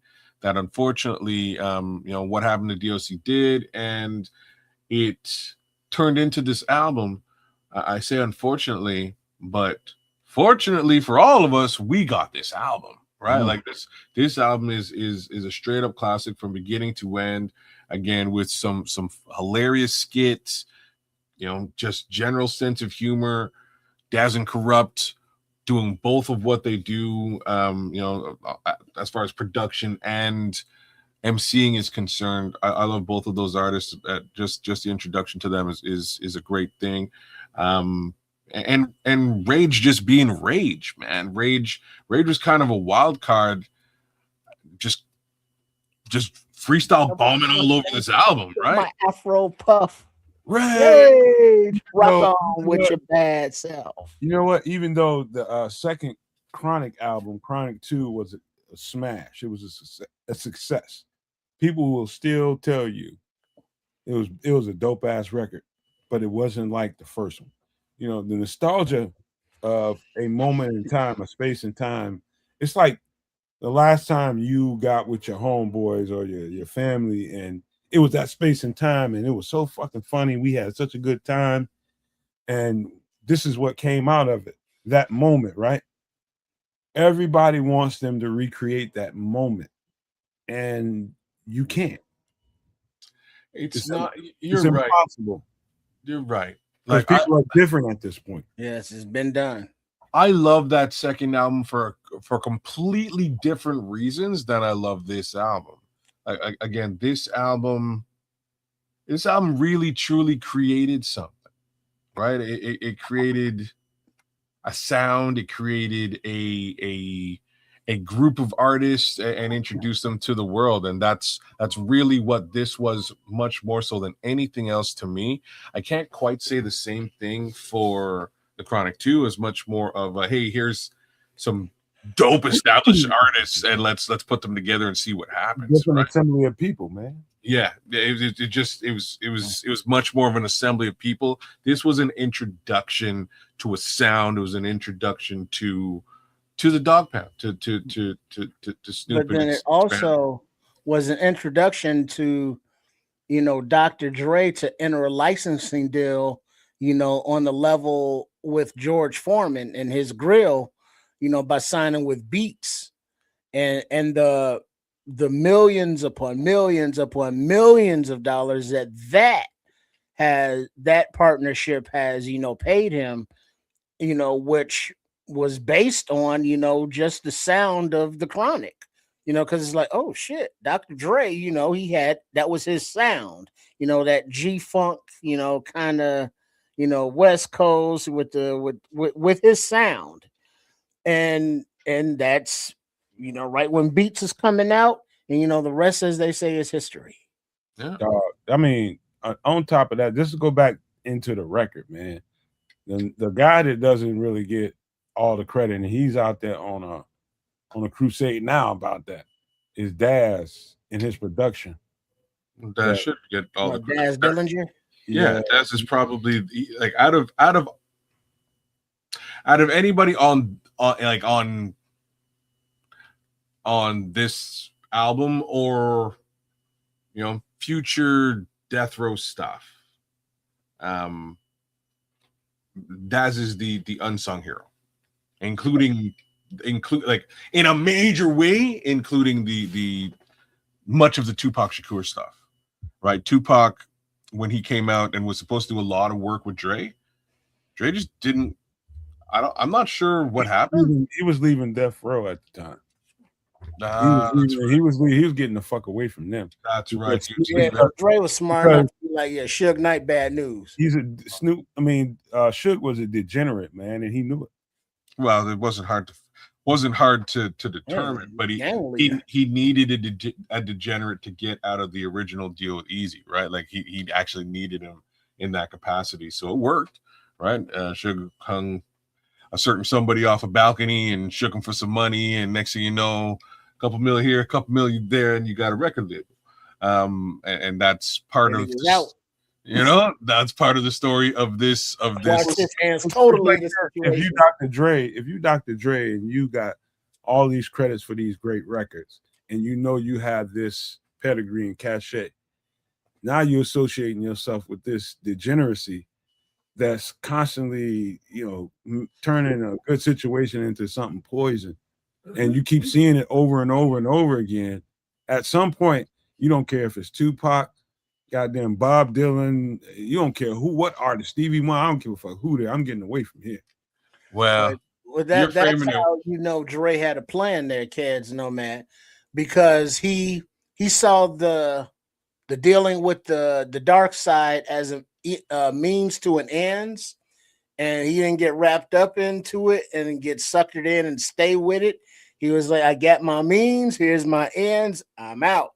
Well, what could have happened if this guy wasn't such a degenerate? Maybe they could have took over. Well, a lot of bad things could have. The degenerates abound, my friend, and this is kind of why Dre wound up leaving to work with Jimmy Iovine and do his own thing, right? That's really what. So Eazy-E, in connection with Jerry, decided more or less, I don't want to pay these guys like that. Like I can't put it on Easy, but in the end, they weren't paying Dre and they weren't paying Ice Cube. It's why Ice Cube left. That was the issue. So they leave that label, form their own label, and then the exact same thing happens, but this time it's Suge, because Suge is doing dumb shit, going to jail and having to pay bail at exorbitant amounts of money. This doesn't help the record label, right? A lot of that money went to just absolute BS. And when I say we went to BS, it's just me saying it didn't really go to the artists at all. And that was, again, that was Dre's beef. So Dre's like, all right, I'm gonna up and bail from this joint too. So he up and he leaves. But in the interim, Tupac's angry because Tupac's saying, why can't I get beats from Dre? Like, I came here for Dre. Why can't I get beats from Dre? And the unsung hero is saying, well, you can get beats from me. Let me make some dope beats. I'll make a dope ass beat. You can get beats from me. I got you. Don't worry about it. I got you, bro. Let me get you a dope ass beat. And what do you think happens to the guy who's making all the dope ass beats? Well, ain't nobody paying him either. Right? If they weren't paying Dr. Dre, they sure as hell ain't paying Daz Dillinger. So Daz Dillinger actually had to go to bat for himself and sue the label many years later. He was smart as fuck. Not only did he do that, but he embedded himself into the situation where he was in control of the studio time for other people, and with not only himself but with other people, and that gives you. This is at the time when they're doing reel to reels and shit like that, and you got to splice tape and all that kind of stuff to make the sounds come together and all that. You don't get so much time on a reel to reel but on digital, you kind of can stretch out unlimited. Yeah, you can bounce tracks. You're right. Yeah. And so he's in there while all that shit's going on. All of a sudden, Reggie Wright, one of the security guys, is kind of he got given the mantle of, I'm gonna let you run Death Row. And so he took over the administrative wing of Death Row while Suge was in jail. And the production side of what was coming out of Death Row was left in charge of Daz. Daz is in charge of all that music that's down there in vaults and safes and all that. And when the feds ran in there, Daz kind of saw it coming. And he got a whole bunch of so I moved it reels and almost all of Tupac's catalog with Death Row and ran about that thing. Wow. And he ended up with pretty much more than anybody else could have had if they was with Death Row. He ended up with it all. So moral of the story is he made a couple of smart moves, but the smartest was suing the label itself and getting his take for all, because who was to say that Tupac Shakur was going to blow up and his songs would be popular? Everybody knew that. No, everybody knew that. No, Tupac was like a goddamn whole solar system within himself. Everybody knew Tupac shit was going to blow up. So the reason why I'm saying they didn't is because he had 2 semi-flop albums before he started to blow up. You can't. Was Tupacalypse Now a hit album? No, there's a couple joints, but overall, no. No. What I'm saying is anybody can see. Anybody with eyes can see that guy's career, where it was going. Because not only because of what the songs he made is one thing and the records he made is one thing, but his personality and how it translated. Of course. He was a fucking supernova and everybody knew that. I'm not trying to take anything away from him. I'm just trying to say that Daz didn't necessarily know what he was building into. And years later, after this young man unfortunately passes, rest in peace, it blows into something else. It's a worldwide phenomenon that he helped create and wasn't getting anything for. So what you're saying to me is, and it's probably true to an extent, Tupac was a cultural phenomenon in a certain community for a time being. With us, for a time being, to this day, right? Like no, hold on. Now you're going too far. Really? Tupac is very international now, and he was international. He started to become that with that second last album. No, second to last album he made before Machiavelli. All Eyes on Me, first time ever done a dual CD, a double CD. Yeah. So he was already on that trajectory. So he was dopest thing in the world to people in the hood and black people. He became way more international through the spots he did in movies and shows and all that kind of stuff. All that shit was working in his favor. And what do you call it? After his death. Posthumous. Yeah. After his death, that's when the mushroom cloud happened. Yeah. It's very, very, very. But you can see much what I'm saying. For sure. Very much what I'm saying. Like I listened to the early albums because I was a Digital Underground fan, to be honest with you. I thought they were okay, but there was, they weren't anything super special. But when you get towards in and around when his acting career sort of started to take off, he really became a cultural icon and a cultural phenomenon. But really, well, you know why, kids? Why? Well, what were we talking about earlier as far as maturity? By that time, he had lived some life, done some things, seen some different sides of society, the legal system. He went from, getting by to being a, touring, musician now. So you're talking about as the subject matter of his music started to mature, then he started to get more pro community, more, pro black, and so he was maturing. So his music was maturing along with him. and he still had his same flow and his same cadence, but his subject matter, while he but maintained a street edge to him, to that side of him. We also saw him looking to, the future and to the babies and to all that. What's interesting is a lot of that is actually covered in the early albums. I'm not sure if he experienced sort of a maturity boost. I'm really not, and the early albums are very similar in scope as far as sort of dealing with the Black community, dealing with like a lot of the subject matter is actually the same. The beats are terrible though. Like to put that out there, the beats are not the same. One of his main problems. Wait, hold on now. Y'all know Tupac has nothing to do with the Chronic, right? And we just went way off. But we did go way off. I was really trying to talk about Daz Dillinger very specifically and how he was done wrong. Well, where you got it wrong, the only part that I think you got it wrong is just assuming that Daz or anybody else didn't know where this shit was going. No, they knew. And I'm gonna tell you why. I done done this. Maybe Daz knew the whole time, but I mean, why I know they knew the future. The minute and the second Tupac was getting bonded out when Suge paid his shit, and he was coming to Death Row, signed with Death Row, and coming to Death Row. You know how many producers they had in that building? Not only did they have Dr. Dre, they had tons of dudes. Yeah. DJ Quick being another guy. Daz being another guy. There was Warren G that was in and out of that thing. It was all kinds of dudes in there that was making records. You know what happened? The minute Tupac got out, everybody knew that Snoop's album had came out, right? Snoop's album came out. Everything was all pro Snoop. It was all about, Death Row was all about Snoop. And the next person who was supposed to come out was the Lady of Rage. And this is how the story goes. They all stopped. And then was going to be the Dog Pound and then on and on and on, RBX and everybody else.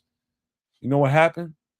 All those great artists, they had DJ Quick in there. They had Miss LA. They had Casey and JoJo. They had Jodeci. They had all kinds of acts up in there. They had Left Eye from TLC. All kinds of acts in there. The minute and the second Tupac got out of jail, every other record got stopped. Every producer in that thing, every writer in that thing was deemed to every record goes to Tupac now. That's how they knew. They knew. Fucking trust me, Daz knew. What's weird about this is the level of production that Daz wound up doing on this album versus any other producer. I mean, on not just that album, but on his like Tupac's albums, is heavy. Like he did a lot of the production. A lot of those other folks who would, I know Domino Quick was not really affiliated, but he would do production for them. I mean, there's a lot of guys out there who would do production. I can't remember who I think it's Johnny J is all over it. There's a ton of guys who Quick has got some records in Battle Cat. There's a lot of guys, but to be honest with you, not a lot of them wound up doing production for Pac. It's just a fact. Which is why I was saying I don't know if Daz knew. I'm not saying he didn't know. I'm saying I don't know if he knew. If he knew, more power to him. But here he is looking at a situation posthumously that, wait a minute, I'm part of a cultural phenomenon. I put, these are my beats. My fingerprints are all over this thing, and I should be paid for it. And I was never compensated effectively. It's still going on to this day after this man has unfortunately passed away. And what am I getting for it? You know what's bad about it, kids? Guess who owns Death Row and all that catalog right now? Snoop, his own goddamn cousin. Oh, that's right. Snoop bought it more recently. Playing with him. I knew somebody else bought it, and then I forgot Snoop purchased playing it. With him. Won't give him his credits. Bullshitting them. They're at war right now about it. But that's a whole other thing. The Chronic is a timepiece, man. It really is, man. Is Daz the cousin or is Corrupt the cousin? No, it's I thought it was Dad. Corrupt. No, it's Dad. Okay.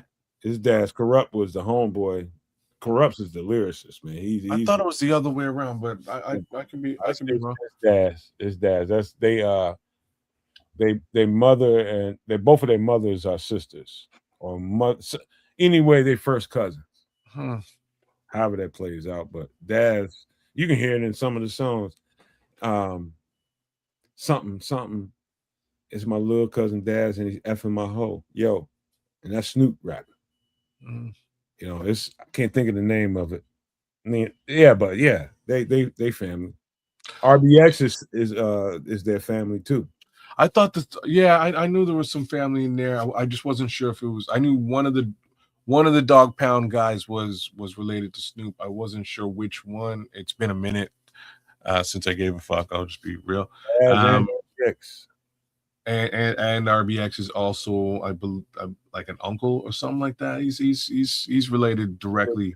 He's their big cousin. Big cousin. Okay. But yeah, I mean, long story short, awesome album. Absolute classic. If you haven't listened to this album from front to back, do yourself a favor, do it. You know, it is a cool introduction to a lot of very high caliber artists over the last 20 years.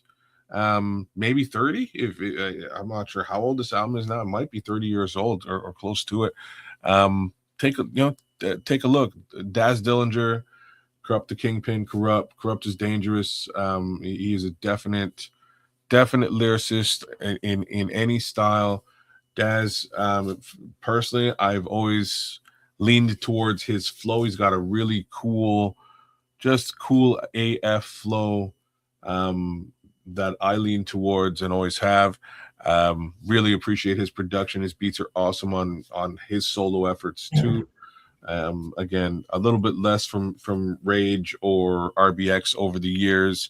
Then you get into the Nate Dogg and Warren G situation, which is again a pretty cool, you know, LP, if not 2-ish, something like that. But yeah, this is really this is really where West Coast rap came to be, right here. Let me say this before, because I'd be remiss not to say it. A big reason why this whole thing went kaput and just exploded in front of everybody was the gang culture in LA too. You know, the blue and the red, you know, flaming red against the blues. And you got Suge, who's running the entire thing, and all his, you know, bringing all his street stuff up in there, and the people that he know who are Bloods, and pretty much every artist there, everybody that had anything to do with the Chronic blowing up was all blue, all Crips. And you had that dichotomy going on while all this stuff was being produced. So you had fights in there, you had shootouts, you had all kinds of wild shit going on up in there. The stories are endless.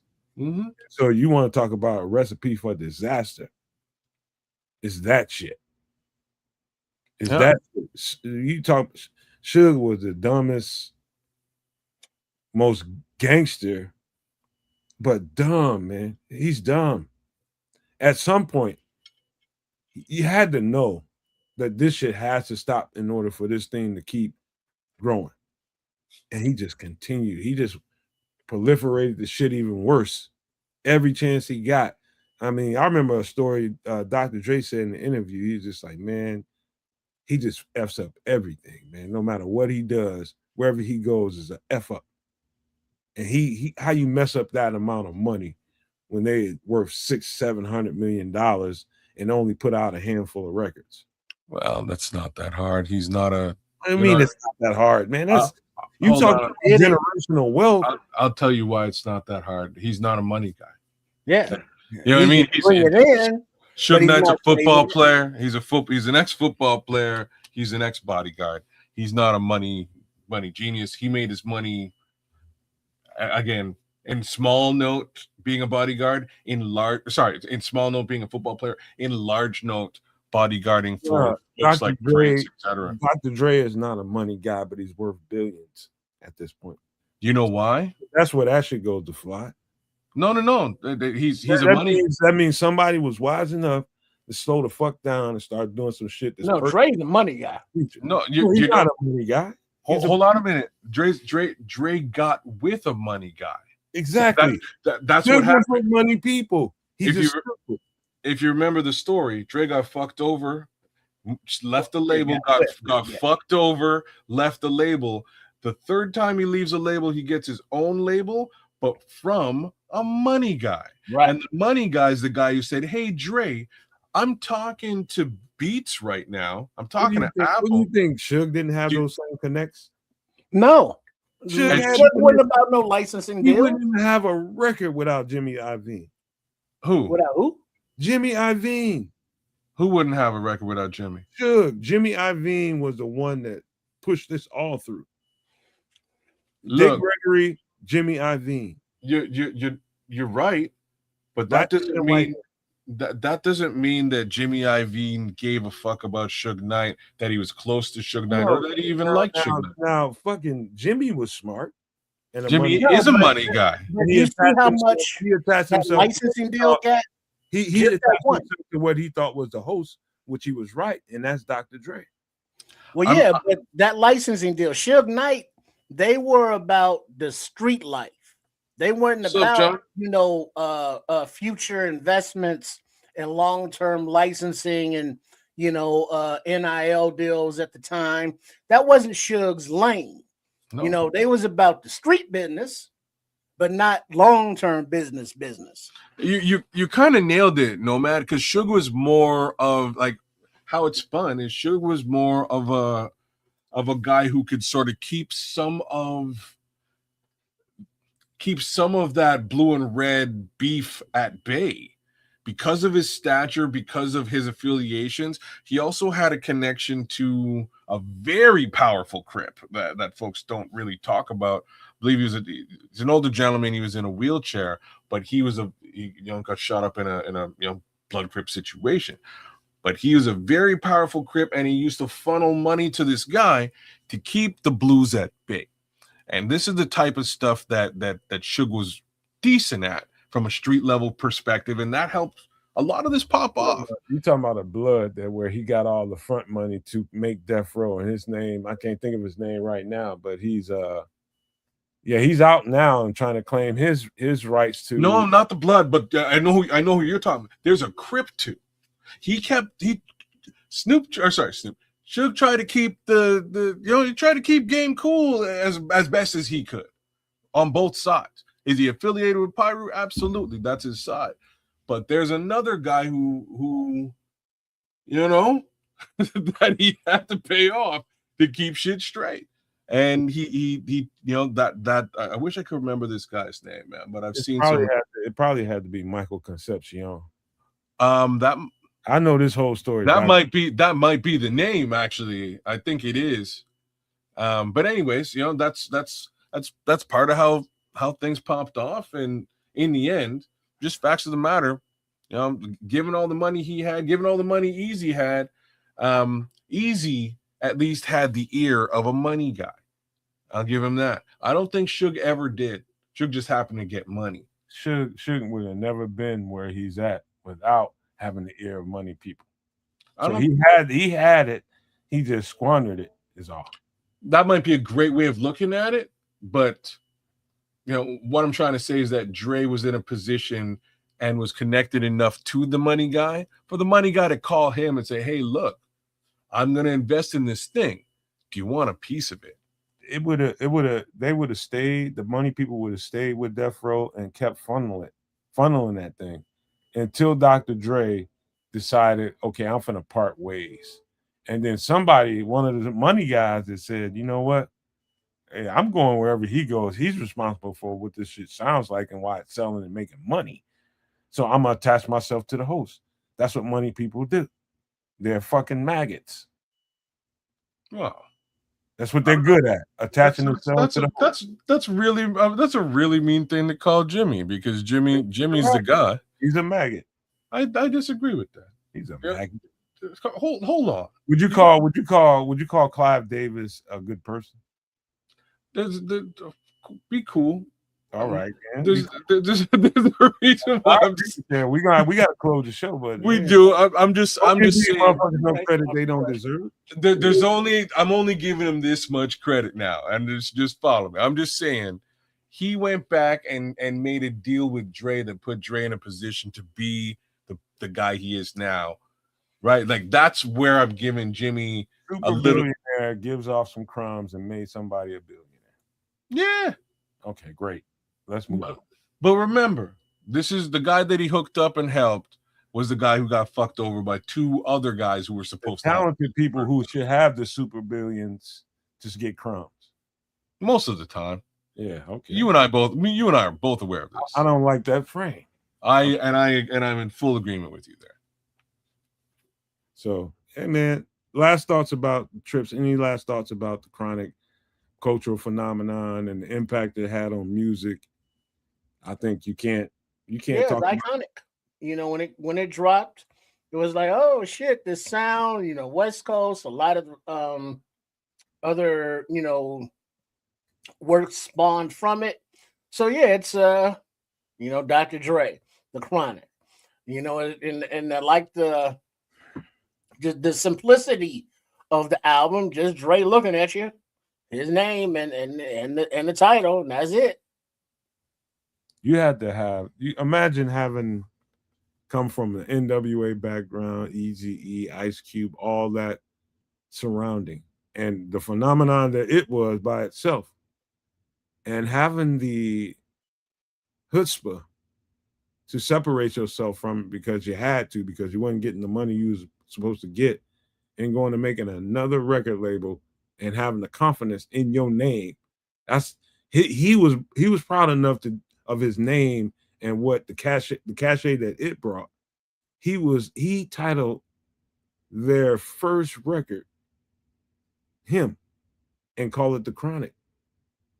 This was bold. Like, Dre, you're a producer. Why would you name your record Dr. Dre, The Chronic?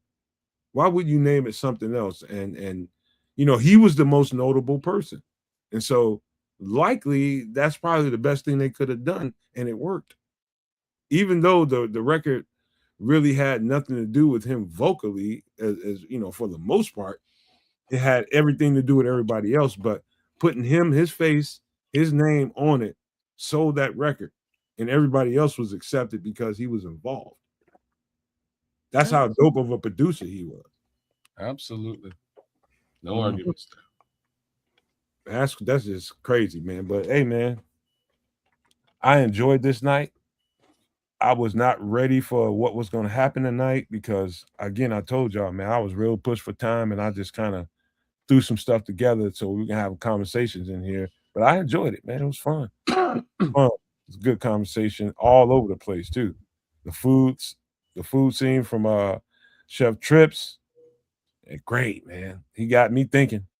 About some shit, man. He had us talking about it afterwards. But without further ado, man, let's go and pass this thing around the kids and let's go on around the horn and close this thing out the right way. Well, thanks again for kicking it with us on a Wednesday night for some extra sauce. Be here next week, Wednesday, when we do it all over again. And at the same time, check us out on Sunday for Nomad at Night. Give a like, share, subscribe right here at the Nomad Network, at Keds the Canuck, and at Sports Chicago Style, my guy down beneath me there. Give us a little bit of love. We would appreciate that. Like, share, subscribe, and maybe a comment or two. All that to say, proof is in the pudding when it comes to this Bears season, but I think we are all excited and have interesting expectations. I think great things will happen, and I can't wait to see them transpire.